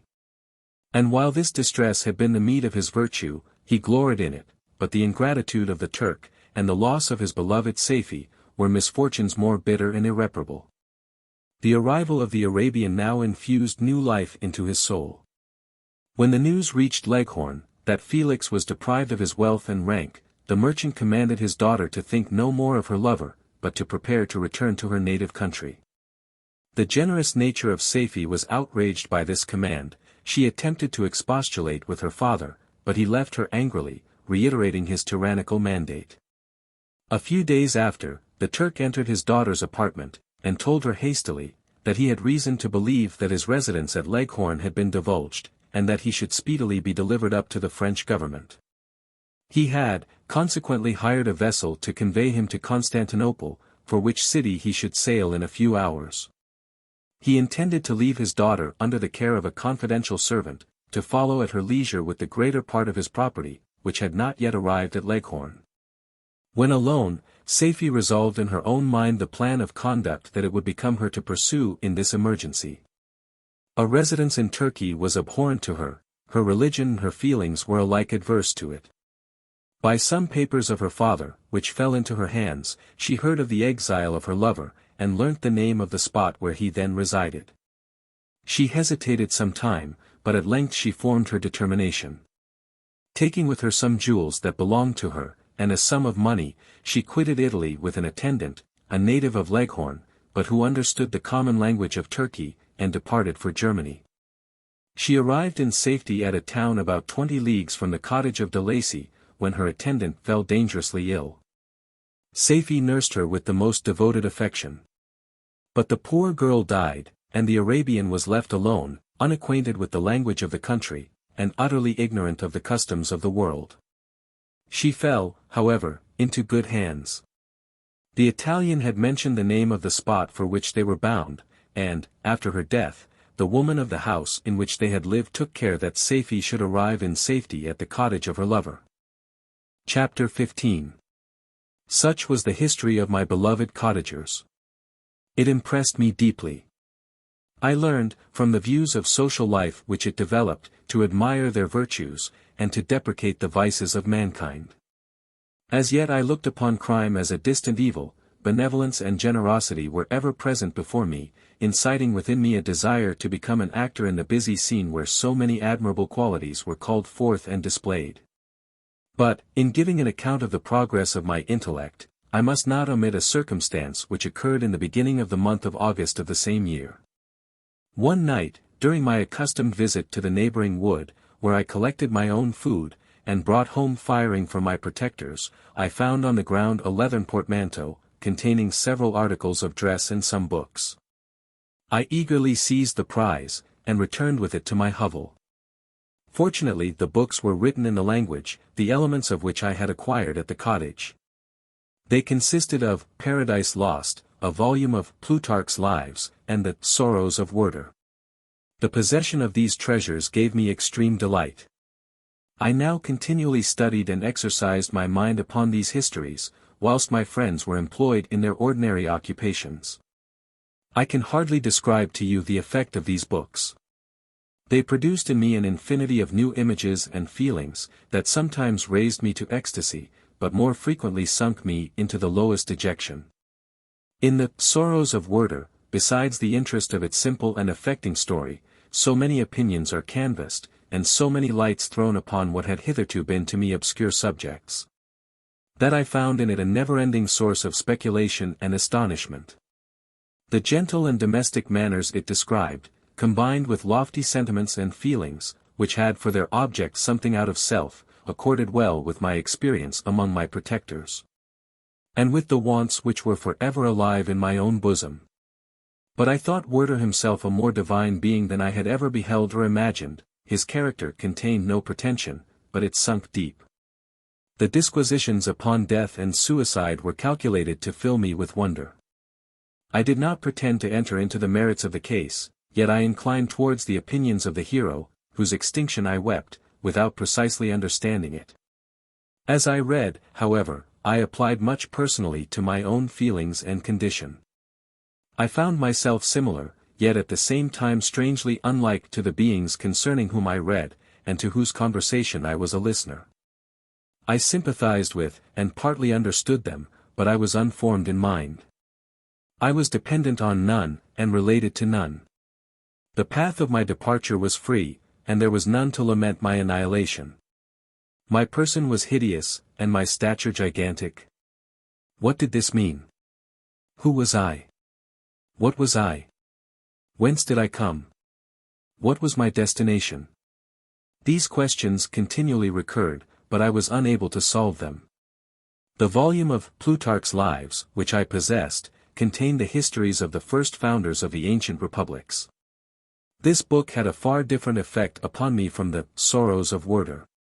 I learned from Werther's imaginations despondency and gloom, but Plutarch taught me high thoughts. He elevated me above the wretched sphere of my own reflections, to admire and love the heroes of past ages. Many things I read surpassed my understanding and experience. I had a very confused knowledge of kingdoms, wide extents of country, mighty rivers, and boundless seas. But I was perfectly unacquainted with towns, and large assemblages of men. The cottage of my protectors had been the only school in which I had studied human nature, but this book developed new and mightier scenes of action. I read of men concerned in public affairs, governing or massacring their species. I felt the greatest ardor for virtue rise within me, and abhorrence for vice, as far as I understood the signification of those terms, relative as they were, as I applied them, to pleasure and pain alone. Induced by these feelings, I was of course led to admire peaceable lawgivers, Numa, Solon, and Lycurgus, in preference to Romulus and Theseus. The patriarchal lives of my protectors caused these impressions to take a firm hold on my mind. Perhaps, if my first introduction to humanity had been made by a young soldier, burning for glory and slaughter, I should have been imbued with different sensations. But Paradise Lost excited different and far deeper emotions. I read it, as I had read the other volumes which had fallen into my hands, as a true history.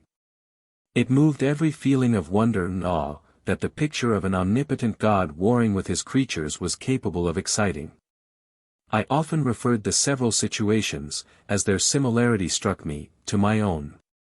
Like Adam, I was apparently united by no link to any other being in existence, but his state was far different from mine in every other respect. He had come forth from the hands of God a perfect creature, happy and prosperous, guarded by the especial care of his Creator. He was allowed to converse with, and acquire knowledge from, beings of a superior nature, but I was wretched, helpless, and alone. Many times I considered Satan as the fitter emblem of my condition. For often, like him, when I viewed the bliss of my protectors, the bitter gall of envy rose within me. Another circumstance strengthened and confirmed these feelings. Soon after my arrival in the hovel, I discovered some papers in the pocket of the dress which I had taken from your laboratory. At first I had neglected them. But now that I was able to decipher the characters in which they were written, I began to study them with diligence. It was your journal of the 4 months that preceded my creation. You minutely described in these papers every step you took in the progress of your work. This history was mingled with accounts of domestic occurrences. You, doubtless, recollect these papers. Here they are. Everything is related in them which bears reference to my accursed origin. The whole detail of that series of disgusting circumstances which produced it, is set in view. The minutest description of my odious and loathsome person is given, in language which painted your own horrors, and rendered mine indelible. I sickened as I read. Hateful day when I received life! I exclaimed in agony. Accursed Creator! Why did you form a monster so hideous that even you turn from me in disgust? God, in pity, made man beautiful and alluring, after his own image, but my form is a filthy type of yours, more horrid even from the very resemblance. Satan had his companions, fellow devils, to admire and encourage him, but I am solitary and abhorred. These were the reflections of my hours of despondency and solitude. But when I contemplated the virtues of the cottagers, their amiable and benevolent dispositions, I persuaded myself that when they should become acquainted with my admiration of their virtues, they would compassionate me, and overlook my personal deformity. Could they turn from their door one, however monstrous, who solicited their compassion and friendship? I resolved, at least, not to despair, but in every way to fit myself for an interview with them which would decide my fate. I postponed this attempt for some months longer, for the importance attached to its success inspired me with a dread lest I should fail. Besides, I found that my understanding improved so much with every day's experience, that I was unwilling to commence this undertaking until a few more months should have added to my sagacity. Several changes, in the meantime, took place in the cottage. The presence of safety diffused happiness among its inhabitants, and I also found that a greater degree of plenty reigned there. Felix and Agatha spent more time in amusement and conversation, and were assisted in their labors by servants. They did not appear rich, but they were contented and happy. Their feelings were serene and peaceful, while mine became every day more tumultuous. Increase of knowledge only discovered to me more clearly what a wretched outcast I was. I cherished hope, it is true. But it vanished when I beheld my person reflected in water, or my shadow in the moonshine, even as that frail image and that inconstant shade. I endeavored to crush these fears, and to fortify myself for the trial which in a few months I resolved to undergo. And sometimes I allowed my thoughts, unchecked by reason, to ramble in the fields of paradise, and dared to fancy amiable and lovely creatures sympathizing with my feelings, and cheering my gloom. Their angelic countenances breathed smiles of consolation. But it was all a dream, no Eve soothed my sorrows, nor shared my thoughts, I was alone. I remembered Adam's supplication to his Creator. But where was mine? He had abandoned me and, in the bitterness of my heart, I cursed him. Autumn passed thus. I saw, with surprise and grief, the leaves decay and fall, and nature again assumed the barren and bleak appearance it had worn when I first beheld the woods and the lovely moon. Yet I did not heed the bleakness of the weather. I was better fitted by my conformation for the endurance of cold than heat. But my chief delights were the sight of the flowers, the birds, and all the gay apparel of summer. When those deserted me, I turned with more attention towards the cottagers. Their happiness was not decreased by the absence of summer. They loved, and sympathized with one another. And their joys, depending on each other, were not interrupted by the casualties that took place around them. The more I saw of them, the greater became my desire to claim their protection and kindness. My heart yearned to be known and loved by these amiable creatures, to see their sweet looks directed towards me with affection, was the utmost limit of my ambition. I dared not think that they would turn them from me with disdain and horror. The poor that stopped at their door were never driven away. I asked, it is true, for greater treasures than a little food or rest. I required kindness and sympathy, but I did not believe myself utterly unworthy of it. The winter advanced, and an entire revolution of the seasons had taken place since I awoke into life. My attention, at this time, was solely directed towards my plan of introducing myself into the cottage of my protectors. I revolved many projects, but that on which I finally fixed was, to enter the dwelling when the blind old man should be alone. I had sagacity enough to discover, that the unnatural hideousness of my person was the chief object of horror with those who had formerly beheld me. My voice, although harsh, had nothing terrible in it. I thought, therefore, that if, in the absence of his children, I could gain the goodwill and mediation of the old de Lacy, I might, by his means, be tolerated by my younger protectors. One day, when the sun shone on the red leaves that strewed the ground, and diffused cheerfulness, although it denied warmth, Safie, Agatha, and Felix departed on a long country walk, and the old man, at his own desire, was left alone in the cottage. When his children had departed, he took up his guitar, and played several mournful but sweet airs, more sweet and mournful than I had ever heard him play before.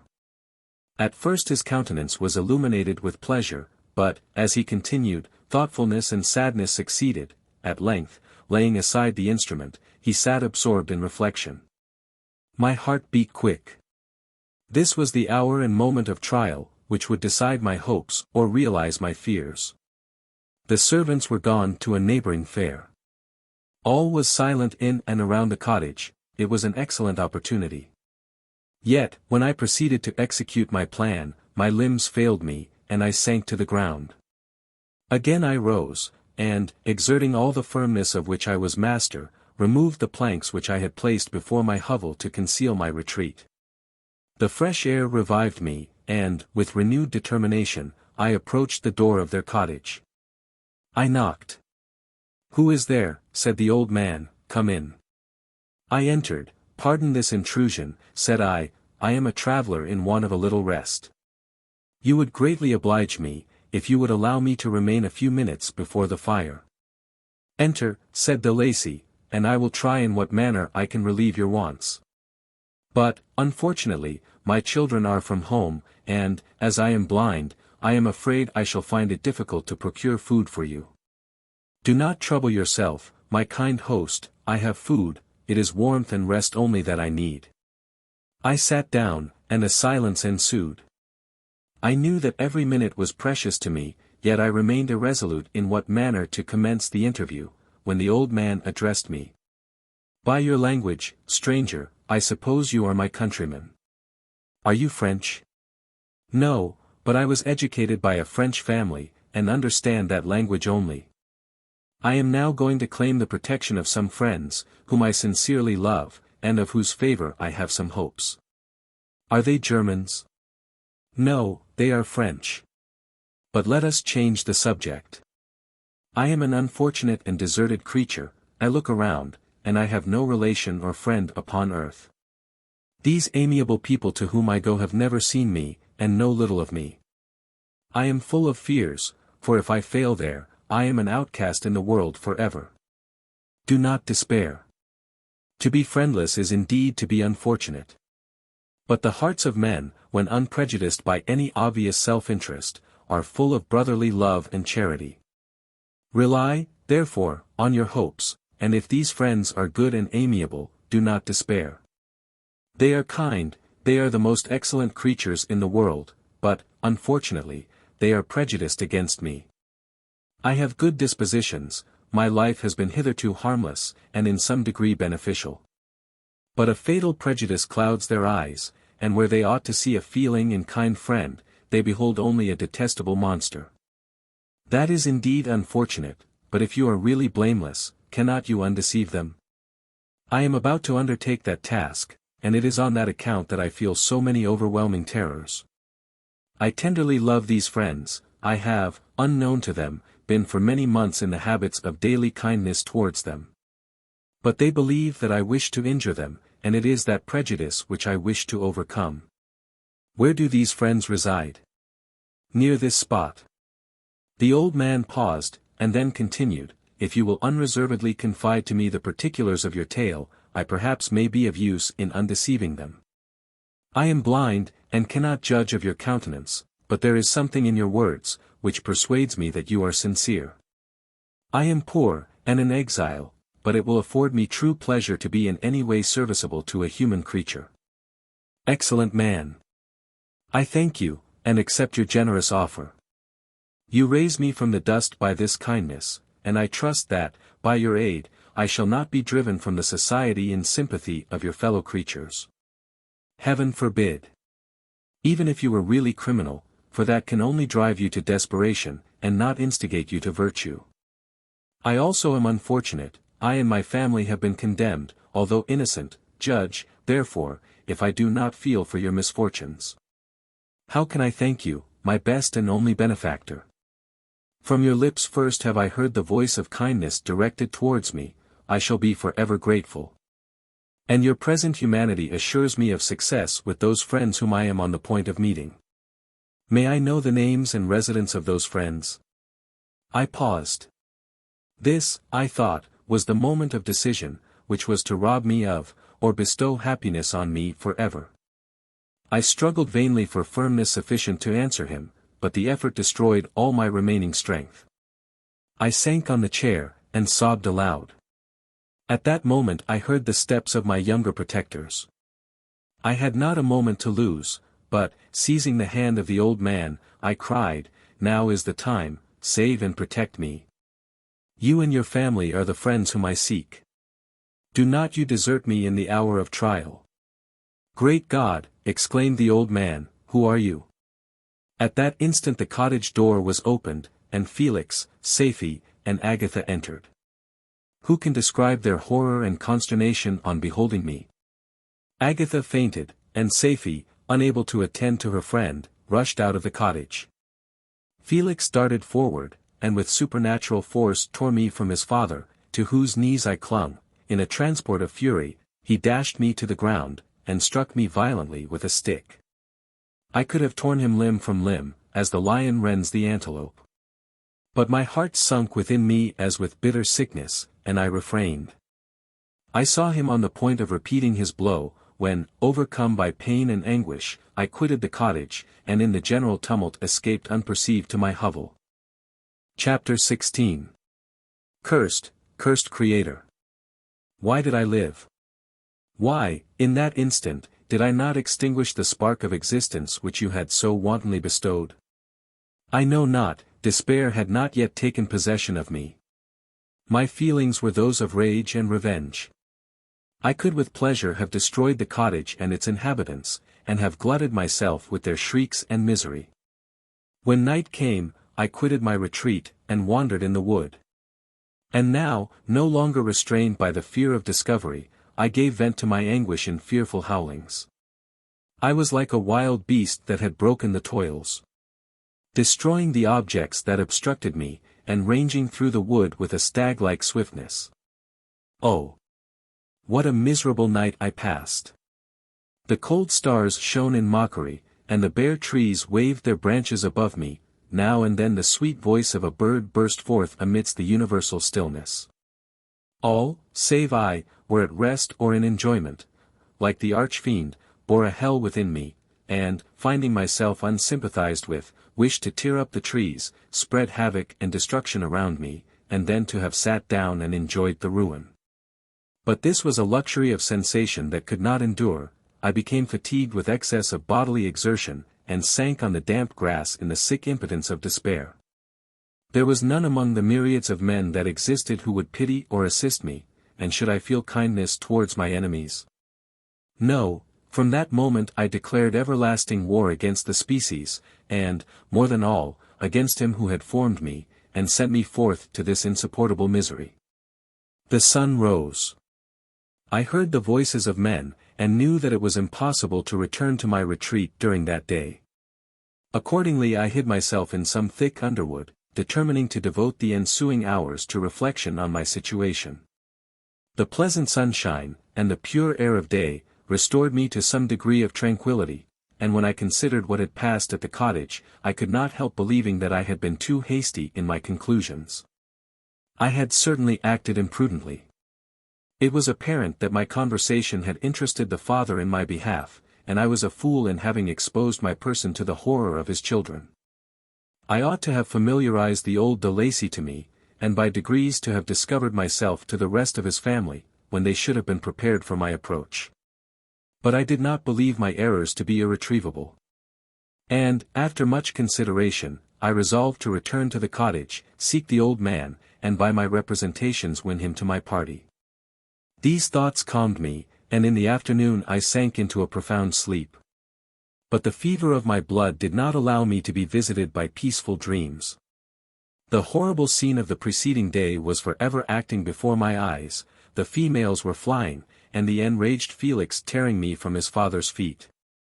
I awoke exhausted, and, finding that it was already night, I crept forth from my hiding-place, and went in search of food. When my hunger was appeased, I directed my steps towards the well-known path that conducted to the cottage. All there was at peace. I crept into my hovel, and remained in silent expectation of the accustomed hour when the family arose. That hour passed, the sun mounted high in the heavens, but the cottagers did not appear. I trembled violently, apprehending some dreadful misfortune. The inside of the cottage was dark, and I heard no motion. I cannot describe the agony of this suspense. Presently 2 countrymen passed by.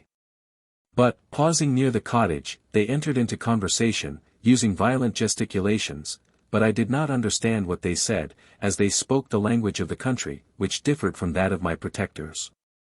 Soon after, however, Felix approached with another man. I was surprised, as I knew that he had not quitted the cottage that morning, and waited anxiously to discover, from his discourse, the meaning of these unusual appearances. "Do you consider," said his companion to him, "that you will be obliged to pay 3 months' rent, and to lose the produce of your garden? I do not wish to take any unfair advantage, and I beg therefore that you will take some days to consider of your determination." "It is utterly useless," replied Felix, "we can never again inhabit your cottage. The life of my father is in the greatest danger, owing to the dreadful circumstance that I have related. My wife and my sister will never recover their horror. I entreat you not to reason with me any more.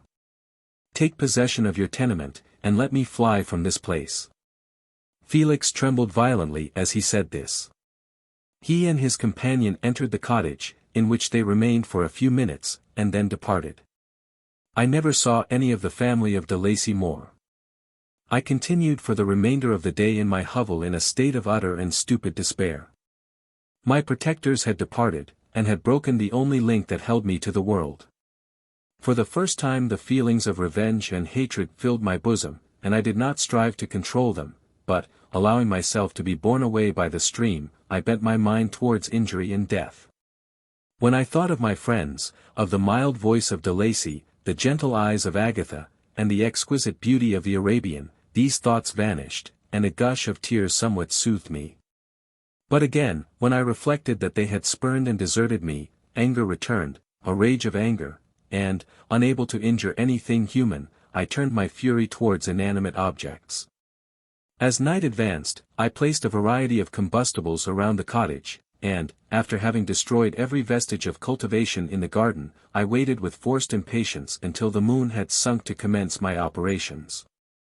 As the night advanced, a fierce wind arose from the woods, and quickly dispersed the clouds that had loitered in the heavens. The blast tore along like a mighty avalanche, and produced a kind of insanity in my spirits that burst all bounds of reason and reflection. I lighted the dry branch of a tree, and danced with fury around the devoted cottage, my eyes still fixed on the western horizon, the edge of which the moon nearly touched. A part of its orb was at length hid, and I waved my brand. It sunk, and, with a loud scream, I fired the straw, and heath, and bushes, which I had collected. The wind fanned the fire, and the cottage was quickly enveloped by the flames, which clung to it, and licked it with their forked and destroying tongues. As soon as I was convinced that no assistance could save any part of the habitation, I quitted the scene, and sought for refuge in the woods. And now, with the world before me, whither should I bend my steps?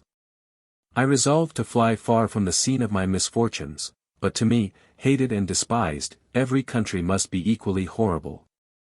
At length the thought of you crossed my mind. I learned from your papers that you were my father, my creator. And to whom could I apply with more fitness than to him who had given me life? Among the lessons that Felix had bestowed upon Safie, geography had not been omitted. I had learned from these the relative situations of the different countries of the earth. You had mentioned Geneva as the name of your native town. And towards this place I resolved to proceed.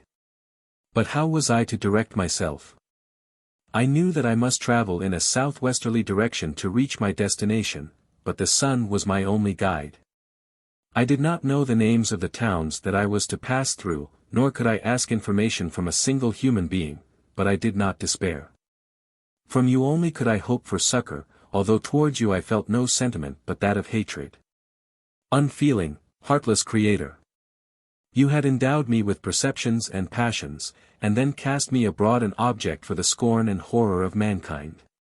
But on you only had I any claim for pity and redress, and from you I determined to seek that justice which I vainly attempted to gain from any other being that wore the human form. My travels were long, and the sufferings I endured intense. It was late in autumn when I quitted the district where I had so long resided. I traveled only at night, fearful of encountering the visage of a human being. Nature decayed around me, and the sun became heatless, rain and snow poured around me. Mighty rivers were frozen, the surface of the earth was hard and chill, and bare, and I found no shelter. Oh, earth! How often did I imprecate curses on the cause of my being!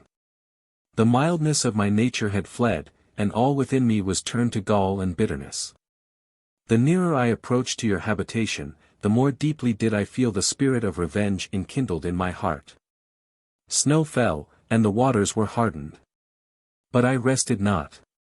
A few incidents now and then directed me, and I possessed a map of the country, but I often wandered wide from my path. The agony of my feelings allowed me no respite, no incident occurred from which my rage and misery could not extract its food.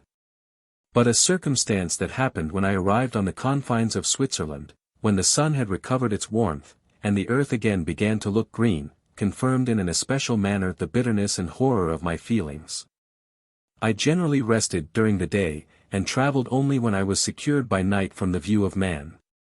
One morning, however, finding that my path lay through a deep wood, I ventured to continue my journey after the sun had risen.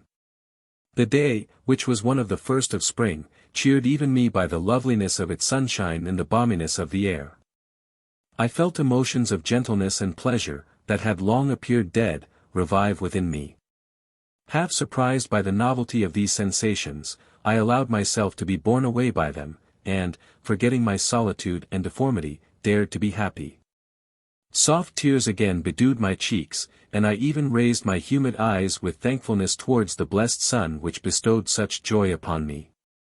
I continued to wind among the paths of the wood, until I came to its boundary, which was skirted by a deep and rapid river, into which many of the trees bent their branches, now budding with the fresh spring. Here I paused, not exactly knowing what path to pursue, when I heard the sound of voices, that induced me to conceal myself under the shade of a cypress. I was scarcely hid, when a young girl came running towards the spot where I was concealed, laughing, as if she ran from someone in sport. She continued her course along the precipitous sides of the river, when suddenly her foot slipped, and she fell into the rapid stream. I rushed from my hiding place, and, with extreme labor from the force of the current, saved her, and dragged her to shore. She was senseless. And I endeavored, by every means in my power, to restore animation, when I was suddenly interrupted by the approach of a rustic, who was probably the person from whom she had playfully fled. On seeing me, he darted towards me, and tearing the girl from my arms, hastened towards the deeper parts of the wood.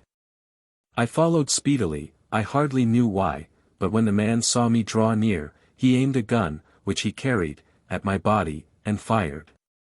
I sunk to the ground, and my injurer, with increased swiftness, escaped into the wood. This was then the reward of my benevolence. I had saved a human being from destruction, and, as a recompense, I now writhed under the miserable pain of a wound, which shattered the flesh and bone. The feelings of kindness and gentleness, which I had entertained but a few moments before, gave place to hellish rage and gnashing of teeth. Inflamed by pain, I vowed eternal hatred and vengeance to all mankind. But the agony of my wound overcame me, my pulses paused, and I fainted. For some weeks I led a miserable life in the woods, endeavoring to cure the wound which I had received. The ball had entered my shoulder, and I knew not whether it had remained there or passed through, at any rate I had no means of extracting it. My sufferings were augmented also by the oppressive sense of the injustice and ingratitude of their infliction. My daily vows rose for revenge, a deep and deadly revenge, such as would alone compensate for the outrages and anguish I had endured.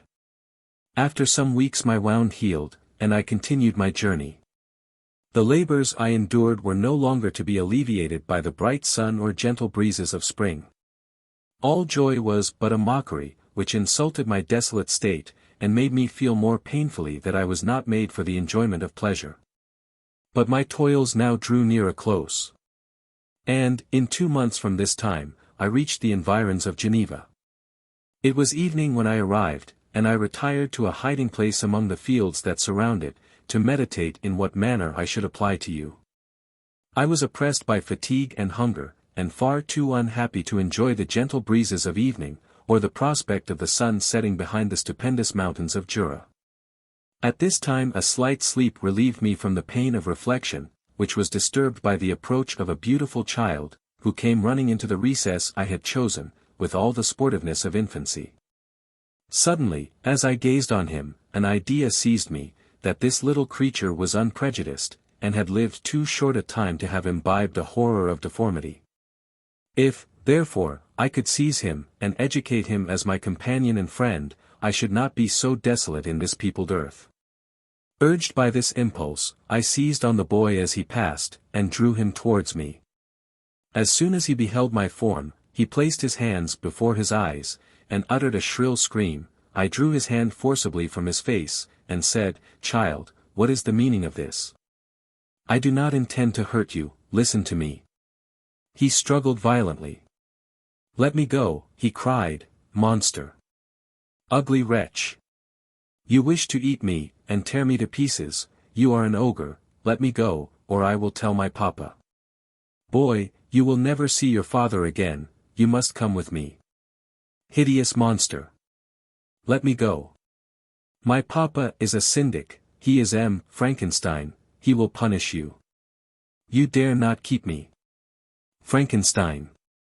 You belong then to my enemy, to him towards whom I have sworn eternal revenge, you shall be my first victim." The child still struggled, and loaded me with epithets which carried despair to my heart. I grasped his throat to silence him, and in a moment he lay dead at my feet. I gazed on my victim, and my heart swelled with exultation and hellish triumph. Clapping my hands, I exclaimed, "I, too, can create desolation, my enemy is not invulnerable. This death will carry despair to him, and 1,000 other miseries shall torment and destroy him." As I fixed my eyes on the child, I saw something glittering on his breast. I took it, it was a portrait of a most lovely woman. In spite of my malignity, it softened and attracted me.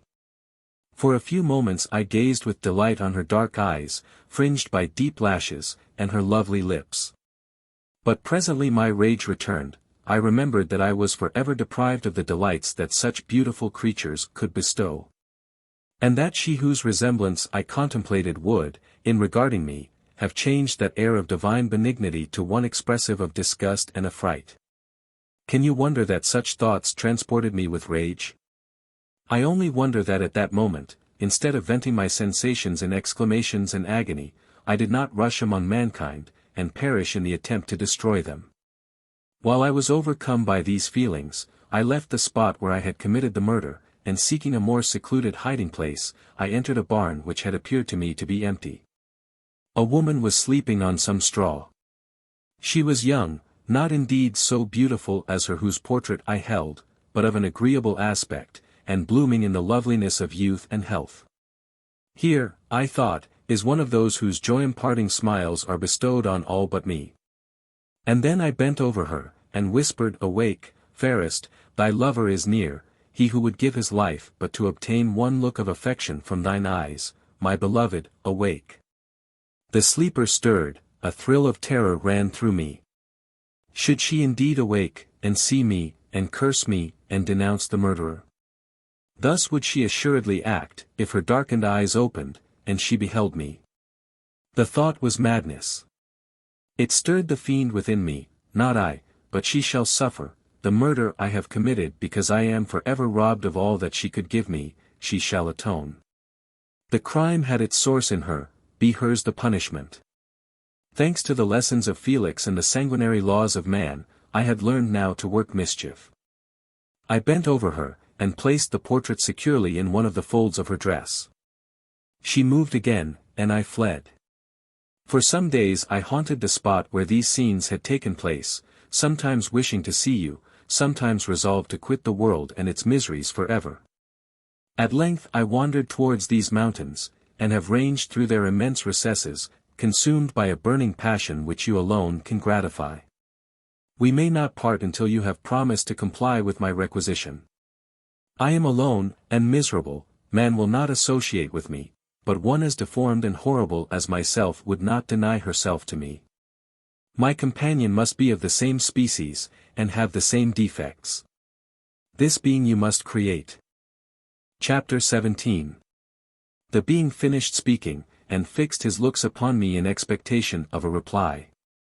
But I was bewildered, perplexed, and unable to arrange my ideas sufficiently to understand the full extent of his proposition. He continued. You must create a female for me, with whom I can live in the interchange of those sympathies necessary for my being. This you alone can do, and I demand it of you as a right which you must not refuse to concede." The latter part of his tale had kindled anew in me the anger that had died away while he narrated his peaceful life among the cottagers, and, as he said this, I could no longer suppress the rage that burned within me. "I do refuse it," I replied. "And no torture shall ever extort a consent from me. You may render me the most miserable of men, but you shall never make me base in my own eyes. Shall I create another like yourself, whose joint wickedness might desolate the world? Begone. I have answered you, you may torture me, but I will never consent." "You are in the wrong," replied the fiend, "and, instead of threatening, I am content to reason with you. I am malicious because I am miserable. Am I not shunned and hated by all mankind? You, my Creator, would tear me to pieces, and triumph, remember that, and tell me why I should pity man more than he pities me? You would not call it murder, if you could precipitate me into one of those ice rifts, and destroy my frame, the work of your own hands. Shall I respect man, when he contemns me? Let him live with me in the interchange of kindness. And, instead of injury, I would bestow every benefit upon him with tears of gratitude at his acceptance. But that cannot be, the human senses are insurmountable barriers to our union. Yet mine shall not be the submission of abject slavery. I will revenge my injuries. If I cannot inspire love, I will cause fear, and chiefly towards you my archenemy, because my Creator, do I swear inextinguishable hatred. Have a care, I will work at your destruction, nor finish until I desolate your heart, so that you shall curse the hour of your birth." A fiendish rage animated him as he said this. His face was wrinkled into contortions too horrible for human eyes to behold, but presently he calmed himself and proceeded. "I intended to reason. This passion is detrimental to me, for you do not reflect that you are the cause of its excess. If any being felt emotions of benevolence towards me, I should return them an hundredfold, for that one creature's sake, I would make peace with the whole kind. But I now indulge in dreams of bliss that cannot be realized. What I ask of you is reasonable and moderate. I demand a creature of another sex, but as hideous as myself. The gratification is small, but it is all that I can receive, and it shall content me. It is true, we shall be monsters, cut off from all the world, but on that account we shall be more attached to one another. Our lives will not be happy, but they will be harmless, and free from the misery I now feel. Oh, my Creator, make me happy. Let me feel gratitude towards you for one benefit. Let me see that I excite the sympathy of some existing thing, do not deny me my request." I was moved. I shuddered when I thought of the possible consequences of my consent. But I felt that there was some justice in his argument. His tale, and the feelings he now expressed, proved him to be a creature of fine sensations, and did I not as his maker, owe him all the portion of happiness that it was in my power to bestow? He saw my change of feeling, and continued. "If you consent, neither you nor any other human being shall ever see us again. I will go to the vast wilds of South America. My food is not that of man. I do not destroy the lamb and the kid to glut my appetite. Acorns and berries afford me sufficient nourishment.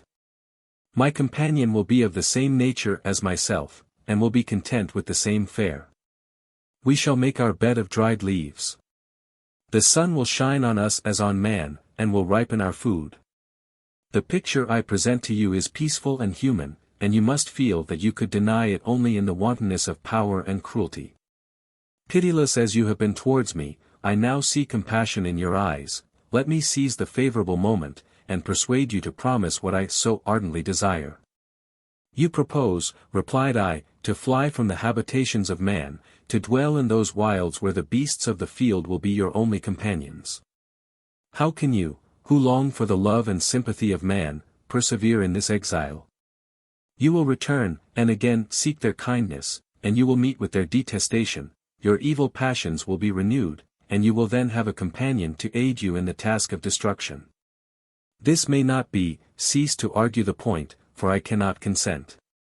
How inconstant are your feelings! But a moment ago you were moved by my representations, and why do you again harden yourself to my complaints? I swear to you, by the earth which I inhabit, and by you that made me, that, with the companion you bestow, I will quit the neighborhood of man, and dwell as it may chance, in the most savage of places. My evil passions will have fled, for I shall meet with sympathy. My life will flow quietly away, and, in my dying moments, I shall not curse my Maker. His words had a strange effect upon me. I compassionated him, and sometimes felt a wish to console him, but when I looked upon him, when I saw the filthy mass that moved and talked, my heart sickened, and my feelings were altered to those of horror and hatred. I tried to stifle these sensations. I thought, that as I could not sympathize with him, I had no right to withhold from him the small portion of happiness which was yet in my power to bestow. You swear, I said, to be harmless. But have you not already shown a degree of malice that should reasonably make me distrust you? May not even this be a feint that will increase your triumph by affording a wider scope for your revenge? How is this? I must not be trifled with, and I demand an answer. If I have no ties and no affections, hatred and vice must be my portion. The love of another will destroy the cause of my crimes, and I shall become a thing, of whose existence every one will be ignorant. My vices are the children of a forced solitude that I abhor. And my virtues will necessarily arise when I live in communion with an equal. I shall feel the affections of a sensitive being, and become linked to the chain of existence and events, from which I am now excluded. I paused some time to reflect on all he had related, and the various arguments which he had employed. I thought of the promise of virtues which he had displayed on the opening of his existence, and the subsequent blight of all kindly feeling by the loathing and scorn which his protectors had manifested towards him. His power and threats were not omitted in my calculations. A creature who could exist in the ice caves of the glaciers, and hide himself from pursuit among the ridges of inaccessible precipices, was a being possessing faculties it would be vain to cope with. After a long pause of reflection, I concluded that the justice due both to him and my fellow creatures demanded of me that I should comply with his request. Turning to him, therefore, I said, I consent to your demand, on your solemn oath to quit Europe forever, and every other place in the neighborhood of man, as soon as I shall deliver into your hands a female who will accompany you in your exile. I swear, he cried, by the sun, and by the blue sky of heaven, and by the fire of love that burns my heart, that if you grant my prayer, while they exist you shall never behold me again. Depart to your home, and commence your labors. I shall watch their progress with unutterable anxiety, and fear not but that when you are ready I shall appear. Saying this, he suddenly quitted me, fearful, perhaps, of any change in my sentiments. I saw him descend the mountain with greater speed than the flight of an eagle, and quickly lost among the undulations of the sea of ice. His tale had occupied the whole day, and the sun was upon the verge of the horizon when he departed. I knew that I ought to hasten my descent towards the valley, as I should soon be encompassed in darkness, but my heart was heavy, and my steps slow. The labor of winding among the little paths of the mountains, and fixing my feet firmly as I advanced, perplexed me, occupied as I was by the emotions which the occurrences of the day had produced. Night was far advanced, when I came to the halfway resting place, and seated myself beside the fountain. The stars shone at intervals, as the clouds passed from over them. The dark pines rose before me, and every here and there a broken tree lay on the ground. It was a scene of wonderful solemnity, and stirred strange thoughts within me. I wept bitterly, and clasping my hands in agony, I exclaimed, "Oh! Stars and clouds, and winds, ye are all about to mock me. If ye really pity me, crush sensation and memory, let me become as naught, but if not, depart, depart, and leave me in darkness." These were wild and miserable thoughts. But I cannot describe to you how the eternal twinkling of the stars weighed upon me, and how I listened to every blast of wind, as if it were a dull ugly siroc on its way to consume me. Morning dawned before I arrived at the village of Chamonix. I took no rest, but returned immediately to Geneva. Even in my own heart I could give no expression to my sensations, they weighed on me with a mountain's weight, and their excess destroyed my agony beneath them. Thus I returned home, and entering the house, presented myself to the family. My haggard and wild appearance awoke intense alarm, but I answered no question, scarcely did I speak. I felt as if I were placed under a ban, as if I had no right to claim their sympathies, as if never more might I enjoy companionship with them. Yet even thus I loved them to adoration. And to save them, I resolved to dedicate myself to my most abhorred task. The prospect of such an occupation made every other circumstance of existence pass before me like a dream, and that thought only had to me the reality of life. Chapter 18. Day after day, week after week, passed away on my return to Geneva, and I could not collect the courage to recommence my work. I feared the vengeance of the disappointed fiend, yet I was unable to overcome my repugnance to the task which was enjoined me. I found that I could not compose a female without again devoting several months to profound study and laborious disquisition. I had heard of some discoveries having been made by an English philosopher, the knowledge of which was material to my success, and I sometimes thought of obtaining my father's consent to visit England for this purpose. But I clung to every pretense of delay, and shrunk from taking the first step in an undertaking whose immediate necessity began to appear less absolute to me. A change indeed had taken place in me, my health, which had hitherto declined, was now much restored, and my spirits, when unchecked by the memory of my unhappy promise, rose proportionably. My father saw this change with pleasure, and he turned his thoughts towards the best method of eradicating the remains of my melancholy, which every now and then would return by fits, and with a devouring blackness overcast the approaching sunshine. At these moments I took refuge in the most perfect solitude. I passed whole days on the lake alone in a little boat, watching the clouds, and listening to the rippling of the waves, silent and listless. But the fresh air and bright sun seldom failed to restore me to some degree of composure, and, on my return, I met the salutations of my friends with a readier smile and a more cheerful heart. It was after my return from one of these rambles, that my father, calling me aside, thus addressed me.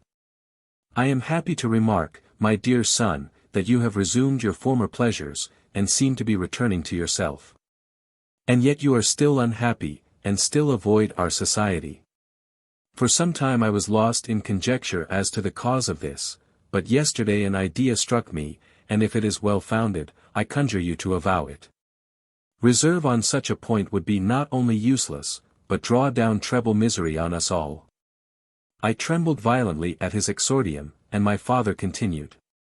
"I confess, my son, that I have always looked forward to your marriage with our dear Elizabeth as the tie of our domestic comfort, and the stay of my declining years. You were attached to each other from your earliest infancy, you studied together, and appeared, in dispositions and tastes, entirely suited to one another. But so blind is the experience of man, that what I conceive to be the best assistance to my plan, may have entirely destroyed it. You, perhaps, regard her as your sister, without any wish that she might become your wife. Nay, you may have met with another whom you may love, and, considering yourself as bound in honor to Elizabeth, this struggle may occasion the poignant misery which you appear to feel. My dear father, reassure yourself. I love my cousin tenderly and sincerely. I never saw any woman who excited, as Elizabeth does, my warmest admiration and affection. My future hopes and prospects are entirely bound up in the expectation of our union. The expression of your sentiments of this subject, my dear Victor, gives me more pleasure than I have for some time experienced. If you feel thus, we shall assuredly be happy, however present events may cast a gloom over us. But it is this gloom which appears to have taken so strong a hold of your mind, that I wish to dissipate. Tell me, therefore, whether you object to an immediate solemnization of the marriage. We have been unfortunate, and recent events have drawn us from that everyday tranquillity befitting my years and infirmities. You are younger. Yet I do not suppose, possessed as you are of a competent fortune, that an early marriage would at all interfere with any future plans of honor and utility that you may have formed. Do not suppose, however, that I wish to dictate happiness to you, or that a delay on your part would cause me any serious uneasiness. Interpret my words with candor, and answer me, I conjure you, with confidence and sincerity. I listened to my father in silence, and remained for some time incapable of offering any reply. I revolved rapidly in my mind a multitude of thoughts, and endeavored to arrive at some conclusion. Alas!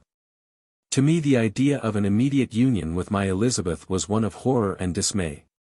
I was bound by a solemn promise, which I had not yet fulfilled, and dared not break. Or, if I did, what manifold miseries might not impend over me and my devoted family? Could I enter into a festival with this deadly weight yet hanging round my neck, and bowing me to the ground? I must perform my engagement, and let the monster depart with his mate, before I allowed myself to enjoy the delight of an union from which I expected peace. I remembered also the necessity imposed upon me of either journeying to England, or entering into a long correspondence with those philosophers of that country, whose knowledge and discoveries were of indispensable use to me in my present undertaking. The latter method of obtaining the desired intelligence was dilatory and unsatisfactory. Besides, I had an insurmountable aversion to the idea of engaging myself in my loathsome task in my father's house, while in habits of familiar intercourse with those I loved. I knew that 1,000 fearful accidents might occur, the slightest of which would disclose a tale to thrill all connected with me with horror. I was aware also that I should often lose all self-command, all capacity of hiding the harrowing sensations that would possess me during the progress of my unearthly occupation. I must absent myself from all I loved while thus employed. Once commenced, it would quickly be achieved, and I might be restored to my family in peace and happiness. My promise fulfilled, the monster would depart forever. Or, so my fond fancy imaged, some accident might meanwhile occur to destroy him, and put an end to my slavery forever. These feelings dictated my answer to my father. I expressed a wish to visit England. But, concealing the true reasons of this request, I clothed my desires under a guise which excited no suspicion, while I urged my desire with an earnestness that easily induced my father to comply. After so long a period of an absorbing melancholy, that resembled madness in its intensity and effects, he was glad to find that I was capable of taking pleasure in the idea of such a journey. And he hoped that change of scene and varied amusement would, before my return, have restored me entirely to myself. The duration of my absence was left to my own choice. A few months, or at most a year, was the period contemplated. One paternal kind precaution he had taken to ensure my having a companion. Without previously communicating with me, he had, in concert with Elizabeth, arranged that Clerval should join me at Strasbourg. This interfered with the solitude I coveted for the prosecution of my task. Yet at the commencement of my journey the presence of my friend could in no way be an impediment, and truly I rejoiced that thus I should be saved many hours of lonely, maddening reflection. Nay, Henry might stand between me and the intrusion of my foe. If I were alone, would he not at times force his abhorred presence on me, to remind me of my task, or to contemplate its progress? To England, therefore, I was bound, and it was understood that my union with Elizabeth should take place immediately on my return. My father's age rendered him extremely averse to delay. For myself, there was one reward I promised myself for my detested toils, one consolation for my unparalleled sufferings. It was the prospect of that day when, enfranchised from my miserable slavery, I might claim Elizabeth, and forget the past in my union with her. I now made arrangements for my journey. But one feeling haunted me, which filled me with fear and agitation. During my absence I should leave my friends unconscious of the existence of their enemy, and unprotected from his attacks, exasperated as he might be by my departure. But he had promised to follow me wherever I might go, and would he not accompany me to England? This imagination was dreadful in itself, but soothing, inasmuch as it supposed the safety of my friends. I was agonized with the idea of the possibility that the reverse of this might happen. But through the whole period during which I was the slave of my creature, I allowed myself to be governed by the impulses of the moment. And my present sensations strongly intimated that the fiend would follow me, and exempt my family from the danger of his machinations. It was in the latter end of September that I again quitted my native country. My journey had been my own suggestion, and Elizabeth, therefore, acquiesced, but she was filled with disquiet at the idea of my suffering, away from her, the inroads of misery and grief. It had been her care which provided me a companion in Clerval, and yet a man is blind to 1,000-minute circumstances, which call forth a woman's sedulous attention. She longed to bid me hasten my return, 1,000 conflicting emotions rendered her mute, as she bade me a tearful silent farewell. I threw myself into the carriage that was to convey me away, hardly knowing whither I was going, and careless of what was passing around. I remembered only, and it was with a bitter anguish that I reflected on it, to order that my chemical instruments should be packed to go with me. Filled with dreary imaginations, I passed through many beautiful and majestic scenes. But my eyes were fixed and unobserving. I could only think of the bourne of my travels, and the work which was to occupy me whilst they endured. After some days spent in listless indolence, during which I traversed many leagues, I arrived at Strasbourg, where I waited 2 days for Clerval. He came. Alas, how great was the contrast between us! He was alive to every new scene. Joyful when he saw the beauties of the setting sun, and more happy when he beheld it rise, and recommence a new day. He pointed out to me the shifting colors of the landscape, and the appearances of the sky. "This is what it is to live," he cried, "now I enjoy existence. But you, my dear Frankenstein, wherefore are you desponding and sorrowful?" In truth, I was occupied by gloomy thoughts, and neither saw the descent of the evening star, nor the golden sunrise reflected in the Rhine. And you, my friend, would be far more amused with the journal of Clerval, who observed the scenery with an eye of feeling and delight, than in listening to my reflections. I, a miserable wretch, haunted by a curse that shut up every avenue to enjoyment. We had agreed to descend the Rhine in a boat from Strasbourg to Rotterdam, whence we might take shipping for London. During this voyage, we passed many willowy islands, and saw several beautiful towns. We stayed a day at Mannheim, and, on the 5th from our departure from Strasbourg, arrived at Mayence. The course of the Rhine below Mayence becomes much more picturesque. The river descends rapidly, and winds between hills, not high, but steep, and of beautiful forms. We saw many ruined castles standing on the edges of precipices, surrounded by black woods, high and inaccessible. This part of the Rhine, indeed, presents a singularly variegated landscape. In one spot you view rugged hills, ruined castles overlooking tremendous precipices, with the dark Rhine rushing beneath. And, on the sudden turn of a promontory, flourishing vineyards, with green sloping banks, and a meandering river, and populous towns occupy the scene. We travelled at the time of the vintage, and heard the song of the labourers, as we glided down the stream. Even I, depressed in mind, and my spirits continually agitated by gloomy feelings, even I was pleased. I lay at the bottom of the boat, and, as I gazed on the cloudless blue sky, I seemed to drink in a tranquillity to which I had long been a stranger. And if these were my sensations, who can describe those of Henry? He felt as if he had been transported to fairyland, and enjoyed a happiness seldom tasted by man. "I have seen," he said, "the most beautiful scenes of my own country. I have visited the lakes of Lucerne and Uri, where the snowy mountains descend almost perpendicularly to the water, casting black and impenetrable shades, which would cause a gloomy and mournful appearance. Were it not for the most verdant islands that relieve the eye by their gay appearance. I have seen this lake agitated by a tempest, when the wind tore up whirlwinds of water, and gave you an idea of what the waterspout must be on the great ocean. And the waves dash with fury the base of the mountain, where the priest and his mistress were overwhelmed by an avalanche, and where their dying voices are still said to be heard amid the pauses of the nightly wind.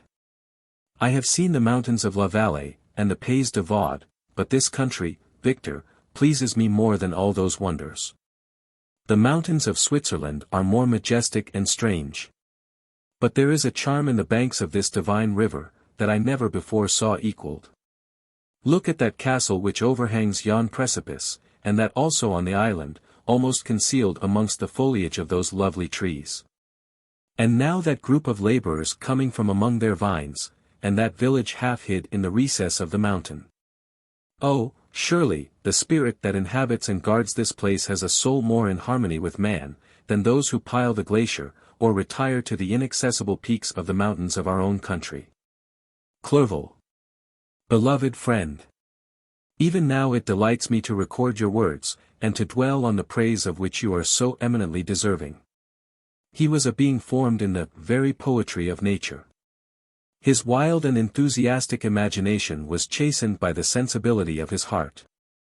His soul overflowed with ardent affections, and his friendship was of that devoted and wondrous nature that the worldly-minded teach us to look for only in the imagination. But even human sympathies were not sufficient to satisfy his eager mind. The scenery of external nature, which others regard only with admiration, he loved with ardor. The sounding cataract haunted him like a passion, the tall rock, the mountain, and the deep and gloomy wood. Their colors and their forms were then to him an appetite, a feeling, and a love that had no need of a remoter charm, by thought supplied, or any interest, unborrowed from the eye, free. And where does he now exist? Is this gentle and lovely being lost forever? Has this mind, so replete with ideas, imaginations fanciful and magnificent, which formed a world, whose existence depended on the life of its creator, has this mind perished? Does it now only exist in my memory? No, it is not thus. Your form so divinely wrought and beaming with beauty, has decayed, but your spirit still visits and consoles your unhappy friend. Pardon this gush of sorrow. These ineffectual words are but a slight tribute to the unexampled worth of Henry, but they soothe my heart, overflowing with the anguish which his remembrance creates. I will proceed with my tale. Beyond Cologne we descended to the plains of Holland, and we resolved to post the remainder of our way, for the wind was contrary, and the stream of the river was too gentle to aid us. Our journey here lost the interest arising from beautiful scenery, but we arrived in a few days at Rotterdam, whence we proceeded by sea to England. It was on a clear morning, in the latter days of December, that I first saw the white cliffs of Britain. The banks of the Thames presented a new scene, they were flat, but fertile, and almost every town was marked by the remembrance of some story. We saw Tilbury Fort, and remembered the Spanish Armada, Gravesend, Woolwich, and Greenwich, places which I had heard of even in my country. At length we saw the numerous steeples of London, St. Paul's towering above all, and the tower famed in English history. Chapter 19. London was our present point of rest. We determined to remain several months in this wonderful and celebrated city. Clerval desired the intercourse of the men of genius and talent who flourished at this time. But this was with me a secondary object. I was principally occupied with the means of obtaining the information necessary for the completion of my promise, and quickly availed myself of the letters of introduction that I had brought with me, addressed to the most distinguished natural philosophers. If this journey had taken place during my days of study and happiness, it would have afforded me inexpressible pleasure. But a blight had come over my existence, and I only visited these people for the sake of the information they might give me on the subject in which my interest was so terribly profound. Company was irksome to me. When alone, I could fill my mind with the sights of heaven and earth, the voice of Henry soothed me, and I could thus cheat myself into a transitory peace. But busy uninteresting joyous faces brought back despair to my heart. I saw an insurmountable barrier placed between me and my fellow men. This barrier was sealed with the blood of William and Justine, and to reflect on the events connected with those names filled my soul with anguish. But in Clerval I saw the image of my former self. He was inquisitive, and anxious to gain experience and instruction. The difference of manners which he observed was to him an inexhaustible source of instruction and amusement. He was also pursuing an object he had long had in view. His design was to visit India, in the belief that he had in his knowledge of its various languages, and in the views he had taken of its society, the means of materially assisting the progress of European colonization and trade. In Britain only could he further the execution of his plan. He was forever busy, and the only check to his enjoyments was my sorrowful and dejected mind. I tried to conceal this as much as possible, that I might not debar him from the pleasures natural to one, who was entering on a new scene of life, undisturbed by any care or bitter recollection. I often refused to accompany him, alleging another engagement, that I might remain alone. I now also began to collect the materials necessary for my new creation, and this was to me like the torture of single drops of water continually falling on the head. Every thought that was devoted to it was an extreme anguish, and every word that I spoke in allusion to it caused my lips to quiver, and my heart to palpitate. After passing some months in London, we received a letter from a person in Scotland, who had formerly been our visitor at Geneva. He mentioned the beauties of his native country, and asked us if those were not sufficient allurements to induce us to prolong our journey as far north as Perth, where he resided. Clerval eagerly desired to accept this invitation. And I, although I abhorred society, wished to view again mountains and streams, and all the wondrous works with which nature adorns her chosen dwelling places. We had arrived in England at the beginning of October, and it was now February. We accordingly determined to commence our journey towards the north at the expiration of another month. In this expedition we did not intend to follow the great road to Edinburgh, but to visit Windsor, Oxford, Matlock, and the Cumberland Lakes, resolving to arrive at the completion of this tour about the end of July. I packed up my chemical instruments, and the materials I had collected, resolving to finish my labours in some obscure nook in the northern Highlands of Scotland. We quitted London on the 27th of March, and remained a few days at Windsor, rambling in its beautiful forest. This was a new scene to us mountaineers. The majestic oaks, the quantity of game, and the herds of stately deer, were all novelties to us. From thence we proceeded to Oxford. As we entered this city, our minds were filled with the remembrance of the events that had been transacted there more than a century and a half before. It was here that Charles I had collected his forces. This city had remained faithful to him, after the whole nation had forsaken his cause to join the standard of Parliament and liberty. The memory of that unfortunate king, and his companions, the amiable Falkland, the insolent Goring, his queen, and son, gave a peculiar interest to every part of the city, which they might be supposed to have inhabited. The spirit of elder days found a dwelling here, and we delighted to trace its footsteps. If these feelings had not found an imaginary gratification, the appearance of the city had yet in itself sufficient beauty to obtain our admiration. The colleges are ancient and picturesque, the streets are almost magnificent.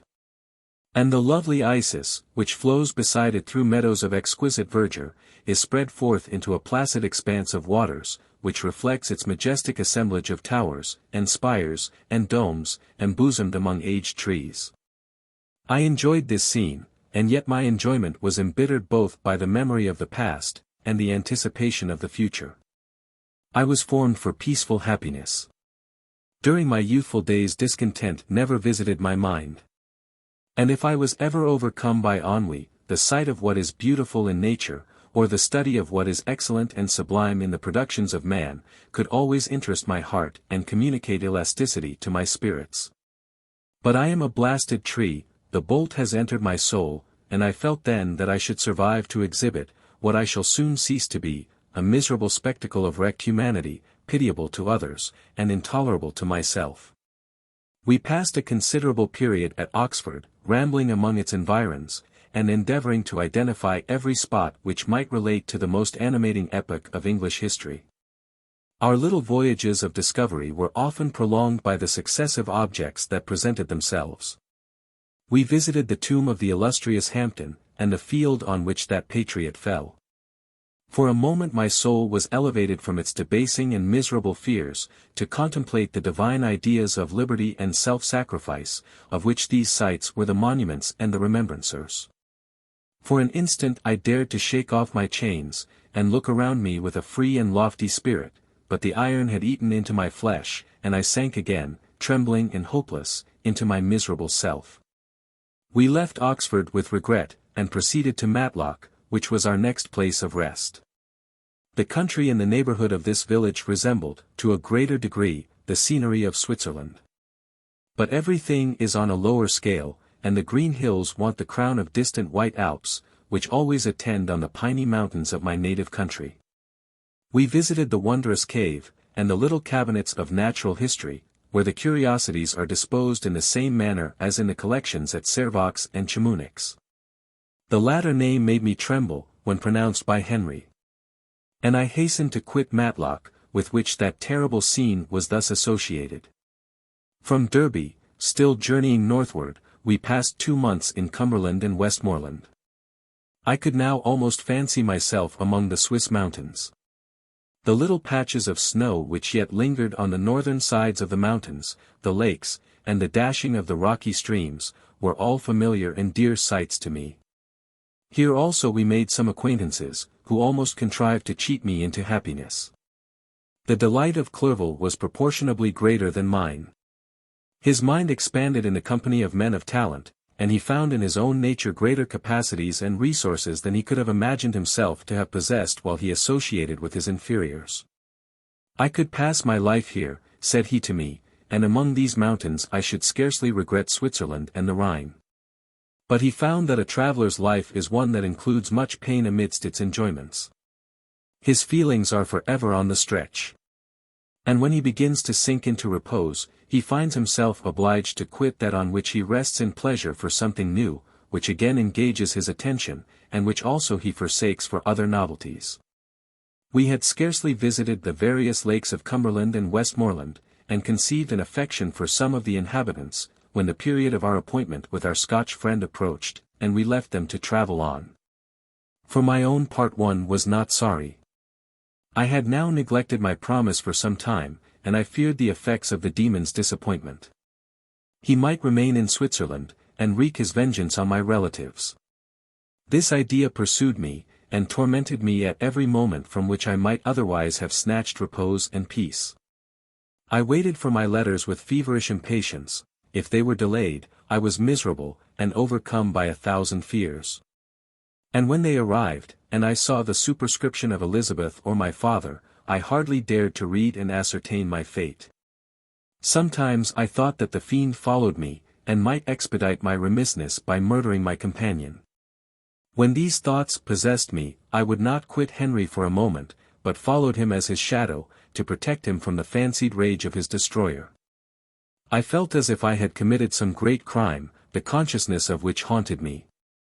I was guiltless, but I had indeed drawn down a horrible curse upon my head, as mortal as that of crime.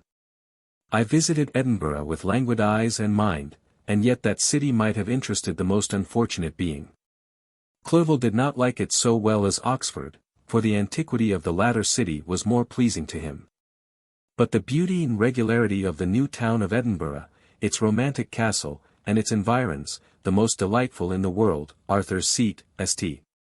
Bernard's Well, and the Pentland Hills, compensated him for the change, and filled him with cheerfulness and admiration. But I was impatient to arrive at the termination of my journey. We left Edinburgh in a week, passing through Cupar, St. Andrews, and along the banks of the Tay, to Perth, where our friend expected us. But I was in no mood to laugh and talk with strangers, or enter into their feelings or plans with the good humour expected from a guest. And accordingly I told Clerval that I wished to make the tour of Scotland alone. "Do you," said I, "enjoy yourself, and let this be our rendezvous. I may be absent a month or 2. But do not interfere with my motions, I entreat you, leave me to peace and solitude for a short time, and when I return, I hope it will be with a lighter heart, more congenial to your own temper." Henry wished to dissuade me. But, seeing me bent on this plan, ceased to remonstrate. He entreated me to write often. "I had rather be with you," he said, "in your solitary rambles, than with these Scotch people, whom I do not know. Hasten then, my dear friend, to return, that I may again feel myself somewhat at home, which I cannot do in your absence." Having parted from my friend, I determined to visit some remote spot of Scotland, and finish my work in solitude. I did not doubt but that the monster followed me, and would discover himself to me when I should have finished, that he might receive his companion. With this resolution I traversed the northern highlands, and fixed on one of the remotest of the Orkneys as the scene of my labours. It was a place fitted for such a work, being hardly more than a rock, whose high sides were continually beaten upon by the waves. The soil was barren, scarcely affording pasture for a few miserable cows, and oatmeal for its inhabitants, which consisted of 5 persons, whose gaunt and scraggy limbs gave tokens of their miserable fare. Vegetables and bread, when they indulged in such luxuries, and even fresh water, was to be procured from the main land, which was about 5 miles distant. On the whole island there were but 3 miserable huts, and one of these was vacant when I arrived. This I hired. It contained but 2 rooms, and these exhibited all the squalidness of the most miserable penury. The thatch had fallen in, the walls were unplastered, and the door was off its hinges. I ordered it to be repaired, bought some furniture, and took possession. An incident which would, doubtless, have occasioned some surprise, had not all the senses of the cottagers been benumbed by want and squalid poverty. As it was, I lived ungazed at and unmolested, hardly thanked for the pittance of food and clothes which I gave, so much does suffering blunt even the coarsest sensations of men. In this retreat I devoted the morning to labor. But in the evening, when the weather permitted, I walked on the stony beach of the sea, to listen to the waves as they roared and dashed at my feet. It was a monotonous yet ever-changing scene. I thought of Switzerland. It was far different from this desolate and appalling landscape. Its hills are covered with vines, and its cottages are scattered thickly in the plains. Its fair lakes reflect a blue and gentle sky. And, when troubled by the winds, their tumult is but as the play of a lively infant, when compared to the roarings of the giant ocean. In this manner I distributed my occupations when I first arrived. But, as I proceeded in my labor, it became every day more horrible and irksome to me. Sometimes I could not prevail on myself to enter my laboratory for several days, and at other times I toiled day and night in order to complete my work.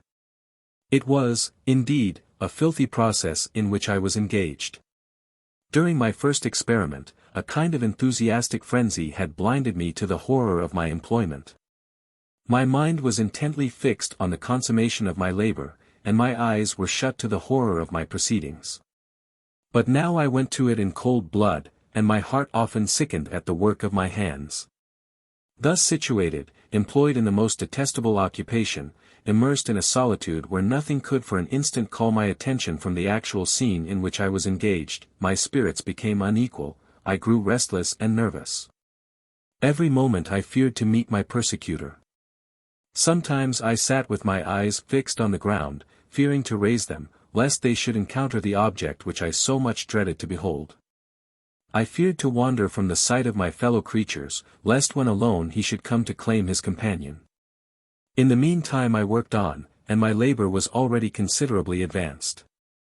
I looked towards its completion with a tremulous and eager hope, which I dared not trust myself to question, but which was intermixed with obscure forebodings of evil, that made my heart sicken in my bosom. Chapter 20. I sat one evening in my laboratory, the sun had set, and the moon was just rising from the sea. I had not sufficient light for my employment, and I remained idle, in a pause of consideration of whether I should leave my labor for the night, or hasten its conclusion by an unremitting attention to it. As I sat, a train of reflection occurred to me, which led me to consider the effects of what I was now doing. 3 years before I was engaged in the same manner, and had created a fiend whose unparalleled barbarity had desolated my heart, and filled it forever with the bitterest remorse. I was now about to form another being, of whose dispositions I was alike ignorant. She might become 10,000 times more malignant than her mate, and delight, for its own sake, in murder and wretchedness. He had sworn to quit the neighborhood of man, and hide himself in deserts, but she had not, and she, who in all probability was to become a thinking and reasoning animal, might refuse to comply with a compact made before her creation. They might even hate each other, the creature who already lived loathed his own deformity, and might he not conceive a greater abhorrence for it when it came before his eyes in the female form? She also might turn with disgust from him to the superior beauty of man, she might quit him, and he be again alone, exasperated by the fresh provocation of being deserted by one of his own species. Even if they were to leave Europe, and inhabit the deserts of the New World, yet one of the first results of those sympathies for which the demon thirsted would be children, and a race of devils would be propagated upon the earth, who might make the very existence of the species of man a condition precarious and full of terror. Had I right, for my own benefit, to inflict this curse upon everlasting generations? I had before been moved by the sophisms of the being I had created. I had been struck senseless by his fiendish threats, but now, for the first time, the wickedness of my promise burst upon me.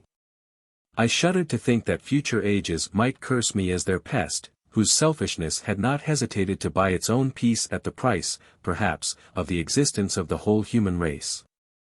I trembled, and my heart failed within me. When, on looking up, I saw, by the light of the moon, the demon at the casement. A ghastly grin wrinkled his lips as he gazed on me, where I sat fulfilling the task which he had allotted to me. Yes, he had followed me in my travels. He had loitered in forests, hid himself in caves, or taken refuge in wide and desert heaths, and he now came to mark my progress, and claim the fulfillment of my promise. As I looked on him, his countenance expressed the utmost extent of malice and treachery. I thought with a sensation of madness on my promise of creating another like to him, and trembling with passion, tore to pieces the thing on which I was engaged. The wretch saw me destroy the creature on whose future existence he depended for happiness, and, with a howl of devilish despair and revenge, withdrew. I left the room, and, locking the door, made a solemn vow in my own heart never to resume my labors, and then, with trembling steps, I sought my own apartment. I was alone. None were near me to dissipate the gloom, and relieve me from the sickening oppression of the most terrible reveries. Several hours passed, and I remained near my window gazing on the sea. It was almost motionless, for the winds were hushed, and all nature reposed under the eye of the quiet moon. A few fishing vessels alone specked the water, and now and then the gentle breeze wafted the sound of voices, as the fishermen called to one another. I felt the silence, although I was hardly conscious of its extreme profundity, until my ear was suddenly arrested by the paddling of oars near the shore, and a person landed close to my house. In a few minutes after, I heard the creaking of my door, as if some one endeavored to open it softly. I trembled from head to foot. I felt a presentiment of who it was, and wished to rouse one of the peasants who dwelt in a cottage not far from mine. But I was overcome by the sensation of helplessness, so often felt in frightful dreams, when you in vain endeavor to fly from an impending danger, and was rooted to the spot. Presently I heard the sound of footsteps along the passage. The door opened, and the wretch whom I dreaded appeared. Shutting the door, he approached me, and said, in a smothered voice, "You have destroyed the work which you began, what is it that you intend? Do you dare to break your promise? I have endured toil and misery, I left Switzerland with you, I crept along the shores of the Rhine, among its willow islands, and over the summits of its hills. I have dwelt many months in the heaths of England, and among the deserts of Scotland. I have endured incalculable fatigue, and cold, and hunger, do you dare destroy my hopes? Begone! I do break my promise, never will I create another like yourself, equal in deformity and wickedness. Slave, I before reasoned with you, but you have proved yourself unworthy of my condescension. Remember that I have power, you believe yourself miserable, but I can make you so wretched that the light of day will be hateful to you. You are my creator, but I am your master, obey. The hour of my irresolution is past, and the period of your power is arrived. Your threats cannot move me to do an act of wickedness. But they confirm me in a determination of not creating you a companion in vice. Shall I, in cool blood, set loose upon the earth a demon, whose delight is in death and wretchedness? Begone!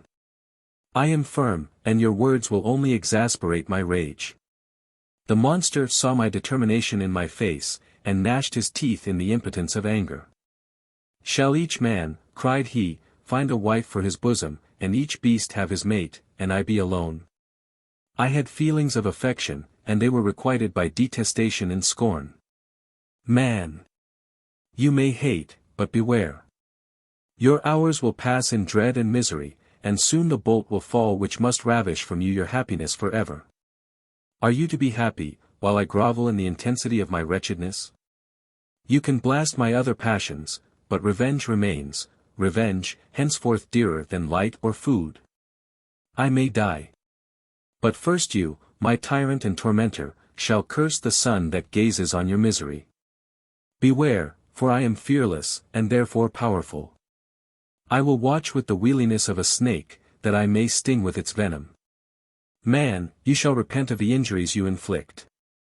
Devil, cease, and do not poison the air with these sounds of malice.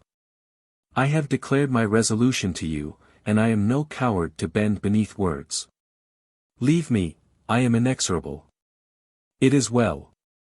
I go, but remember, I shall be with you on your wedding night. I started forward, and exclaimed, Villain! Before you sign my death warrant, be sure that you are yourself safe. I would have seized him. But he eluded me, and quitted the house with precipitation. In a few moments I saw him in his boat, which shot across the waters with an arrowy swiftness, and was soon lost amidst the waves. All was again silent, but his words rung in my ears. I burned with rage to pursue the murderer of my peace, and precipitate him into the ocean. I walked up and down my room hastily and perturbed, while my imagination conjured up 1,000 images to torment and sting me. Why had I not followed him, and closed with him in mortal strife? But I had suffered him to depart, and he had directed his course towards the main land. I shuddered to think who might be the next victim sacrificed to his insatiate revenge. And then I thought again of his words, I will be with you on your wedding night. That then was the period fixed for the fulfillment of my destiny.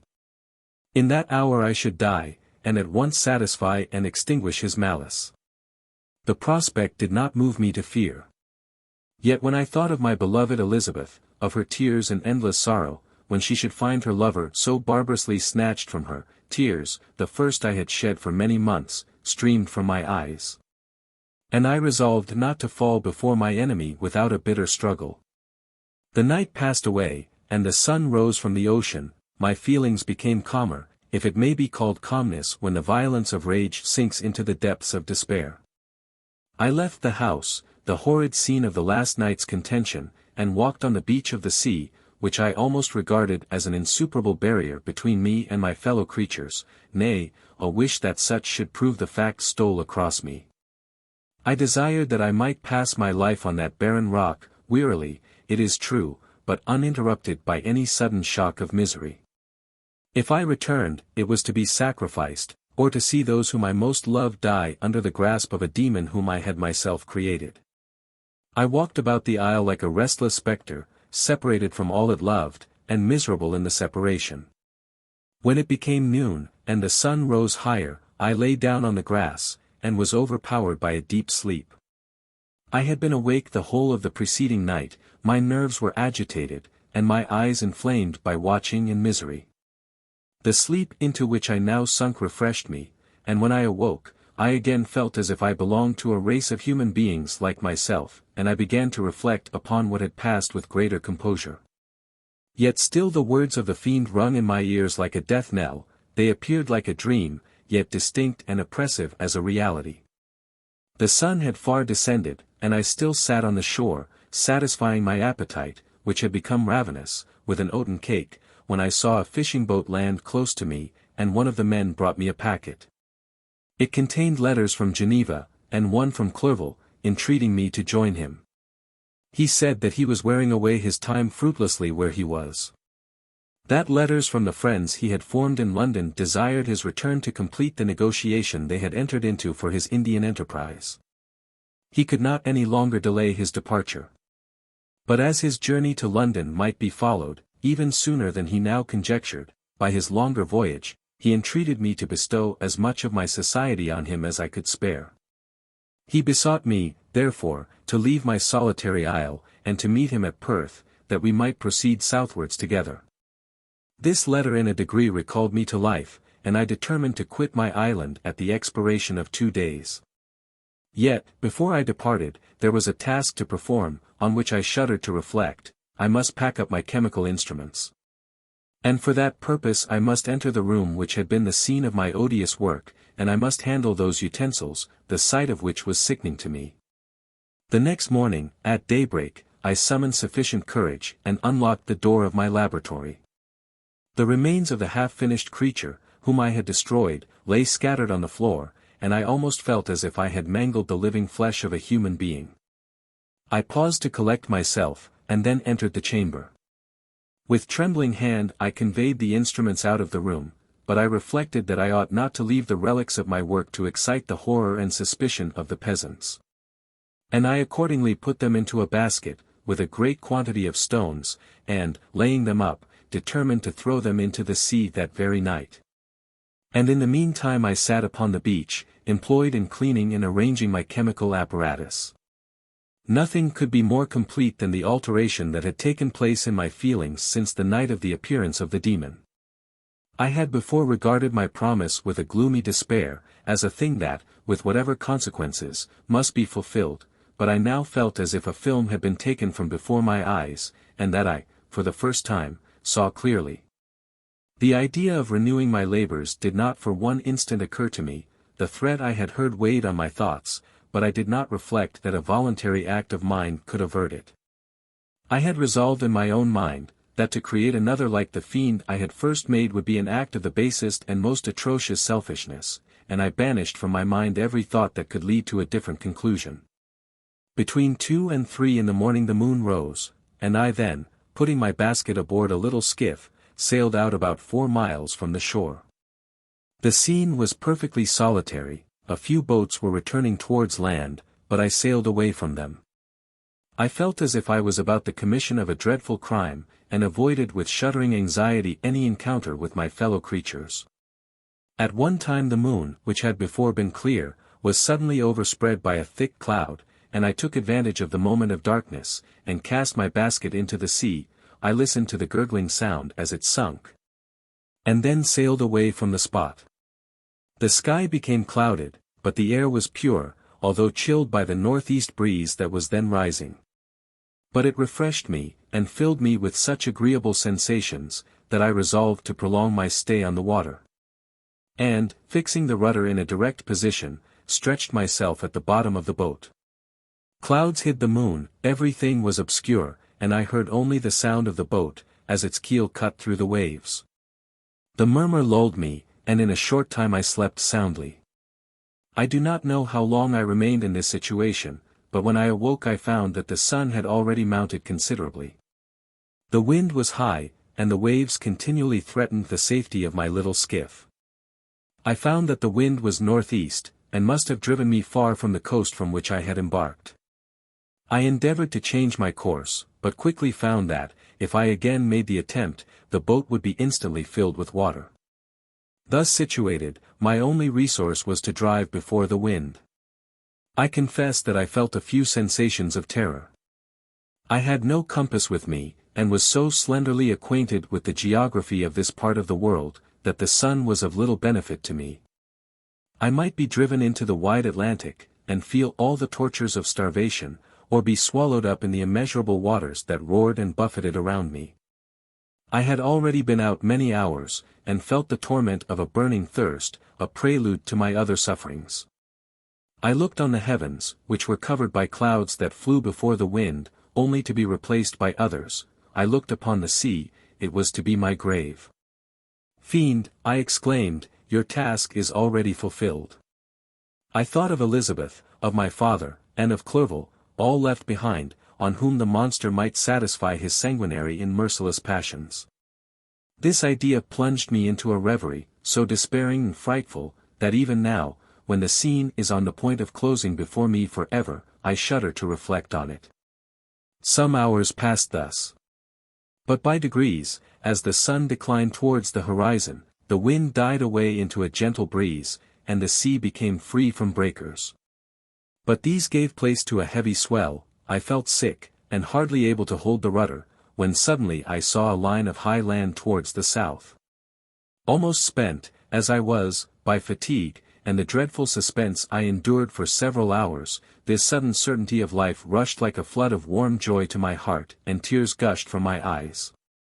How mutable are our feelings, and how strange is that clinging love we have of life even in the excess of misery.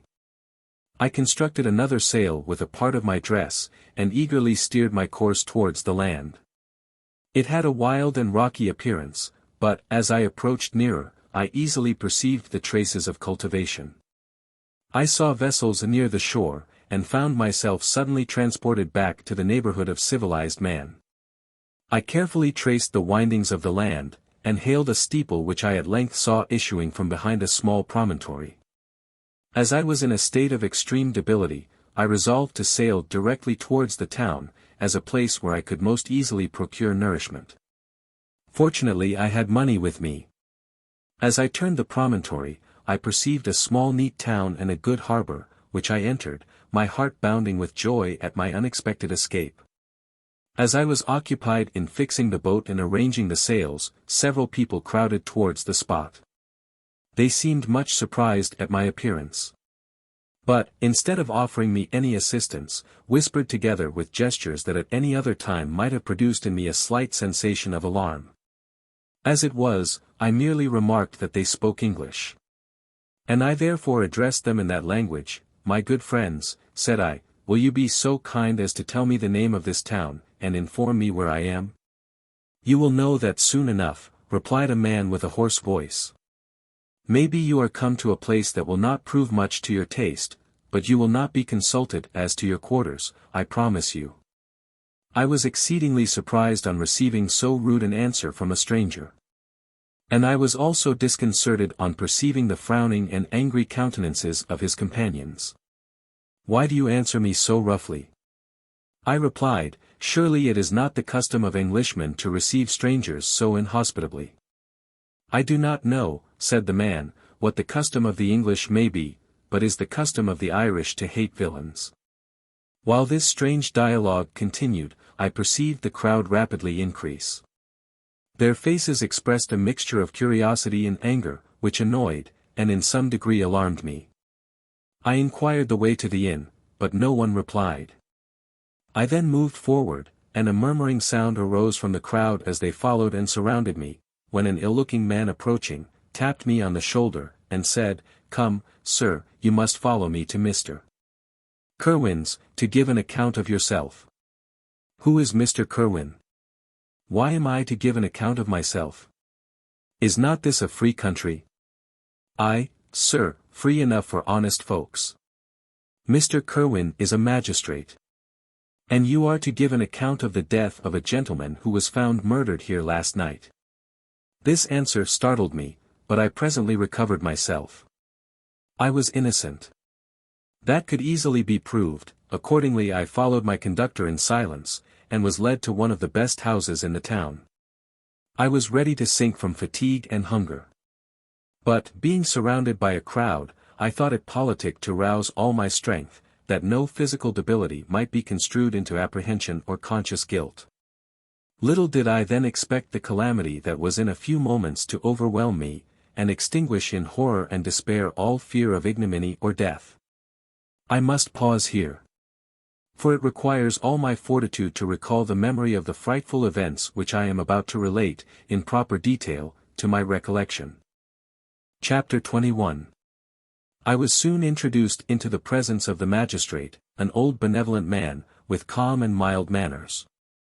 He looked upon me, however, with some degree of severity, and then, turning towards my conductors, he asked who appeared as witnesses on this occasion.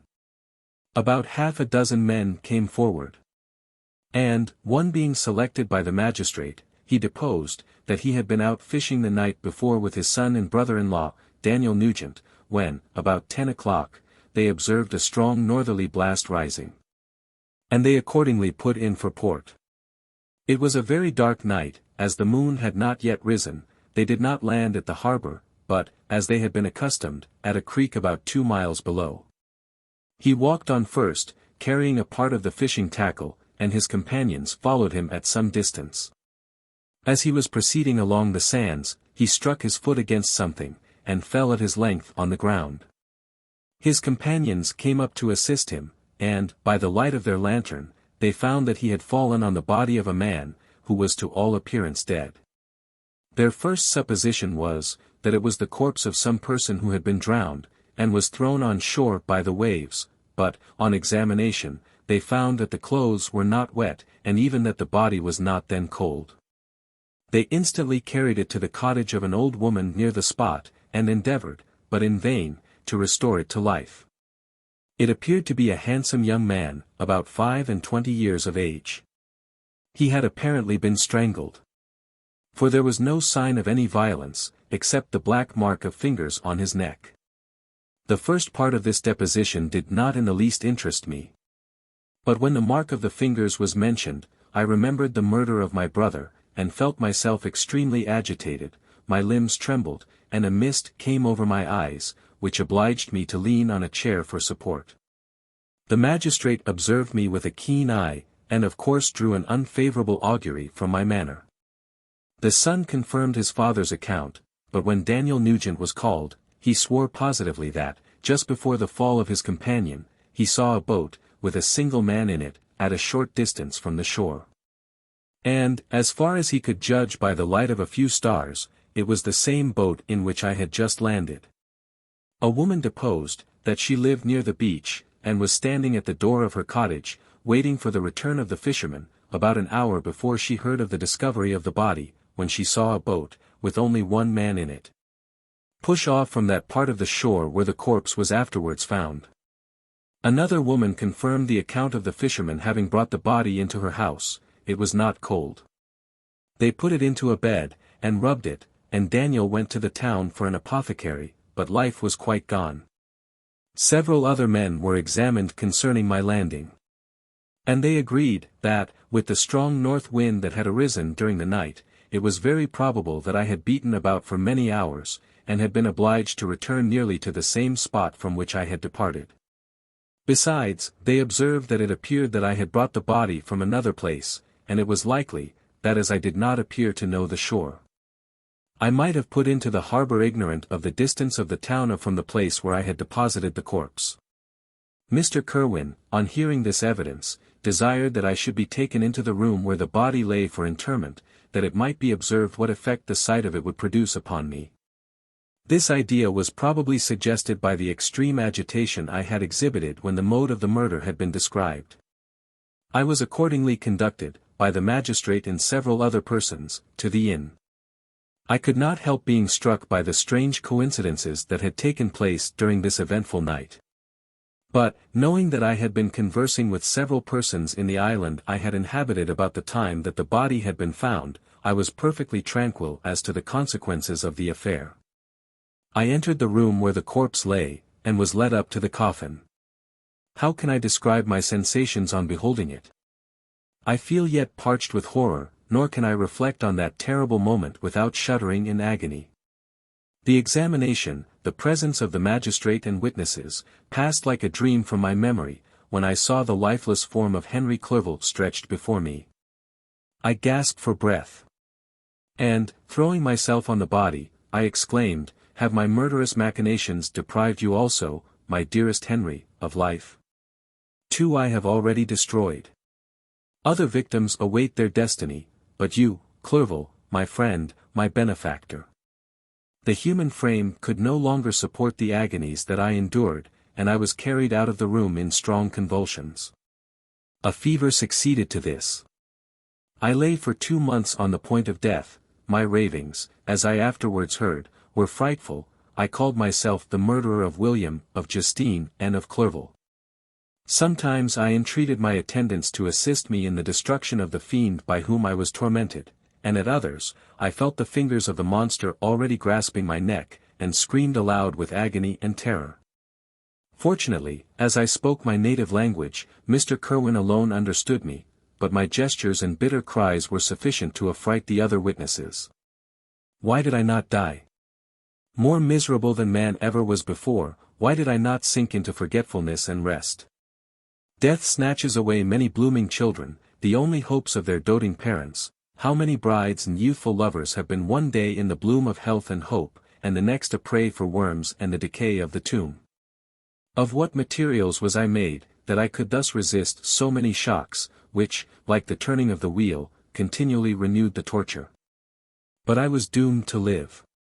And, in 2 months, found myself as awaking from a dream, in a prison, stretched on a wretched bed, surrounded by jailers, turnkeys, bolts, and all the miserable apparatus of a dungeon. It was morning, I remember, when I thus awoke to understanding. I had forgotten the particulars of what had happened, and only felt as if some great misfortune had suddenly overwhelmed me. But when I looked around, and saw the barred windows, and the squalidness of the room in which I was, all flashed across my memory, and I groaned bitterly. This sound disturbed an old woman who was sleeping in a chair beside me. She was a hired nurse, the wife of one of the turnkeys, and her countenance expressed all those bad qualities which often characterize that class. The lines of her face were hard and rude, like that of persons accustomed to see without sympathizing in sights of misery. Her tone expressed her entire indifference. She addressed me in English, and the voice struck me as one that I had heard during my sufferings. "Are you better now, sir?" said she. I replied in the same language, with a feeble voice, "I believe I am. But if it be all true, if indeed I did not dream, I am sorry that I am still alive to feel this misery and horror." "For that matter," replied the old woman, "if you mean about the gentleman you murdered, I believe that it were better for you if you were dead, for I fancy it will go hard with you. However, that's none of my business. I am sent to nurse you, and get you well. I do my duty with a safe conscience. It were well if everybody did the same." I turned with loathing from the woman who could utter so unfeeling a speech to a person just saved, on the very edge of death. But I felt languid, and unable to reflect on all that had passed. The whole series of my life appeared to me as a dream. I sometimes doubted if indeed it were all true, for it never presented itself to my mind with the force of reality. As the images that floated before me became more distinct, I grew feverish, a darkness pressed around me, no one was near me who soothed me with the gentle voice of love, no dear hand supported me. The physician came and prescribed medicines, and the old woman prepared them for me, but utter carelessness was visible in the first, and the expression of brutality was strongly marked in the visage of the second. Who could be interested in the fate of a murderer, but the hangman who would gain his fee? These were my first reflections, but I soon learned that Mr. Kerwin had shown me extreme kindness. He had caused the best room in the prison to be prepared for me. Wretched indeed was the best, and it was he who had provided a physician and a nurse. It is true, he seldom came to see me. For, although he ardently desired to relieve the sufferings of every human creature, he did not wish to be present at the agonies and miserable ravings of a murderer. He came, therefore, sometimes, to see that I was not neglected.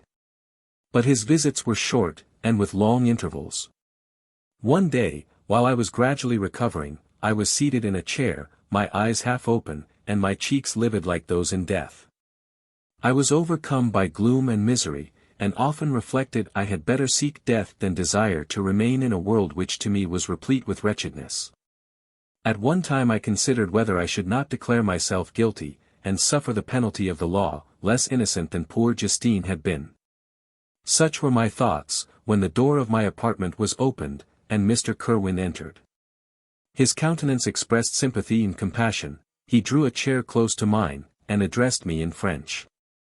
"I fear that this place is very shocking to you. Can I do anything to make you more comfortable?" "I thank you.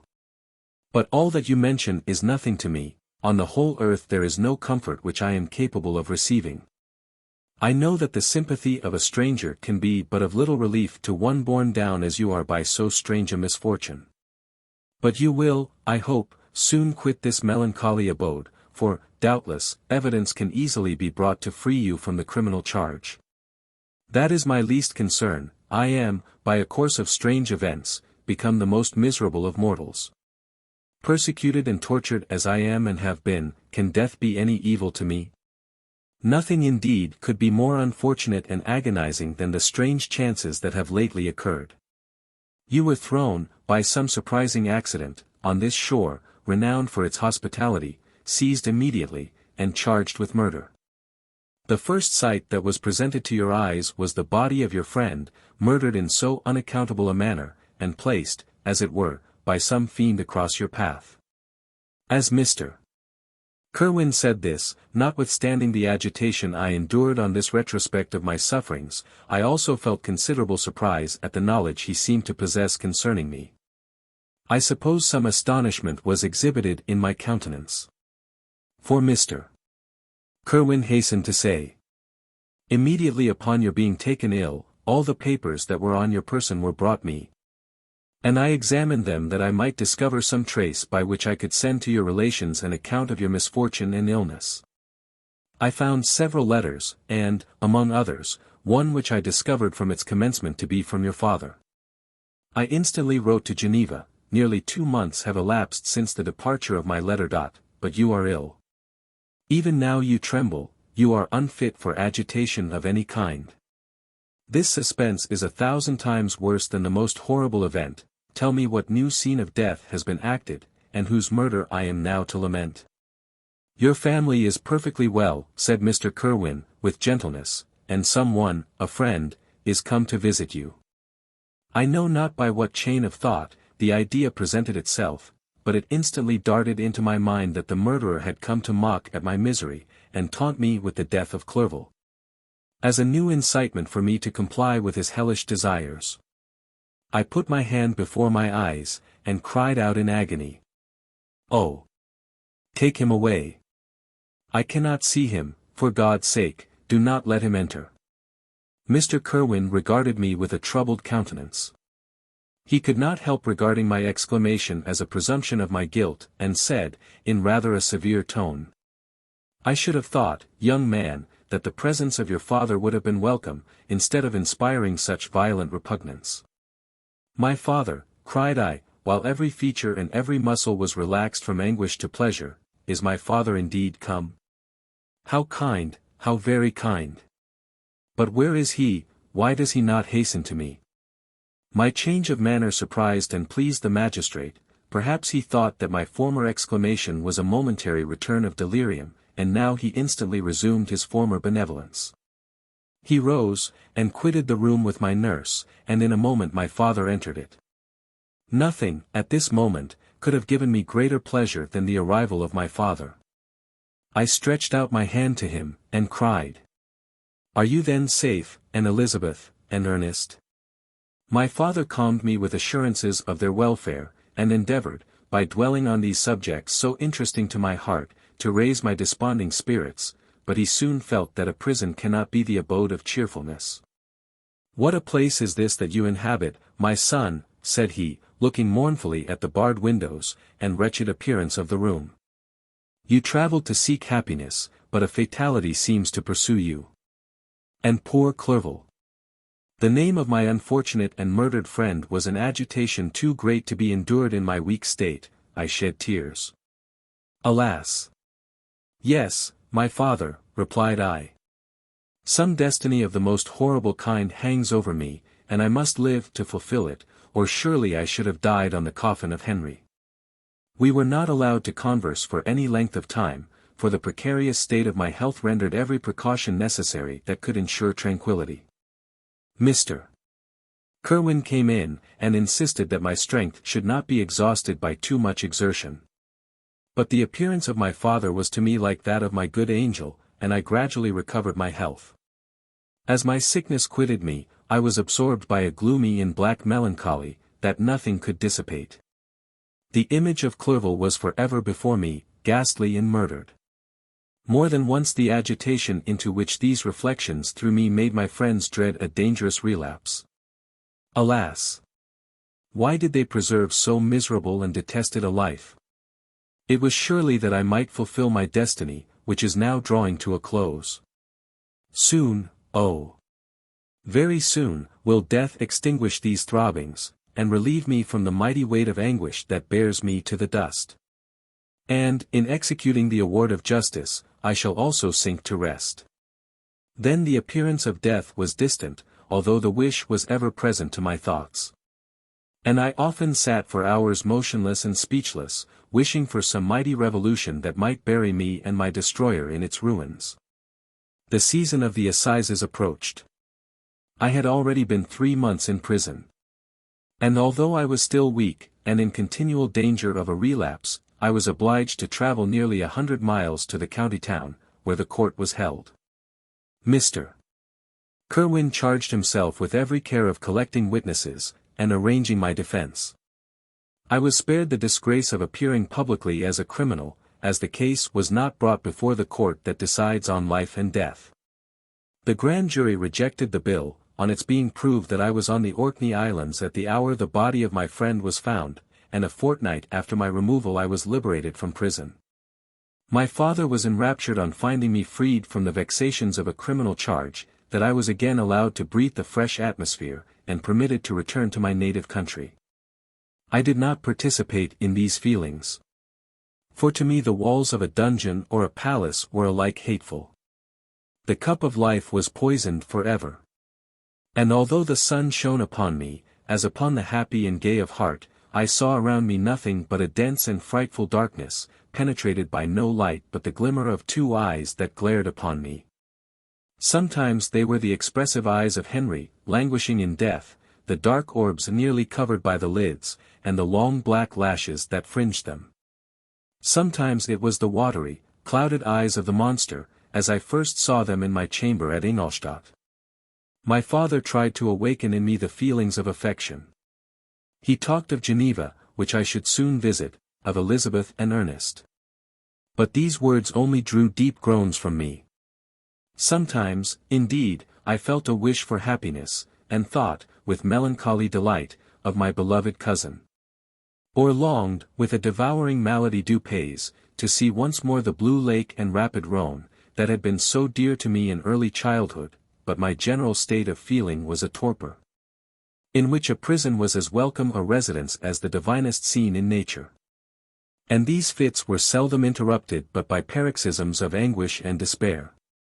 At these moments I often endeavored to put an end to the existence I loathed.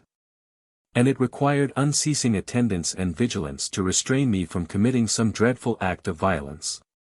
Yet one duty remained to me, the recollection of which finally triumphed over my selfish despair. It was necessary that I should return without delay to Geneva, there to watch over the lives of those I so fondly loved. And to lie in wait for the murderer, that if any chance led me to the place of his concealment, or if he dared again to blast me by his presence, I might, with unfailing aim, put an end to the existence of the monstrous image which I had endued with the mockery of a soul still more monstrous. My father still desired to delay our departure, fearful that I could not sustain the fatigues of a journey, for I was a shattered wreck, the shadow of a human being.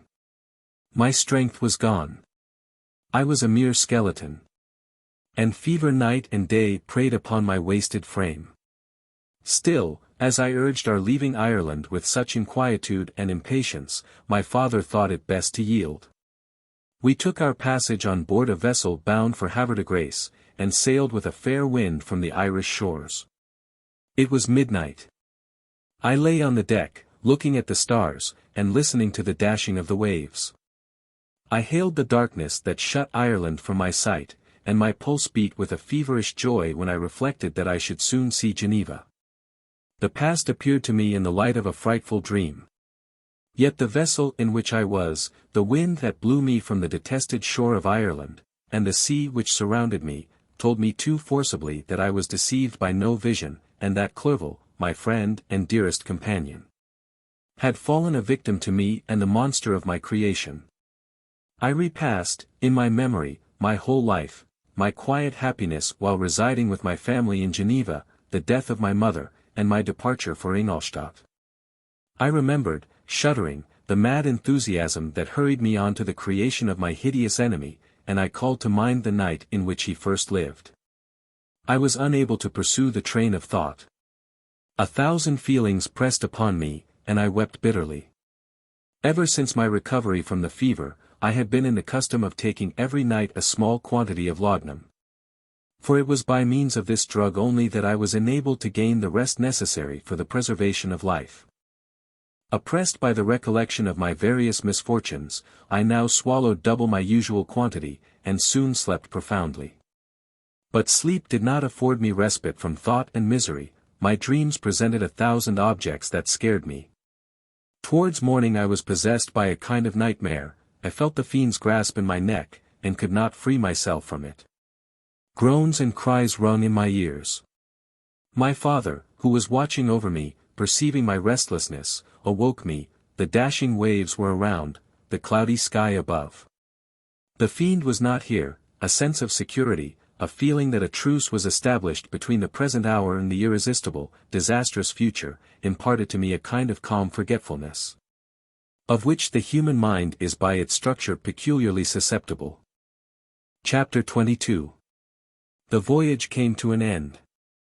We landed, and proceeded to Paris. I soon found that I had overtaxed my strength, and that I must repose before I could continue my journey. My father's care and attentions were indefatigable. But he did not know the origin of my sufferings, and sought erroneous methods to remedy the incurable ill. He wished me to seek amusement in society. I abhorred the face of man. Oh, not abhorred. They were my brethren, my fellow beings, and I felt attracted even to the most repulsive among them, as to creatures of an angelic nature and celestial mechanism. But I felt that I had no right to share their intercourse. I had unchained an enemy among them, whose joy it was to shed their blood, and to revel in their groans. How they would, each and all, abhor me, and hunt me from the world, did they know my unhallowed acts, and the crimes which had their source in me. My father yielded at length to my desire to avoid society, and strove by various arguments to banish my despair. Sometimes he thought that I felt deeply the degradation of being obliged to answer a charge of murder, and he endeavored to prove to me the futility of pride. Alas! My father, said I, how little do you know me? Human beings, their feelings and passions, would indeed be degraded if such a wretch as I felt pride. Justine, poor unhappy Justine, was as innocent as I, and she suffered the same charge. She died for it, and I am the cause of this. I murdered her. William, Justine, and Henry, they all died by my hands. My father had often, during my imprisonment, heard me make the same assertion. When I thus accused myself, he sometimes seemed to desire an explanation, and at others he appeared to consider it as the offspring of delirium, and that, during my illness, some idea of this kind had presented itself to my imagination, the remembrance of which I preserved in my convalescence. I avoided explanation, and maintained a continual silence concerning the wretch I had created. I had a persuasion that I should be supposed mad, and this in itself would forever have chained my tongue. But, besides, I could not bring myself to disclose a secret which would fill my hearer with consternation, and make fear and unnatural horror the inmates of his breast. I checked, therefore, my impatient thirst for sympathy, and was silent when I would have given the world to have confided the fatal secret. Yet still words like those I have recorded, would burst uncontrollably from me. I could offer no explanation of them, but their truth in part relieved the burden of my mysterious woe. Upon this occasion my father said, with an expression of unbounded wonder, "My dearest Victor, what infatuation is this? My dear son, I entreat you never to make such an assertion again." "I am not mad," I cried energetically. "The sun and the heavens, who have viewed my operations, can bear witness of my truth. I am the assassin of those most innocent victims. They died by my machinations. 1,000 times would I have shed my own blood, drop by drop, to have saved their lives, but I could not, my father, indeed I could not sacrifice the whole human race." The conclusion of this speech convinced my father that my ideas were deranged, and he instantly changed the subject of our conversation, and endeavored to alter the course of my thoughts. He wished as much as possible to obliterate the memory of the scenes that had taken place in Ireland, and never alluded to them, or suffered me to speak of my misfortunes. As time passed away I became more calm. Misery had her dwelling in my heart, but I no longer talked in the same incoherent manner of my own crimes. Sufficient for me was the consciousness of them. By the utmost self-violence, I curbed the imperious voice of wretchedness, which sometimes desired to declare itself to the whole world, and my manners were calmer and more composed than they had ever been since my journey to the Sea of Ice. A few days before we left Paris on our way to Switzerland, I received the following letter from Elizabeth. "My dear friend, It gave me the greatest pleasure to receive a letter from my uncle dated at Paris. You are no longer at a formidable distance, and I may hope to see you in less than a fortnight. My poor cousin, how much you must have suffered. I expect to see you looking even more ill than when you quitted Geneva. This winter has been passed most miserably, tortured as I have been by anxious suspense, yet I hope to see peace in your countenance, and to find that your heart is not totally void of comfort and tranquillity.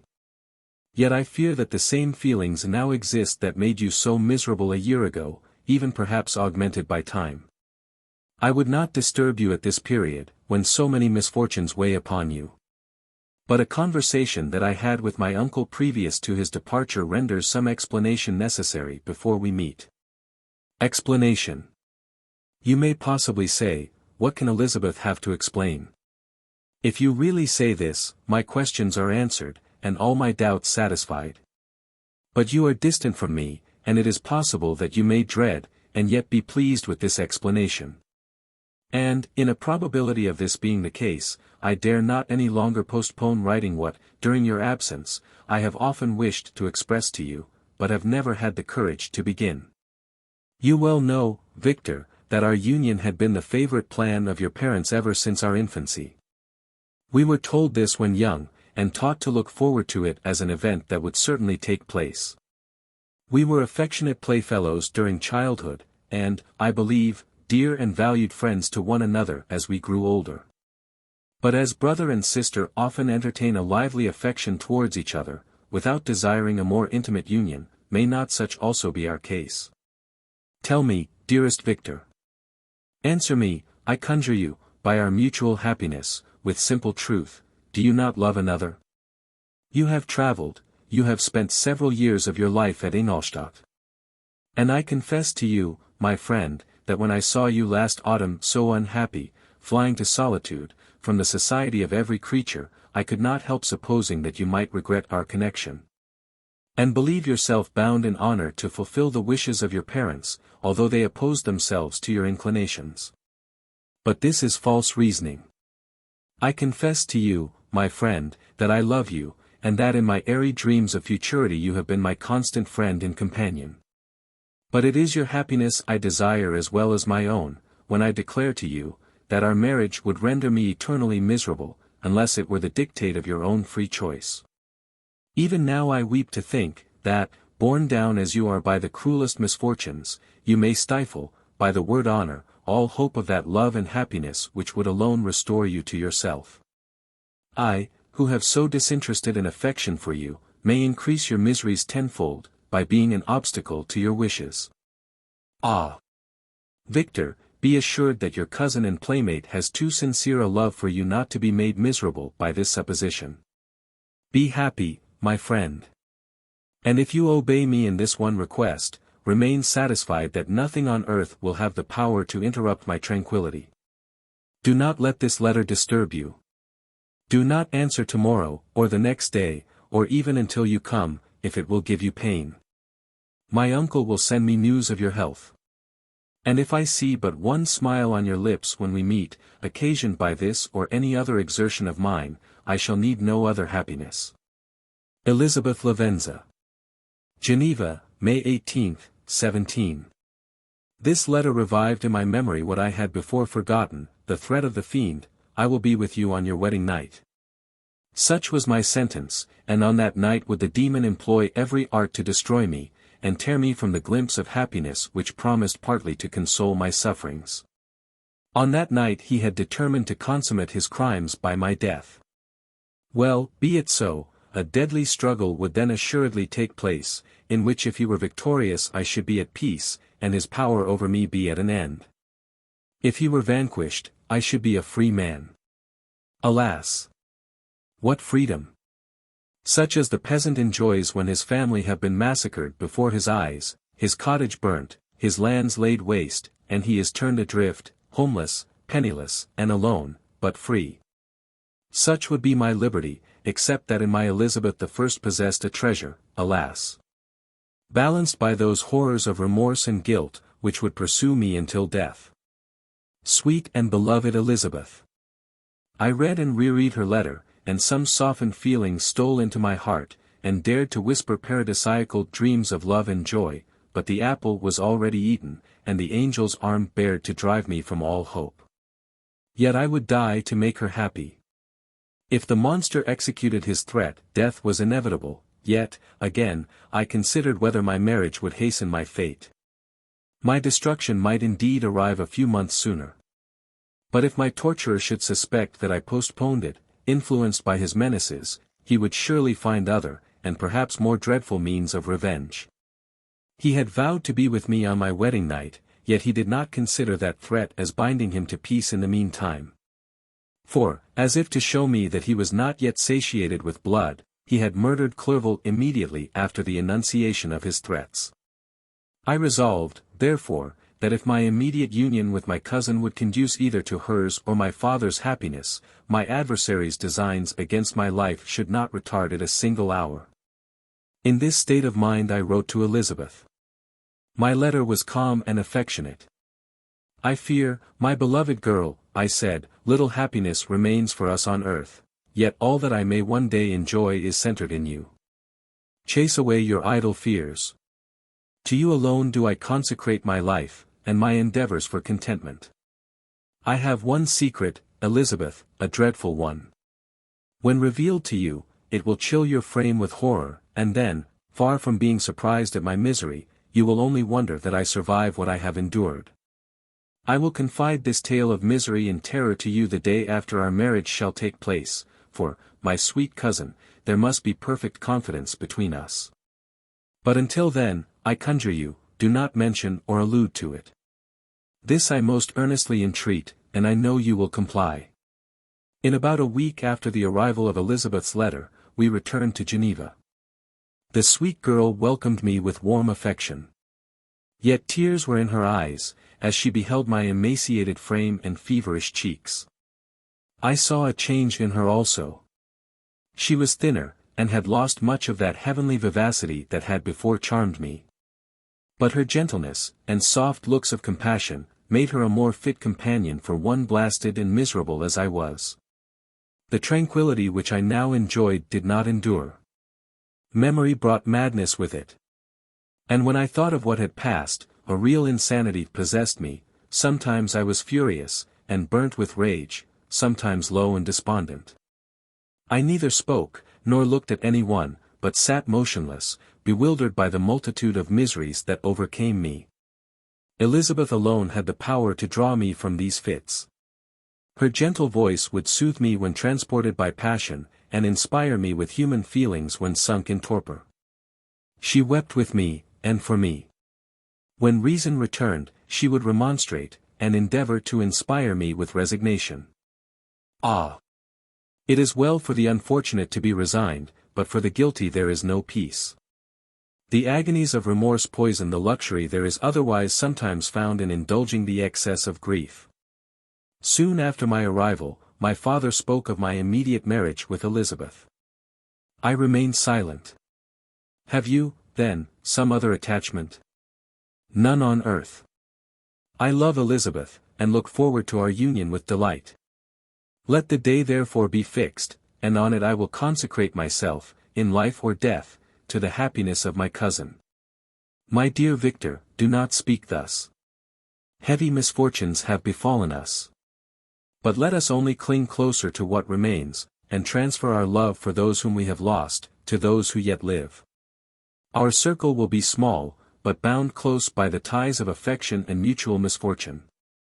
And when time shall have softened your despair, new and dear objects of care will be born to replace those of whom we have been so cruelly deprived. Such were the lessons of my father. But to me the remembrance of the threat returned, nor can you wonder, that, omnipotent as the fiend had yet been in his deeds of blood, I should almost regard him as invincible. And that when he had pronounced the words, "I shall be with you on your wedding night," I should regard the threatened fate as unavoidable. But death was no evil to me, if the loss of Elizabeth were balanced with it. And I therefore, with a contented and even cheerful countenance, agreed with my father, that if my cousin would consent, the ceremony should take place in 10 days, and thus put, as I imagined, the seal to my fate. Great God! If for one instant I had thought what might be the hellish intention of my fiendish adversary, I would rather have banished myself forever from my native country, and wandered a friendless outcast over the earth, than have consented to this miserable marriage. But, as if possessed of magic powers, the monster had blinded me to his real intentions, and when I thought that I had prepared only my own death, I hastened that of a far dearer victim.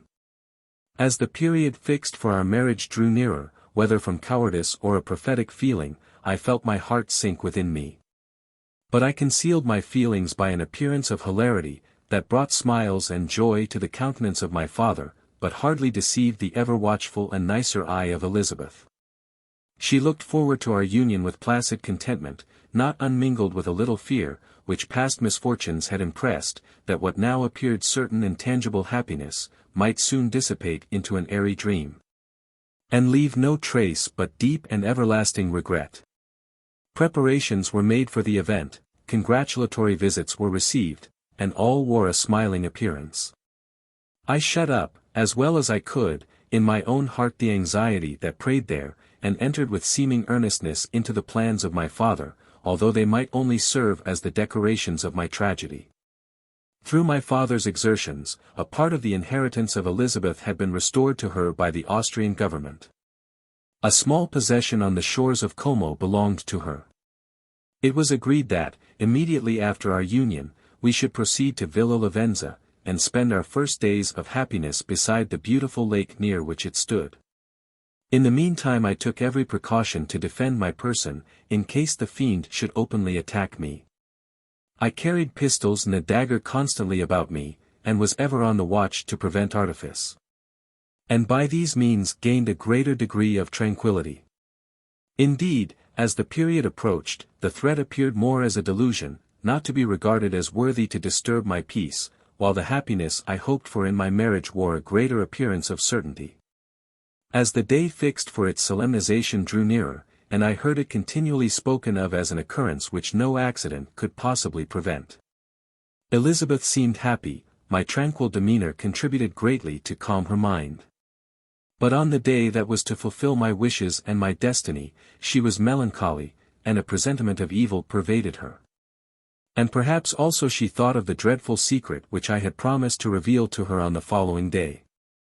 My father was in the meantime overjoyed, and, in the bustle of preparation, only recognized in the melancholy of his niece the diffidence of a bride. After the ceremony was performed, a large party assembled at my father's. But it was agreed that Elizabeth and I should commence our journey by water, sleeping that night at Evian, and continuing our voyage on the following day. The day was fair, the wind favorable, all smiled on our nuptial embarkation. Those were the last moments of my life during which I enjoyed the feeling of happiness. We passed rapidly along, the sun was hot, but we were sheltered from its rays by a kind of canopy, while we enjoyed the beauty of the scene, sometimes on one side of the lake, where we saw Mont Saleve, the pleasant banks of Montélimar, and at a distance, surmounting all, the beautiful Mont Blanc, and the assemblage of snowy mountains that in vain endeavor to emulate her.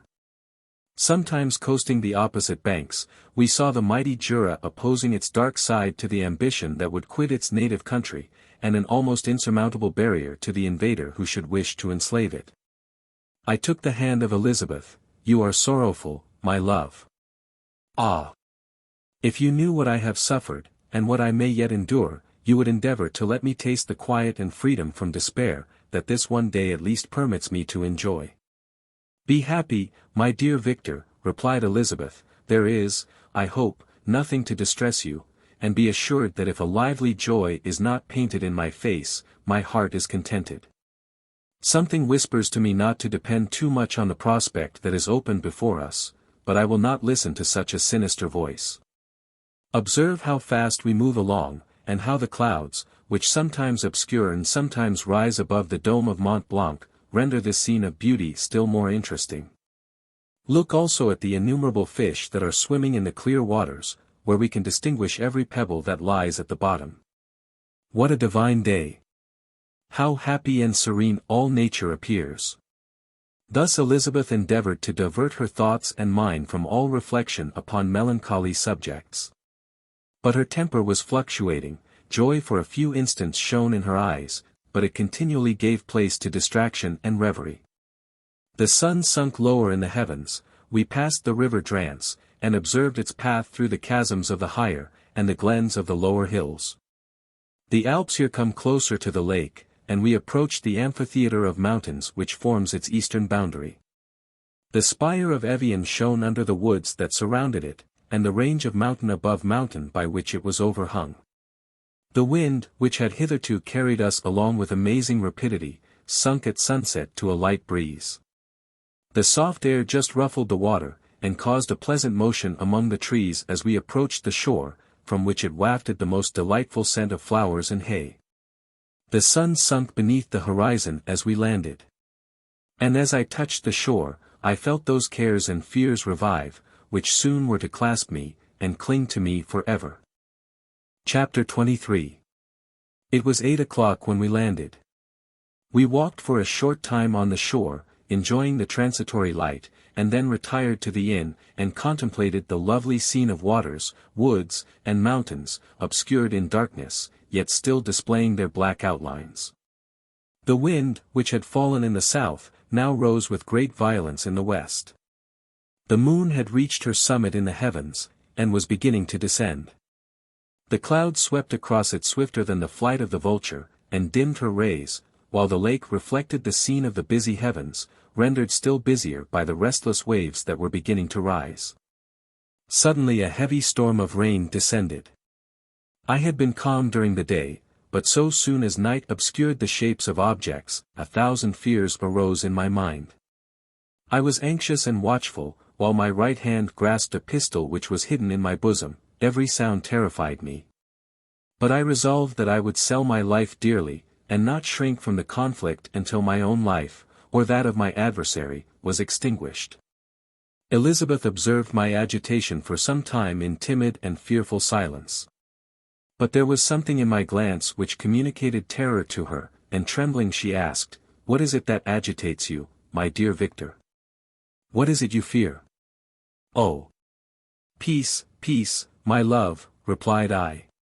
"This night, and all will be safe, but this night is dreadful, very dreadful." I passed an hour in this state of mind, when suddenly I reflected how fearful the combat which I momentarily expected would be to my wife, and I earnestly entreated her to retire. Resolving not to join her until I had obtained some knowledge as to the situation of my enemy. She left me, and I continued some time walking up and down the passages of the house, and inspecting every corner that might afford a retreat to my adversary. But I discovered no trace of him, and was beginning to conjecture that some fortunate chance had intervened to prevent the execution of his menaces, when suddenly I heard a shrill and dreadful scream.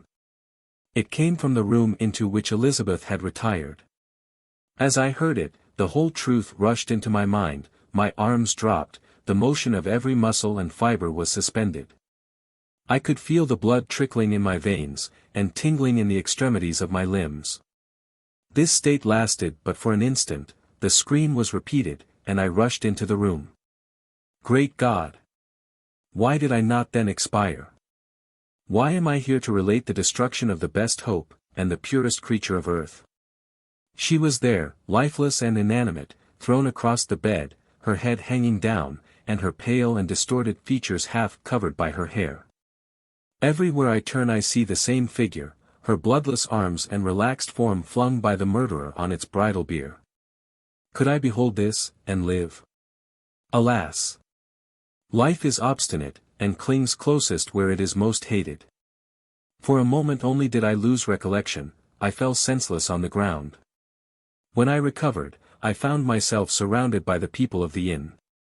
Their countenances expressed a breathless terror, but the horror of others appeared only as a mockery, a shadow of the feelings that oppressed me. I escaped from them to the room where lay the body of Elizabeth, my love, my wife, so lately living, so dear, so worthy. She had been moved from the posture in which I had first beheld her. And now, as she lay, her head upon her arm, and a handkerchief thrown across her face and neck, I might have supposed her asleep. I rushed towards her, and embraced her with ardor. But the deadly languor and coldness of the limbs told me, that what I now held in my arms had ceased to be the Elizabeth whom I had loved and cherished. The murderous mark of the fiend's grasp was on her neck, and the breath had ceased to issue from her lips. While I still hung over her in the agony of despair, I happened to look up. The windows of the room had before been darkened, and I felt a kind of panic on seeing the pale yellow light of the moon illuminate the chamber. The shutters had been thrown back. And, with a sensation of horror not to be described, I saw at the open window a figure the most hideous and abhorred. A grin was on the face of the monster. He seemed to jeer, as with his fiendish finger he pointed towards the corpse of my wife. I rushed towards the window, and drawing a pistol from my bosom, fired, but he eluded me, leaped from his station, and, running with the swiftness of lightning, plunged into the lake. The report of the pistol brought a crowd into the room. I pointed to the spot where he had disappeared, and we followed the track with boats. Nets were cast, but in vain. After passing several hours, we returned hopeless, most of my companions believing it to have been a form conjured up by my fancy. After having landed, they proceeded to search the country, parties going in different directions among the woods and vines. I attempted to accompany them, and proceeded a short distance from the house. But my head whirled round, my steps were like those of a drunken man, I fell at last in a state of utter exhaustion, a film covered my eyes, and my skin was parched with the heat of fever. In this state I was carried back, and placed on a bed, hardly conscious of what had happened. My eyes wandered round the room, as if to seek something that I had lost. After an interval, I arose, and, as if by instinct, crawled into the room where the corpse of my beloved lay. There were women weeping around. I hung over it, and joined my sad tears to theirs. All this time no distinct idea presented itself to my mind, but my thoughts rambled to various subjects, reflecting confusedly on my misfortunes, and their cause. I was bewildered in a cloud of wonder and horror. The death of William, the execution of Justine, the murder of Clerval, and lastly of my wife, even at that moment I knew not that my only remaining friends were safe from the malignity of the fiend. My father even now might be writhing under his grasp, and Ernest might be dead at his feet. This idea made me shudder, and recalled me to action. I started up, and resolved to return to Geneva with all possible speed. There were no horses to be procured, and I must return by the lake, but the wind was unfavorable, and the rain fell in torrents. However, it was hardly morning, and I might reasonably hope to arrive by night. I hired men to row, and took an oar myself, for I had always experienced relief from mental torment in bodily exercise. But the overflowing misery I now felt, and the excess of agitation that I endured, rendered me incapable of any exertion. I threw down the oar, and leaning my head upon my hands, gave way to every gloomy idea that arose. If I looked up, I saw the scenes which were familiar to me in my happier time, and which I had contemplated but the day before in the company of her who was now but a shadow and a recollection. Tears streamed from my eyes. The rain had ceased for a moment, and I saw the fish play in the waters as they had done a few hours before. They had then been observed by Elizabeth. Nothing is so painful to the human mind as a great and sudden change. The sun might shine, or the clouds might lower, but nothing could appear to me as it had done the day before. A fiend had snatched from me every hope of future happiness. No creature had ever been so miserable as I was. So frightful an event is single in the history of man. But why should I dwell upon the incidents that followed this last overwhelming event? Mine has been a tale of horrors. I have reached their acme, and what I must now relate can but be tedious to you. Know that, one by one, my friends were snatched away. I was left desolate. My own strength is exhausted. And I must tell, in a few words, what remains of my hideous narration. I arrived at Geneva. My father and Ernest yet lived, but the former sunk under the tidings that I bore. I see him now, excellent and venerable old man. His eyes wandered in vacancy, for they had lost their charm and their delight. His Elizabeth, his more than daughter, whom he doted on with all that affection which a man feels, who in the decline of life, having few affections, clings more earnestly to those that remain. Cursed Cursed be the fiend that brought misery on his grey hairs, and doomed him to waste in wretchedness. He could not live under the horrors that were accumulated around him. The springs of existence suddenly gave way, he was unable to rise from his bed, and in a few days he died in my arms. What then became of me? I know not. I lost sensation, and chains and darkness were the only objects that pressed upon me. Sometimes, indeed, I dreamt that I wandered in flowery meadows and pleasant valleys with the friends of my youth, but I awoke, and found myself in a dungeon. Melancholy followed, but by degrees I gained a clear conception of my miseries and situation, and was then released from my prison. For they had called me mad, and during many months, as I understood, a solitary cell had been my habitation. Liberty, however, had been an useless gift to me, had I not, as I awakened to reason, at the same time awakened to revenge. As the memory of past misfortunes pressed upon me, I began to reflect on their cause, the monster whom I had created, the miserable demon whom I had sent abroad into the world for my destruction. I was possessed by a maddening rage when I thought of him, and desired and ardently prayed that I might have him within my grasp to wreak a great and signal revenge on his cursed head. Nor did my hate long confine itself to useless wishes. I began to reflect on the best means of securing him, and for this purpose, about a month after my release, I repaired to a criminal judge in the town, and told him that I had an accusation to make, that I knew the destroyer of my family, and that I required him to exert his whole authority for the apprehension of the murderer. The magistrate listened to me with attention and kindness. "Be assured, sir," said he, "no pains or exertions on my part shall be spared to discover the villain." "I thank you," replied I. "Listen, therefore, to the deposition that I have to make.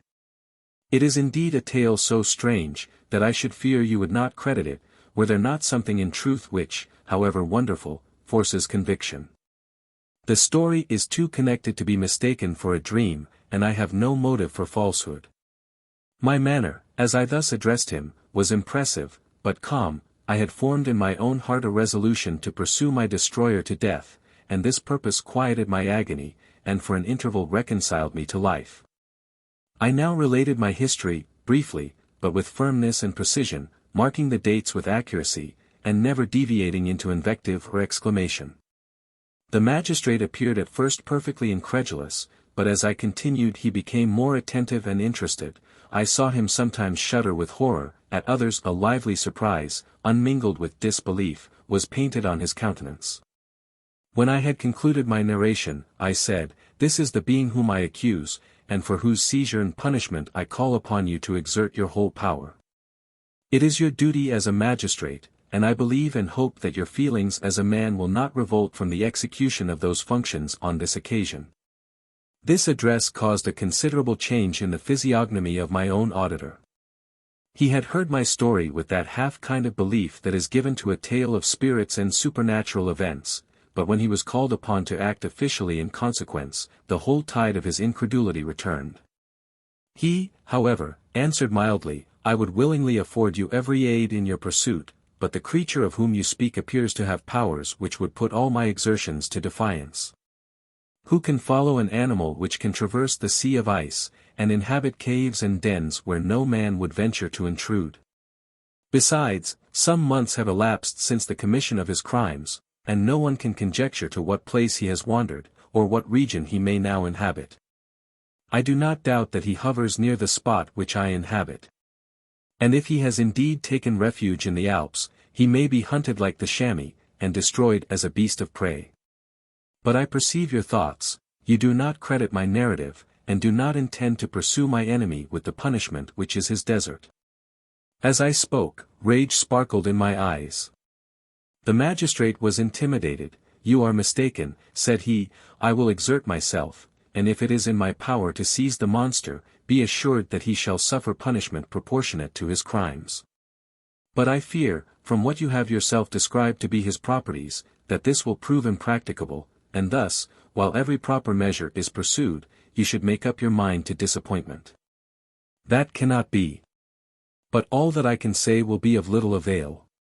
My revenge is of no moment to you, yet, while I allow it to be a vice, I confess that it is the devouring and only passion of my soul. My rage is unspeakable, when I reflect that the murderer, whom I have turned loose upon society, still exists. You refuse my just demand. I have but one resource, and I devote myself, either in my life or death, to his destruction. I trembled with excessive agitation as I said this. There was a frenzy in my manner, and something, I doubt not, of that haughty fierceness which the martyrs of old are said to have possessed. But to a Jean Van magistrate, whose mind was occupied by far other ideas than those of devotion and heroism, this elevation of mind had much the appearance of madness. He endeavored to soothe me as a nurse does a child, and reverted to my tale as the effects of delirium. Man, I cried, how ignorant art thou in thy pride of wisdom! Cease, you know not what it is you say. I broke from the house angry and disturbed, and retired to meditate on some other mode of action. Chapter 24. My present situation was one in which all voluntary thought was swallowed up and lost. I was hurried away by fury, revenge alone endowed me with strength and composure. It molded my feelings, and allowed me to be calculating and calm, at periods when otherwise delirium or death would have been my portion. My first resolution was to quit Geneva for ever. My country, which, when I was happy and beloved, was dear to me, now, in my adversity, became hateful. I provided myself with a sum of money, together with a few jewels which had belonged to my mother, and departed. And now my wanderings began, which are to cease but with life. I have traversed a vast portion of the earth, and have endured all the hardships which travelers, in deserts and barbarous countries, are wont to meet. How I have lived I hardly know. Many times have I stretched my failing limbs upon the sandy plain, and prayed for death.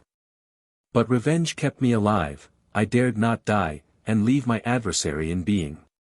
When I quitted Geneva, my first labor was to gain some clue by which I might trace the steps of my fiendish enemy. But my plan was unsettled, and I wandered many hours round the confines of the town, uncertain what path I should pursue. As night approached, I found myself at the entrance of the cemetery where William, Elizabeth, and my father reposed. I entered it, and approached the tomb which marked their graves. Everything was silent, except the leaves of the trees, which were gently agitated by the wind. The night was nearly dark, and the scene would have been solemn and affecting even to an uninterested observer. The spirits of the departed seemed to flit around, and to cast a shadow, which was felt but not seen, around the head of the mourner. The deep grief which this scene had at first excited quickly gave way to rage and despair. They were dead, and I lived, their murderer also lived, and to destroy him I must drag out my weary existence. I knelt on the grass, and kissed the earth, and with quivering lips exclaimed, by the sacred earth on which I kneel, by the shades that wander near me, by the deep and eternal grief that I feel, I swear. And by thee, O night, and the spirits that preside over thee, to pursue the demon, who caused this misery, until he or I shall perish in mortal conflict. For this purpose I will preserve my life, to execute this dear revenge, will I again behold the sun, and tread the green herbage of earth, which otherwise should vanish from my eyes forever. And I call on you, spirits of the dead. And on you, wandering ministers of vengeance, to aid and conduct me in my work. Let the cursed and hellish monster drink deep of agony, let him feel the despair that now torments me. I had begun my adjuration with solemnity, and an awe which almost assured me that the shades of my murdered friends heard and approved my devotion, but the furies possessed me as I concluded, and rage choked my utterance. I was answered through the stillness of night by a loud and fiendish laugh. It rung on my ears long and heavily, the mountains re-echoed it, and I felt as if all hell surrounded me with mockery and laughter. Surely in that moment I should have been possessed by frenzy, and have destroyed my miserable existence, but that my vow was heard, and that I was reserved for vengeance. The laughter died away. When a well-known and abhorred voice, apparently close to my ear, addressed me in an audible whisper, I am satisfied, miserable wretch. You have determined to live, and I am satisfied. I darted towards the spot from which the sound proceeded. But the devil eluded my grasp. Suddenly the broad disk of the moon arose, and shone full upon his ghastly and distorted shape, as he fled with more than mortal speed. I pursued him, and for many months this has been my task. Guided by a slight clue, I followed the windings of the Rhone, but vainly. The blue Mediterranean appeared, and, by a strange chance, I saw the fiend enter by night, and hide himself in a vessel bound for the Black Sea. I took my passage in the same ship, but he escaped, I know not how. Amidst the wilds of Tartary and Russia, although he still evaded me, I have ever followed in his track. Sometimes the peasants, scared by this horrid apparition, informed me of his path, sometimes he himself, who feared that if I lost all trace of him, I should despair and die, left some mark to guide me. The snows descended on my head, and I saw the print of his huge step on the white plain. To you first entering on life, to whom care is new, and agony unknown, how can you understand what I have felt, and still feel? Cold, want, and fatigue were the least pains which I was destined to endure. I was cursed by some devil, and carried about with me my eternal hell, yet still a spirit of good followed and directed my steps. And, when I most murmured, would suddenly extricate me from seemingly insurmountable difficulties. Sometimes, when nature, overcome by hunger, sunk under the exhaustion, a repast was prepared for me in the desert, that restored and inspirited me. The fare was, indeed, coarse, such as the peasants of the country ate, but I will not doubt that it was set there by the spirits that I had invoked to aid me. Often, when all was dry, the heavens cloudless, and I was parched by thirst, a slight cloud would bedim the sky, shed the few drops that revived me, and vanish. I followed, when I could, the courses of the rivers. But the demon generally avoided these, as it was here that the population of the country chiefly collected. In other places human beings were seldom seen, and I generally subsisted on the wild animals that crossed my path. I had money with me, and gained the friendship of the villagers by distributing it. Or I brought with me some food that I had killed, which, after taking a small part, I always presented to those who had provided me with fire and utensils for cooking. My life, as it passed thus, was indeed hateful to me, and it was during sleep alone that I could taste joy. O blessed sleep! Often, when most miserable, I sank to repose, and my dreams lulled me even to rapture. The spirits that guarded me had provided these moments, or rather hours, of happiness, that I might retain strength to fulfill my pilgrimage. Deprived of this respite, I should have sunk under my hardships. During the day I was sustained and inspirited by the hope of night, for in sleep I saw my friends, my wife, and my beloved country.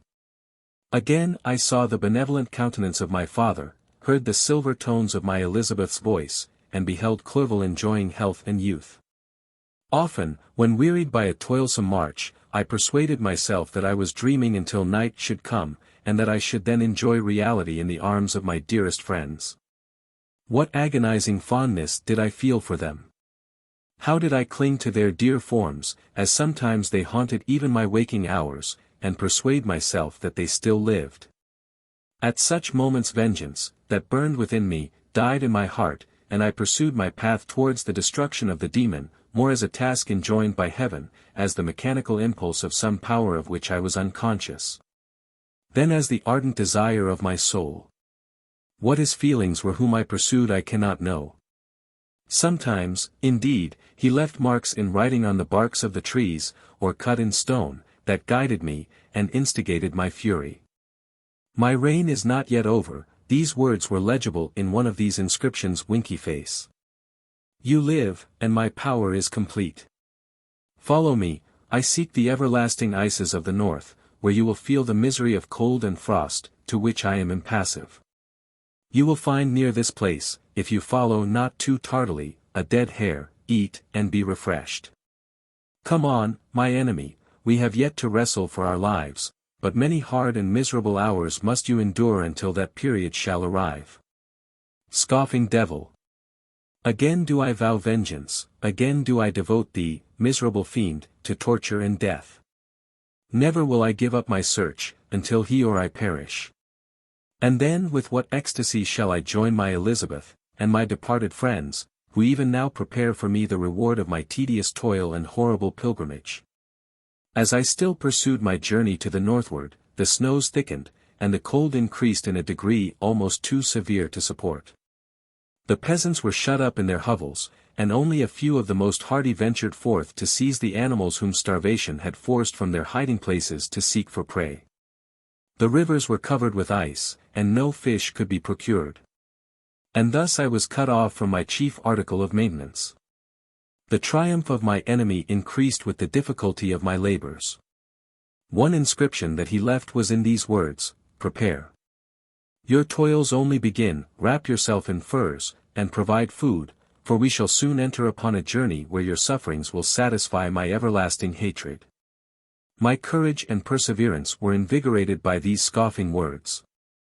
I resolved not to fail in my purpose, and, calling on heaven to support me, I continued with unabated fervor to traverse immense deserts, until the ocean appeared at a distance, and formed the utmost boundary of the horizon. Oh! How unlike it was to the blue seas of the south! Covered with ice, it was only to be distinguished from land by its superior wildness and ruggedness. The Greeks wept for joy when they beheld the Mediterranean from the hills of Asia, and hailed with rapture the boundary of their toils. I did not weep. But I knelt down, and, with a full heart, thanked my guiding spirit for conducting me in safety to the place where I hoped, notwithstanding my adversary's jibe, to meet and grapple with him. Some weeks before this period I had procured a sledge and dogs, and thus traversed the snows with inconceivable speed. I know not whether the fiend possessed the same advantages. But I found that, as before I had daily lost ground in the pursuit, I now gained on him, so much so, that when I first saw the ocean, he was but 1 day's journey in advance, and I hoped to intercept him before he should reach the beach. With new courage, therefore, I pressed on, and in 2 days arrived at a wretched hamlet on the seashore. I inquired of the inhabitants concerning the fiend, and gained accurate information. A gigantic monster, they said, had arrived the night before, armed with a gun and many pistols, putting to flight the inhabitants of a solitary cottage, through fear of his terrific appearance.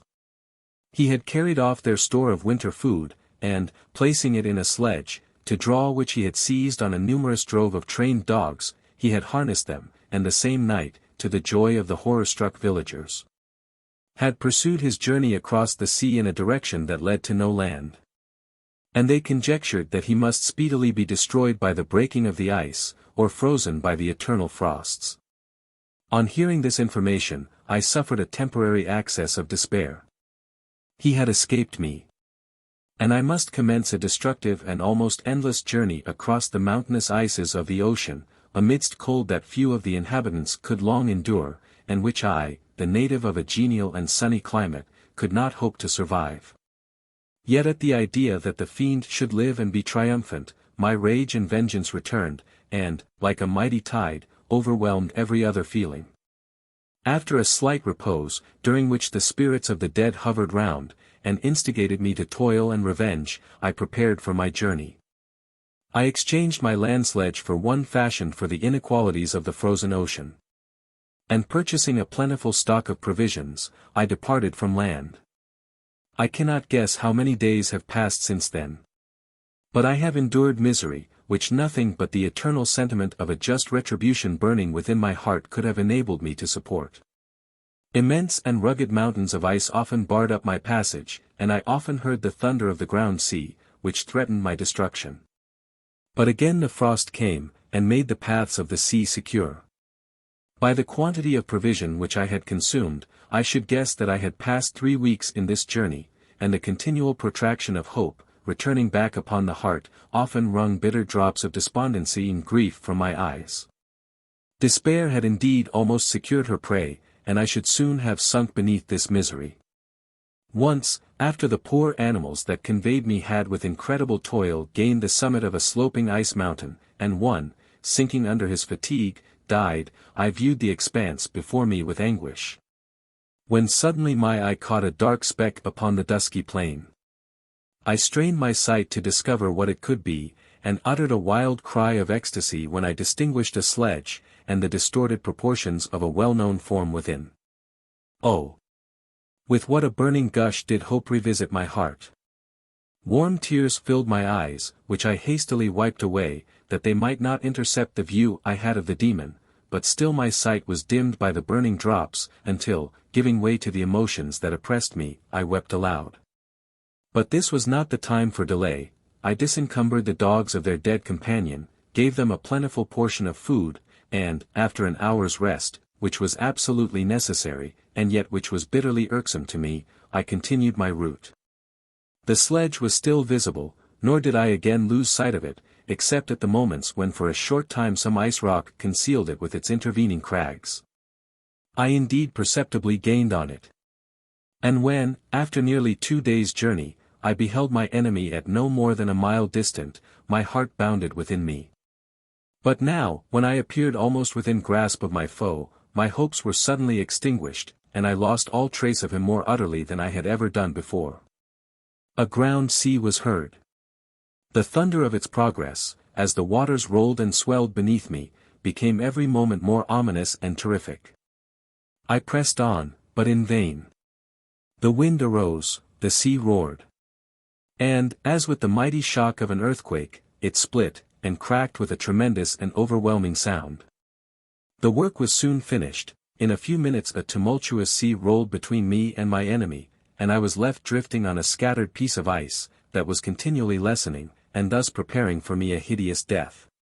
In this manner many appalling hours passed, several of my dogs died, and I myself was about to sink under the accumulation of distress, when I saw your vessel riding at anchor, and holding forth to me hopes of succor and life.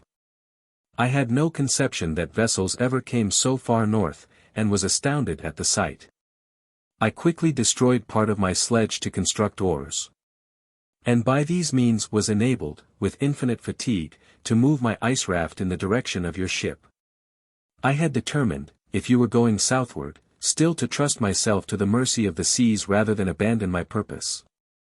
I hoped to induce you to grant me a boat with which I could pursue my enemy. But your direction was northward. You took me on board when my vigor was exhausted, and I should soon have sunk under my multiplied hardships into a death which I still dread, for my task is unfulfilled. Oh!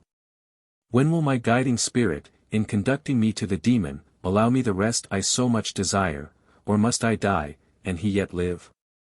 If I do, swear to me, Walton, that he shall not escape, that you will seek him, and satisfy my vengeance in his death. And do I dare to ask of you to undertake my pilgrimage, to endure the hardships that I have undergone? No, I am not so selfish. Yet, when I am dead, if he should appear. If the ministers of vengeance should conduct him to you, swear that he shall not live, swear that he shall not triumph over my accumulated woes, and survive to add to the list of his dark crimes. He is eloquent and persuasive. And once his words had even power over my heart, but trust him not. His soul is as hellish as his form, full of treachery and fiend-like malice. Hear him not. Call on the manes of William, Justine, Clerval, Elizabeth, my father, and of the wretched Victor, and thrust your sword into his heart. I will hover near, and direct the steel aright. Walton, in continuation. August 26, 17. You have read this strange and terrific story, Margaret, and do you not feel your blood congeal with horror, like that which even now curdles mine? Sometimes, seized with sudden agony, he could not continue his tale. At others, his voice broken, yet piercing, uttered with difficulty the words so replete with anguish. His fine and lovely eyes were now lighted up with indignation, now subdued to downcast sorrow, and quenched in infinite wretchedness. Sometimes he commanded his countenance and tones, and related the most horrible incidents with a tranquil voice, suppressing every mark of agitation. Then, like a volcano bursting forth, his face would suddenly change to an expression of the wildest rage, as he shrieked out imprecations on his persecutor. His tale is connected, and told with an appearance of the simplest truth. Yet I own to you that the letters of Felix and Safie, which he showed me, and the apparition of the monster seen from our ship, brought to me a greater conviction of the truth of his narrative than his asseverations, however earnest and connected. Such a monster has then really existence. I cannot doubt it, yet I am lost in surprise and admiration. Sometimes I endeavored to gain from Frankenstein the particulars of his creature's formation, but on this point he was impenetrable. "Are you mad, my friend?" said he, "or whither does your senseless curiosity lead you? Would you also create for yourself and the world a demoniacal enemy? Peace, peace. Learn my miseries, and do not seek to increase your own." Frankenstein discovered that I made notes concerning his history. He asked to see them, and then himself corrected and augmented them in many places, but principally in giving the life and spirit to the conversations he held with his enemy. "Since you have preserved my narration," said he, "I would not that a mutilated one should go down to posterity. Thus has a week passed away, while I have listened to the strangest tale that ever imagination formed.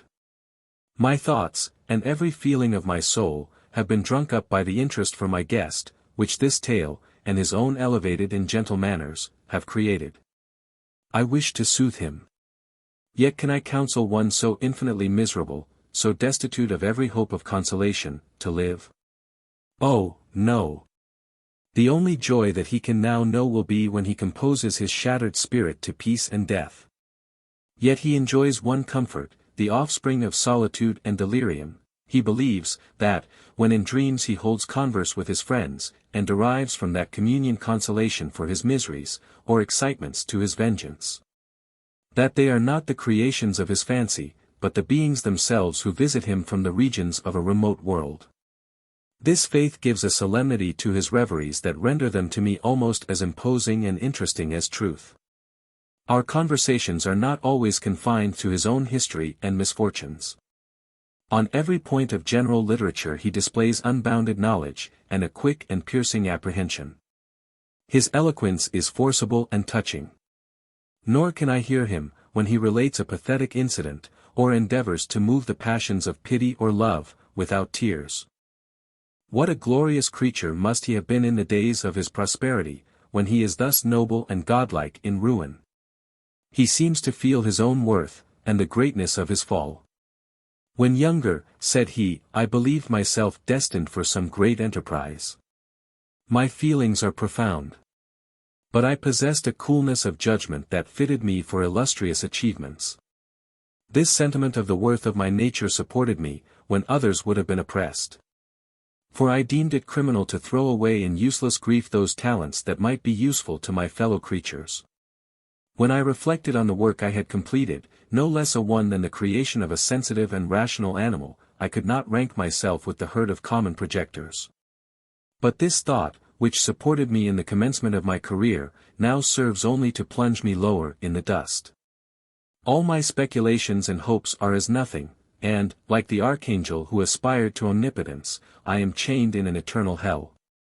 My imagination was vivid, yet my powers of analysis and application were intense. By the union of these qualities I conceived the idea, and executed the creation of a man. Even now I cannot recollect, without passion, my reveries while the work was incomplete. I trod heaven in my thoughts, now exulting in my powers, now burning with the idea of their effects. From my infancy I was imbued with high hopes and a lofty ambition, but how am I sunk? Oh! My friend, if you had known me as I once was, you would not recognize me in this state of degradation.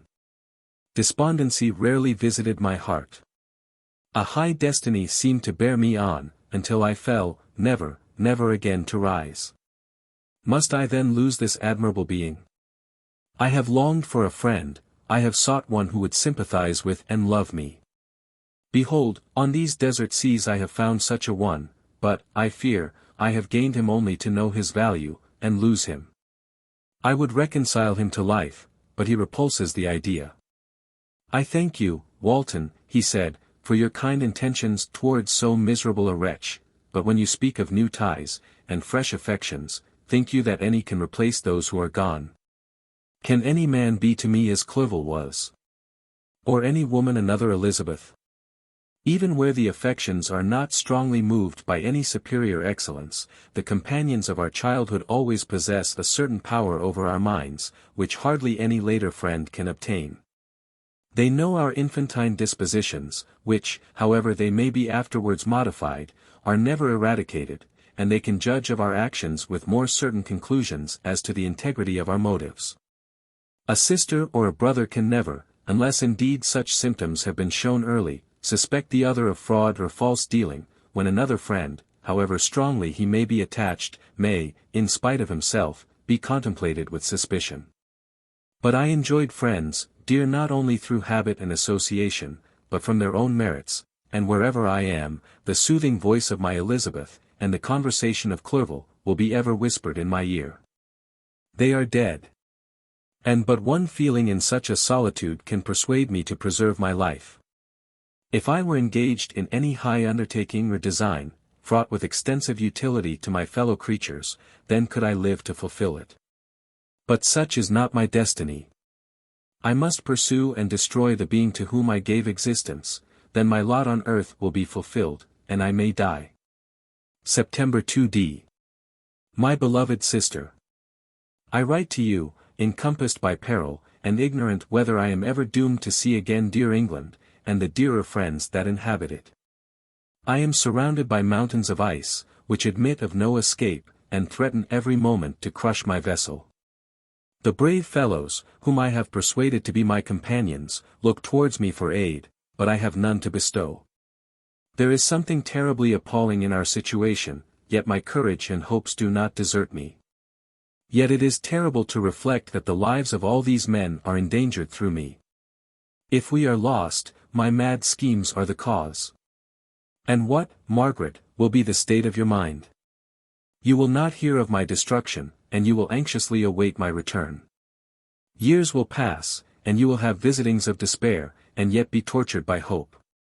Oh! My beloved sister, the sickening failing of your heartfelt expectations is, in prospect, more terrible to me than my own death. But you have a husband, and lovely children, you may be happy, heaven bless you, and make you so. My unfortunate guest regards me with the tenderest compassion. He endeavors to fill me with hope, and talks as if life were a possession which he valued.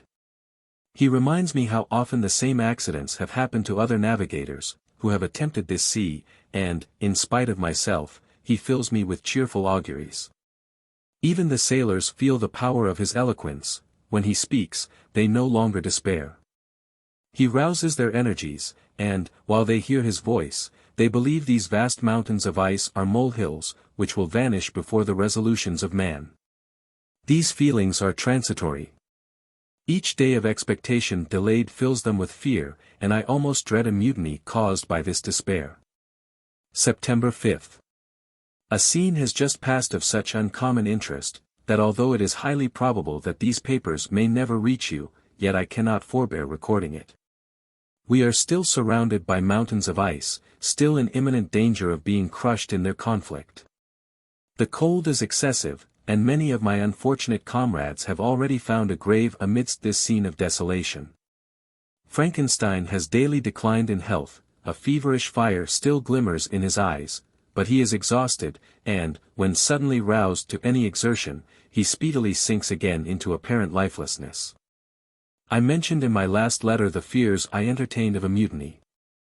This morning, as I sat watching the wan countenance of my friend, his eyes half closed, and his limbs hanging listlessly, I was roused by half a dozen of the sailors, who demanded admission into the cabin. They entered, and their leader addressed me.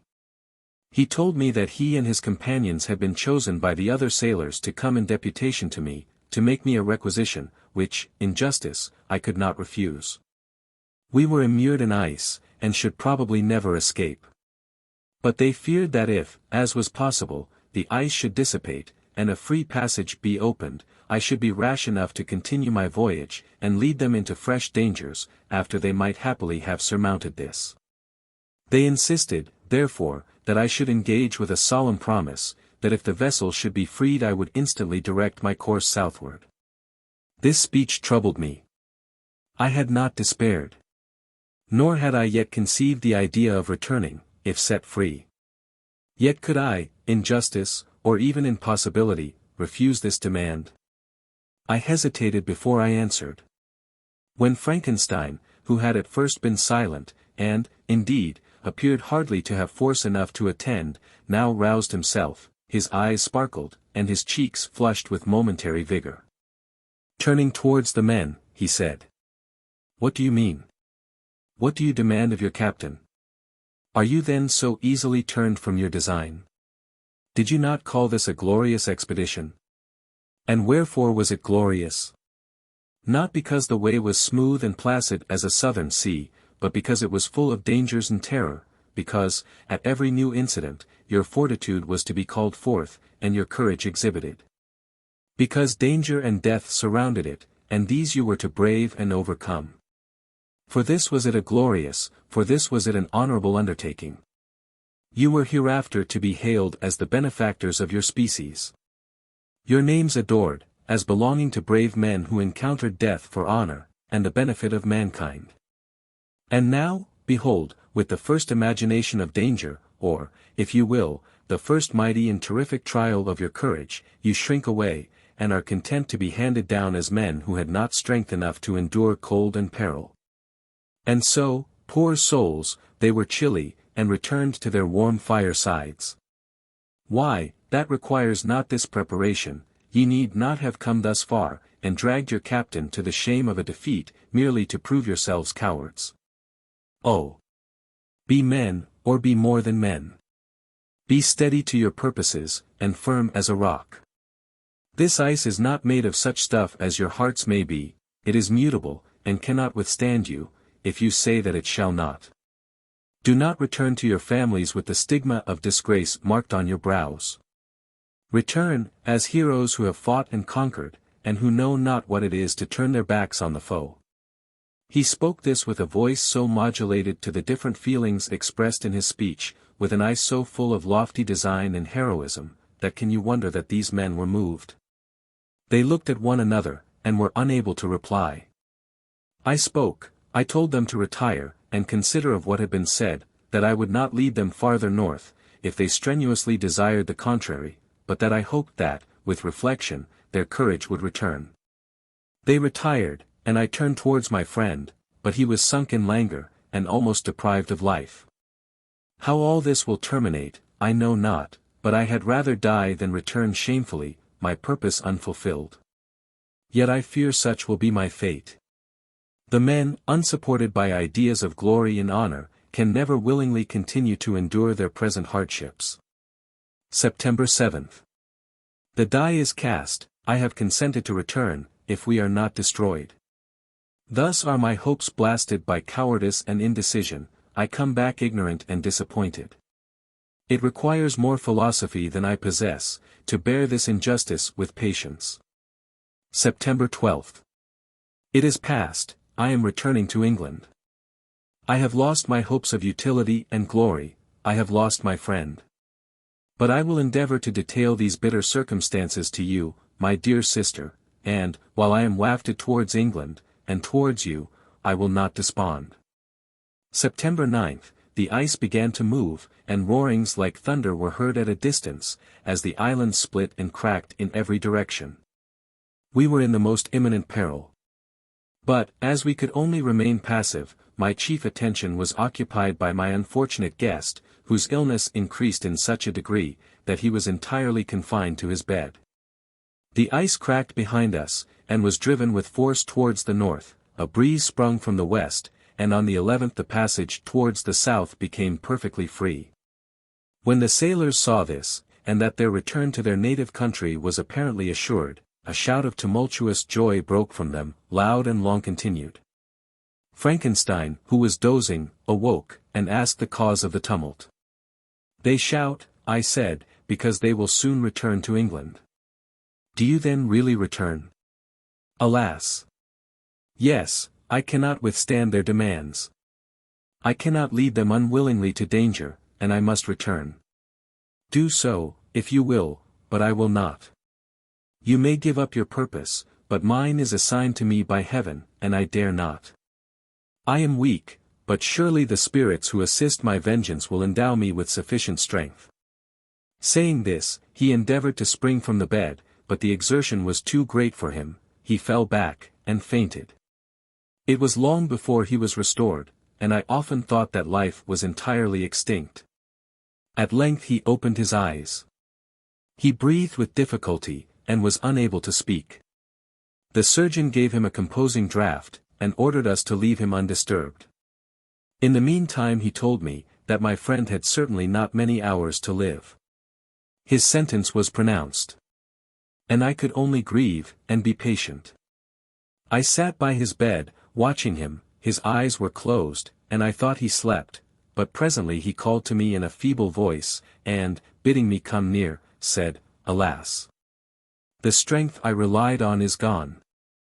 I feel that I shall soon die, and he, my enemy and persecutor, may still be in being. Think not, Walton, that in the last moments of my existence I feel that burning hatred, and ardent desire of revenge, I once expressed. But I feel myself justified in desiring the death of my adversary. During these last days I have been occupied in examining my past conduct, nor do I find it blamable. In a fit of enthusiastic madness I created a rational creature, and was bound towards him, to assure, as far as was in my power, his happiness and well-being. This was my duty, but there was another still paramount to that. My duties towards the beings of my own species had greater claims to my attention, because they included a greater proportion of happiness or misery. Urged by this view, I refused, and I did right in refusing, to create a companion for the first creature. He showed unparalleled malignity in selfishness, in evil, he destroyed my friends. He devoted to destruction beings who possessed exquisite sensations, happiness, and wisdom, nor do I know where this thirst for vengeance may end. Miserable himself, that he may render no other wretched, he ought to die. The task of his destruction was mine, but I have failed. When actuated by selfish and vicious motives, I asked you to undertake my unfinished work, and I renew this request now, when I am only induced by reason and virtue. Yet I cannot ask you to renounce your country and friends, to fulfill this task, and now, that you are returning to England, you will have little chance of meeting with him. But the consideration of these points, and the well-balancing of what you may esteem your duties, I leave to you. My judgment and ideas are already disturbed by the near approach of death. I dare not ask you to do what I think right, for I may still be misled by passion. That he should live to be an instrument of mischief disturbs me. In other respects, this hour, when I momentarily expect my release, is the only happy one which I have enjoyed for several years. The forms of the beloved dead flit before me, and I hasten to their arms. Farewell, Walton. Seek happiness in tranquility, and avoid ambition, even if it be only the apparently innocent one of distinguishing yourself in science and discoveries. Yet why do I say this? I have myself been blasted in these hopes, yet another may succeed. His voice became fainter as he spoke, and at length, exhausted by his effort, he sunk into silence. About half an hour afterwards he attempted again to speak, but was unable. He pressed my hand feebly, and his eyes closed forever, while the irradiation of a gentle smile passed away from his lips. Margaret, what comment can I make on the untimely extinction of this glorious spirit? What can I say, that will enable you to understand the depth of my sorrow? All that I should express would be inadequate and feeble. My tears flow, my mind is overshadowed by a cloud of disappointment. But I journey towards England, and I may there find consolation. I am interrupted. What do these sounds portend? It is midnight, the breeze blows fairly, and the watch on deck scarcely stir. Again, there is a sound as of a human voice, but hoarser. It comes from the cabin where the remains of Frankenstein still lie. I must arise, and examine. Good night, my sister. Great God! What a scene has just taken place! I am yet dizzy with the remembrance of it. I hardly know whether I shall have the power to detail it, yet the tale which I have recorded would be incomplete without this final and wonderful catastrophe. I entered the cabin, where lay the remains of my ill-fated and admirable friend. Over him hung a form which I cannot find words to describe, gigantic in stature, yet uncouth and distorted in its proportions. As he hung over the coffin, his face was concealed by long locks of ragged hair. But one vast hand was extended, in color and apparent texture like that of a mummy. When he heard the sound of my approach, he ceased to utter exclamations of grief and horror, and sprung towards the window. Never did I behold a vision so horrible as his face, of such loathsome, yet appalling hideousness. I shut my eyes involuntarily, and endeavored to recollect what were my duties with regard to this destroyer. I called on him to stay. He paused, looking on me with wonder, and, again turning towards the lifeless form of his creator, he seemed to forget my presence, and every feature and gesture seemed instigated by the wildest rage of some uncontrollable passion. "That is also my victim," he exclaimed, "in his murder my crimes are consummated, the miserable series of my being is wound to its close. Oh, Frankenstein! Generous and self-devoted being! What does it avail that I now ask thee to pardon me? I, who irretrievably destroyed thee by destroying all thou lovedst. Alas! He is cold, he cannot answer me. His voice seemed suffocated. And my first impulses, which had suggested to me the duty of obeying the dying request of my friend, in destroying his enemy, were now suspended by a mixture of curiosity and compassion. I approached this tremendous being. I dared not again raise my eyes to his face, there was something so scaring and unearthly in his ugliness. I attempted to speak, but the words died away on my lips. The monster continued to utter wild and incoherent self-reproaches. At length I gathered resolution to address him in a pause of the tempest of his passion. "Your repentance," I said, "is now superfluous. If you had listened to the voice of conscience, and heeded the stings of remorse, before you had urged your diabolical vengeance to this extremity, Frankenstein would yet have lived." "And do you dream?" said the demon. "Do you think that I was then dead to agony and remorse? He continued, pointing to the corpse, "he suffered not in the consummation of the deed, oh! Not the 10,000th portion of the anguish that was mine during the lingering detail of its execution. A frightful selfishness hurried me on, while my heart was poisoned with remorse. Think you that the groans of Clerval were music to my ears?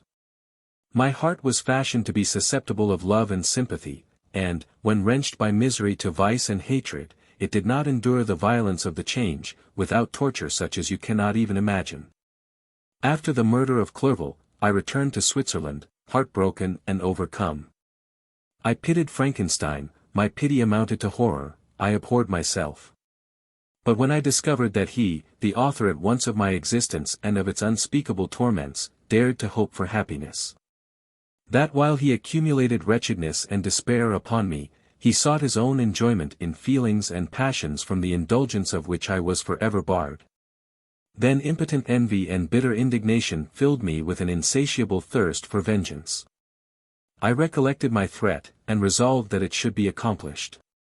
I knew that I was preparing for myself a deadly torture, but I was the slave, not the master, of an impulse, which I detested, yet could not disobey. Yet when she died, nay, then I was not miserable. I had cast off all feeling, subdued all anguish, to riot in the excess of my despair. Evil thenceforth became my good. Urged thus far, I had no choice but to adapt my nature to an element which I had willingly chosen. The completion of my demoniacal design became an insatiable passion. And now it is ended, there is my last victim. I was at first touched by the expressions of his misery. Yet, when I called to mind what Frankenstein had said of his powers of eloquence and persuasion, and when I again cast my eyes on the lifeless form of my friend, indignation was rekindled within me. "Wretch!" I said, "it is well that you come here to whine over the desolation that you have made. You throw a torch into a pile of buildings, and, when they are consumed, you sit among the ruins, and lament the fall. Hypocritical fiend! If he whom you mourn still lived, still would he be the object, again would he become the prey, of your accursed vengeance. It is not pity that you feel, you lament only because the victim of your malignity is withdrawn from your power." "Oh, it is not thus," interrupted the being, yet such must be the impression conveyed to you by what appears to be the purport of my actions. Yet I seek not a fellow feeling in my misery. No sympathy may I ever find. When I first sought it, it was the love of virtue, the feelings of happiness and affection with which my whole being overflowed, that I wished to be participated. But now, that virtue has become to me a shadow, and that happiness and affection are turned into bitter and loathing despair, in what should I seek for sympathy? I am content to suffer alone, while my sufferings shall endure. When I die, I am well satisfied that abhorrence and opprobrium should load my memory. Once my fancy was soothed with dreams of virtue, of fame, and of enjoyment. Once I falsely hoped to meet with beings, who, pardoning my outward form, would love me for the excellent qualities which I was capable of unfolding. I was nourished with high thoughts of honor and devotion. But now crime has degraded me beneath the meanest animal. No guilt, no mischief, no malignity, no misery, can be found comparable to mine. When I run over the frightful catalogue of my sins, I cannot believe that I am the same creature whose thoughts were once filled with sublime and transcendent visions of the beauty and the majesty of goodness. But it is even so. The fallen angel becomes a malignant devil. Yet even that enemy of God and man had friends and associates in his desolation. I am alone.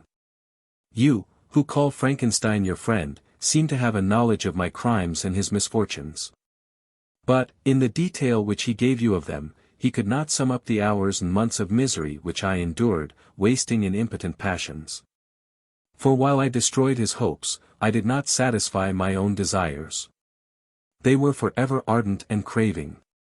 Still I desired love and fellowship, and I was still spurned. Was there no injustice in this? Am I to be thought the only criminal, when all humankind sinned against me? Why do you not hate Felix, who drove his friend from his door with contumely? Why do you not execrate the rustic who sought to destroy the Saviour of his child? Nay, these are virtuous and immaculate beings. I, the miserable and the abandoned, am an abortion, to be spurned at, and kicked, and trampled on. Even now my blood boils at the recollection of this injustice. But it is true that I am a wretch. I have murdered the lovely and the helpless. I have strangled the innocent as they slept, and grasped to death his throat who never injured me or any other living thing. I have devoted my Creator, the select specimen of all that is worthy of love and admiration among men, to misery. I have pursued him even to that irremediable ruin. There he lies, white and cold in death. You hate me, but your abhorrence cannot equal that with which I regard myself. I look on the hands which executed the deed.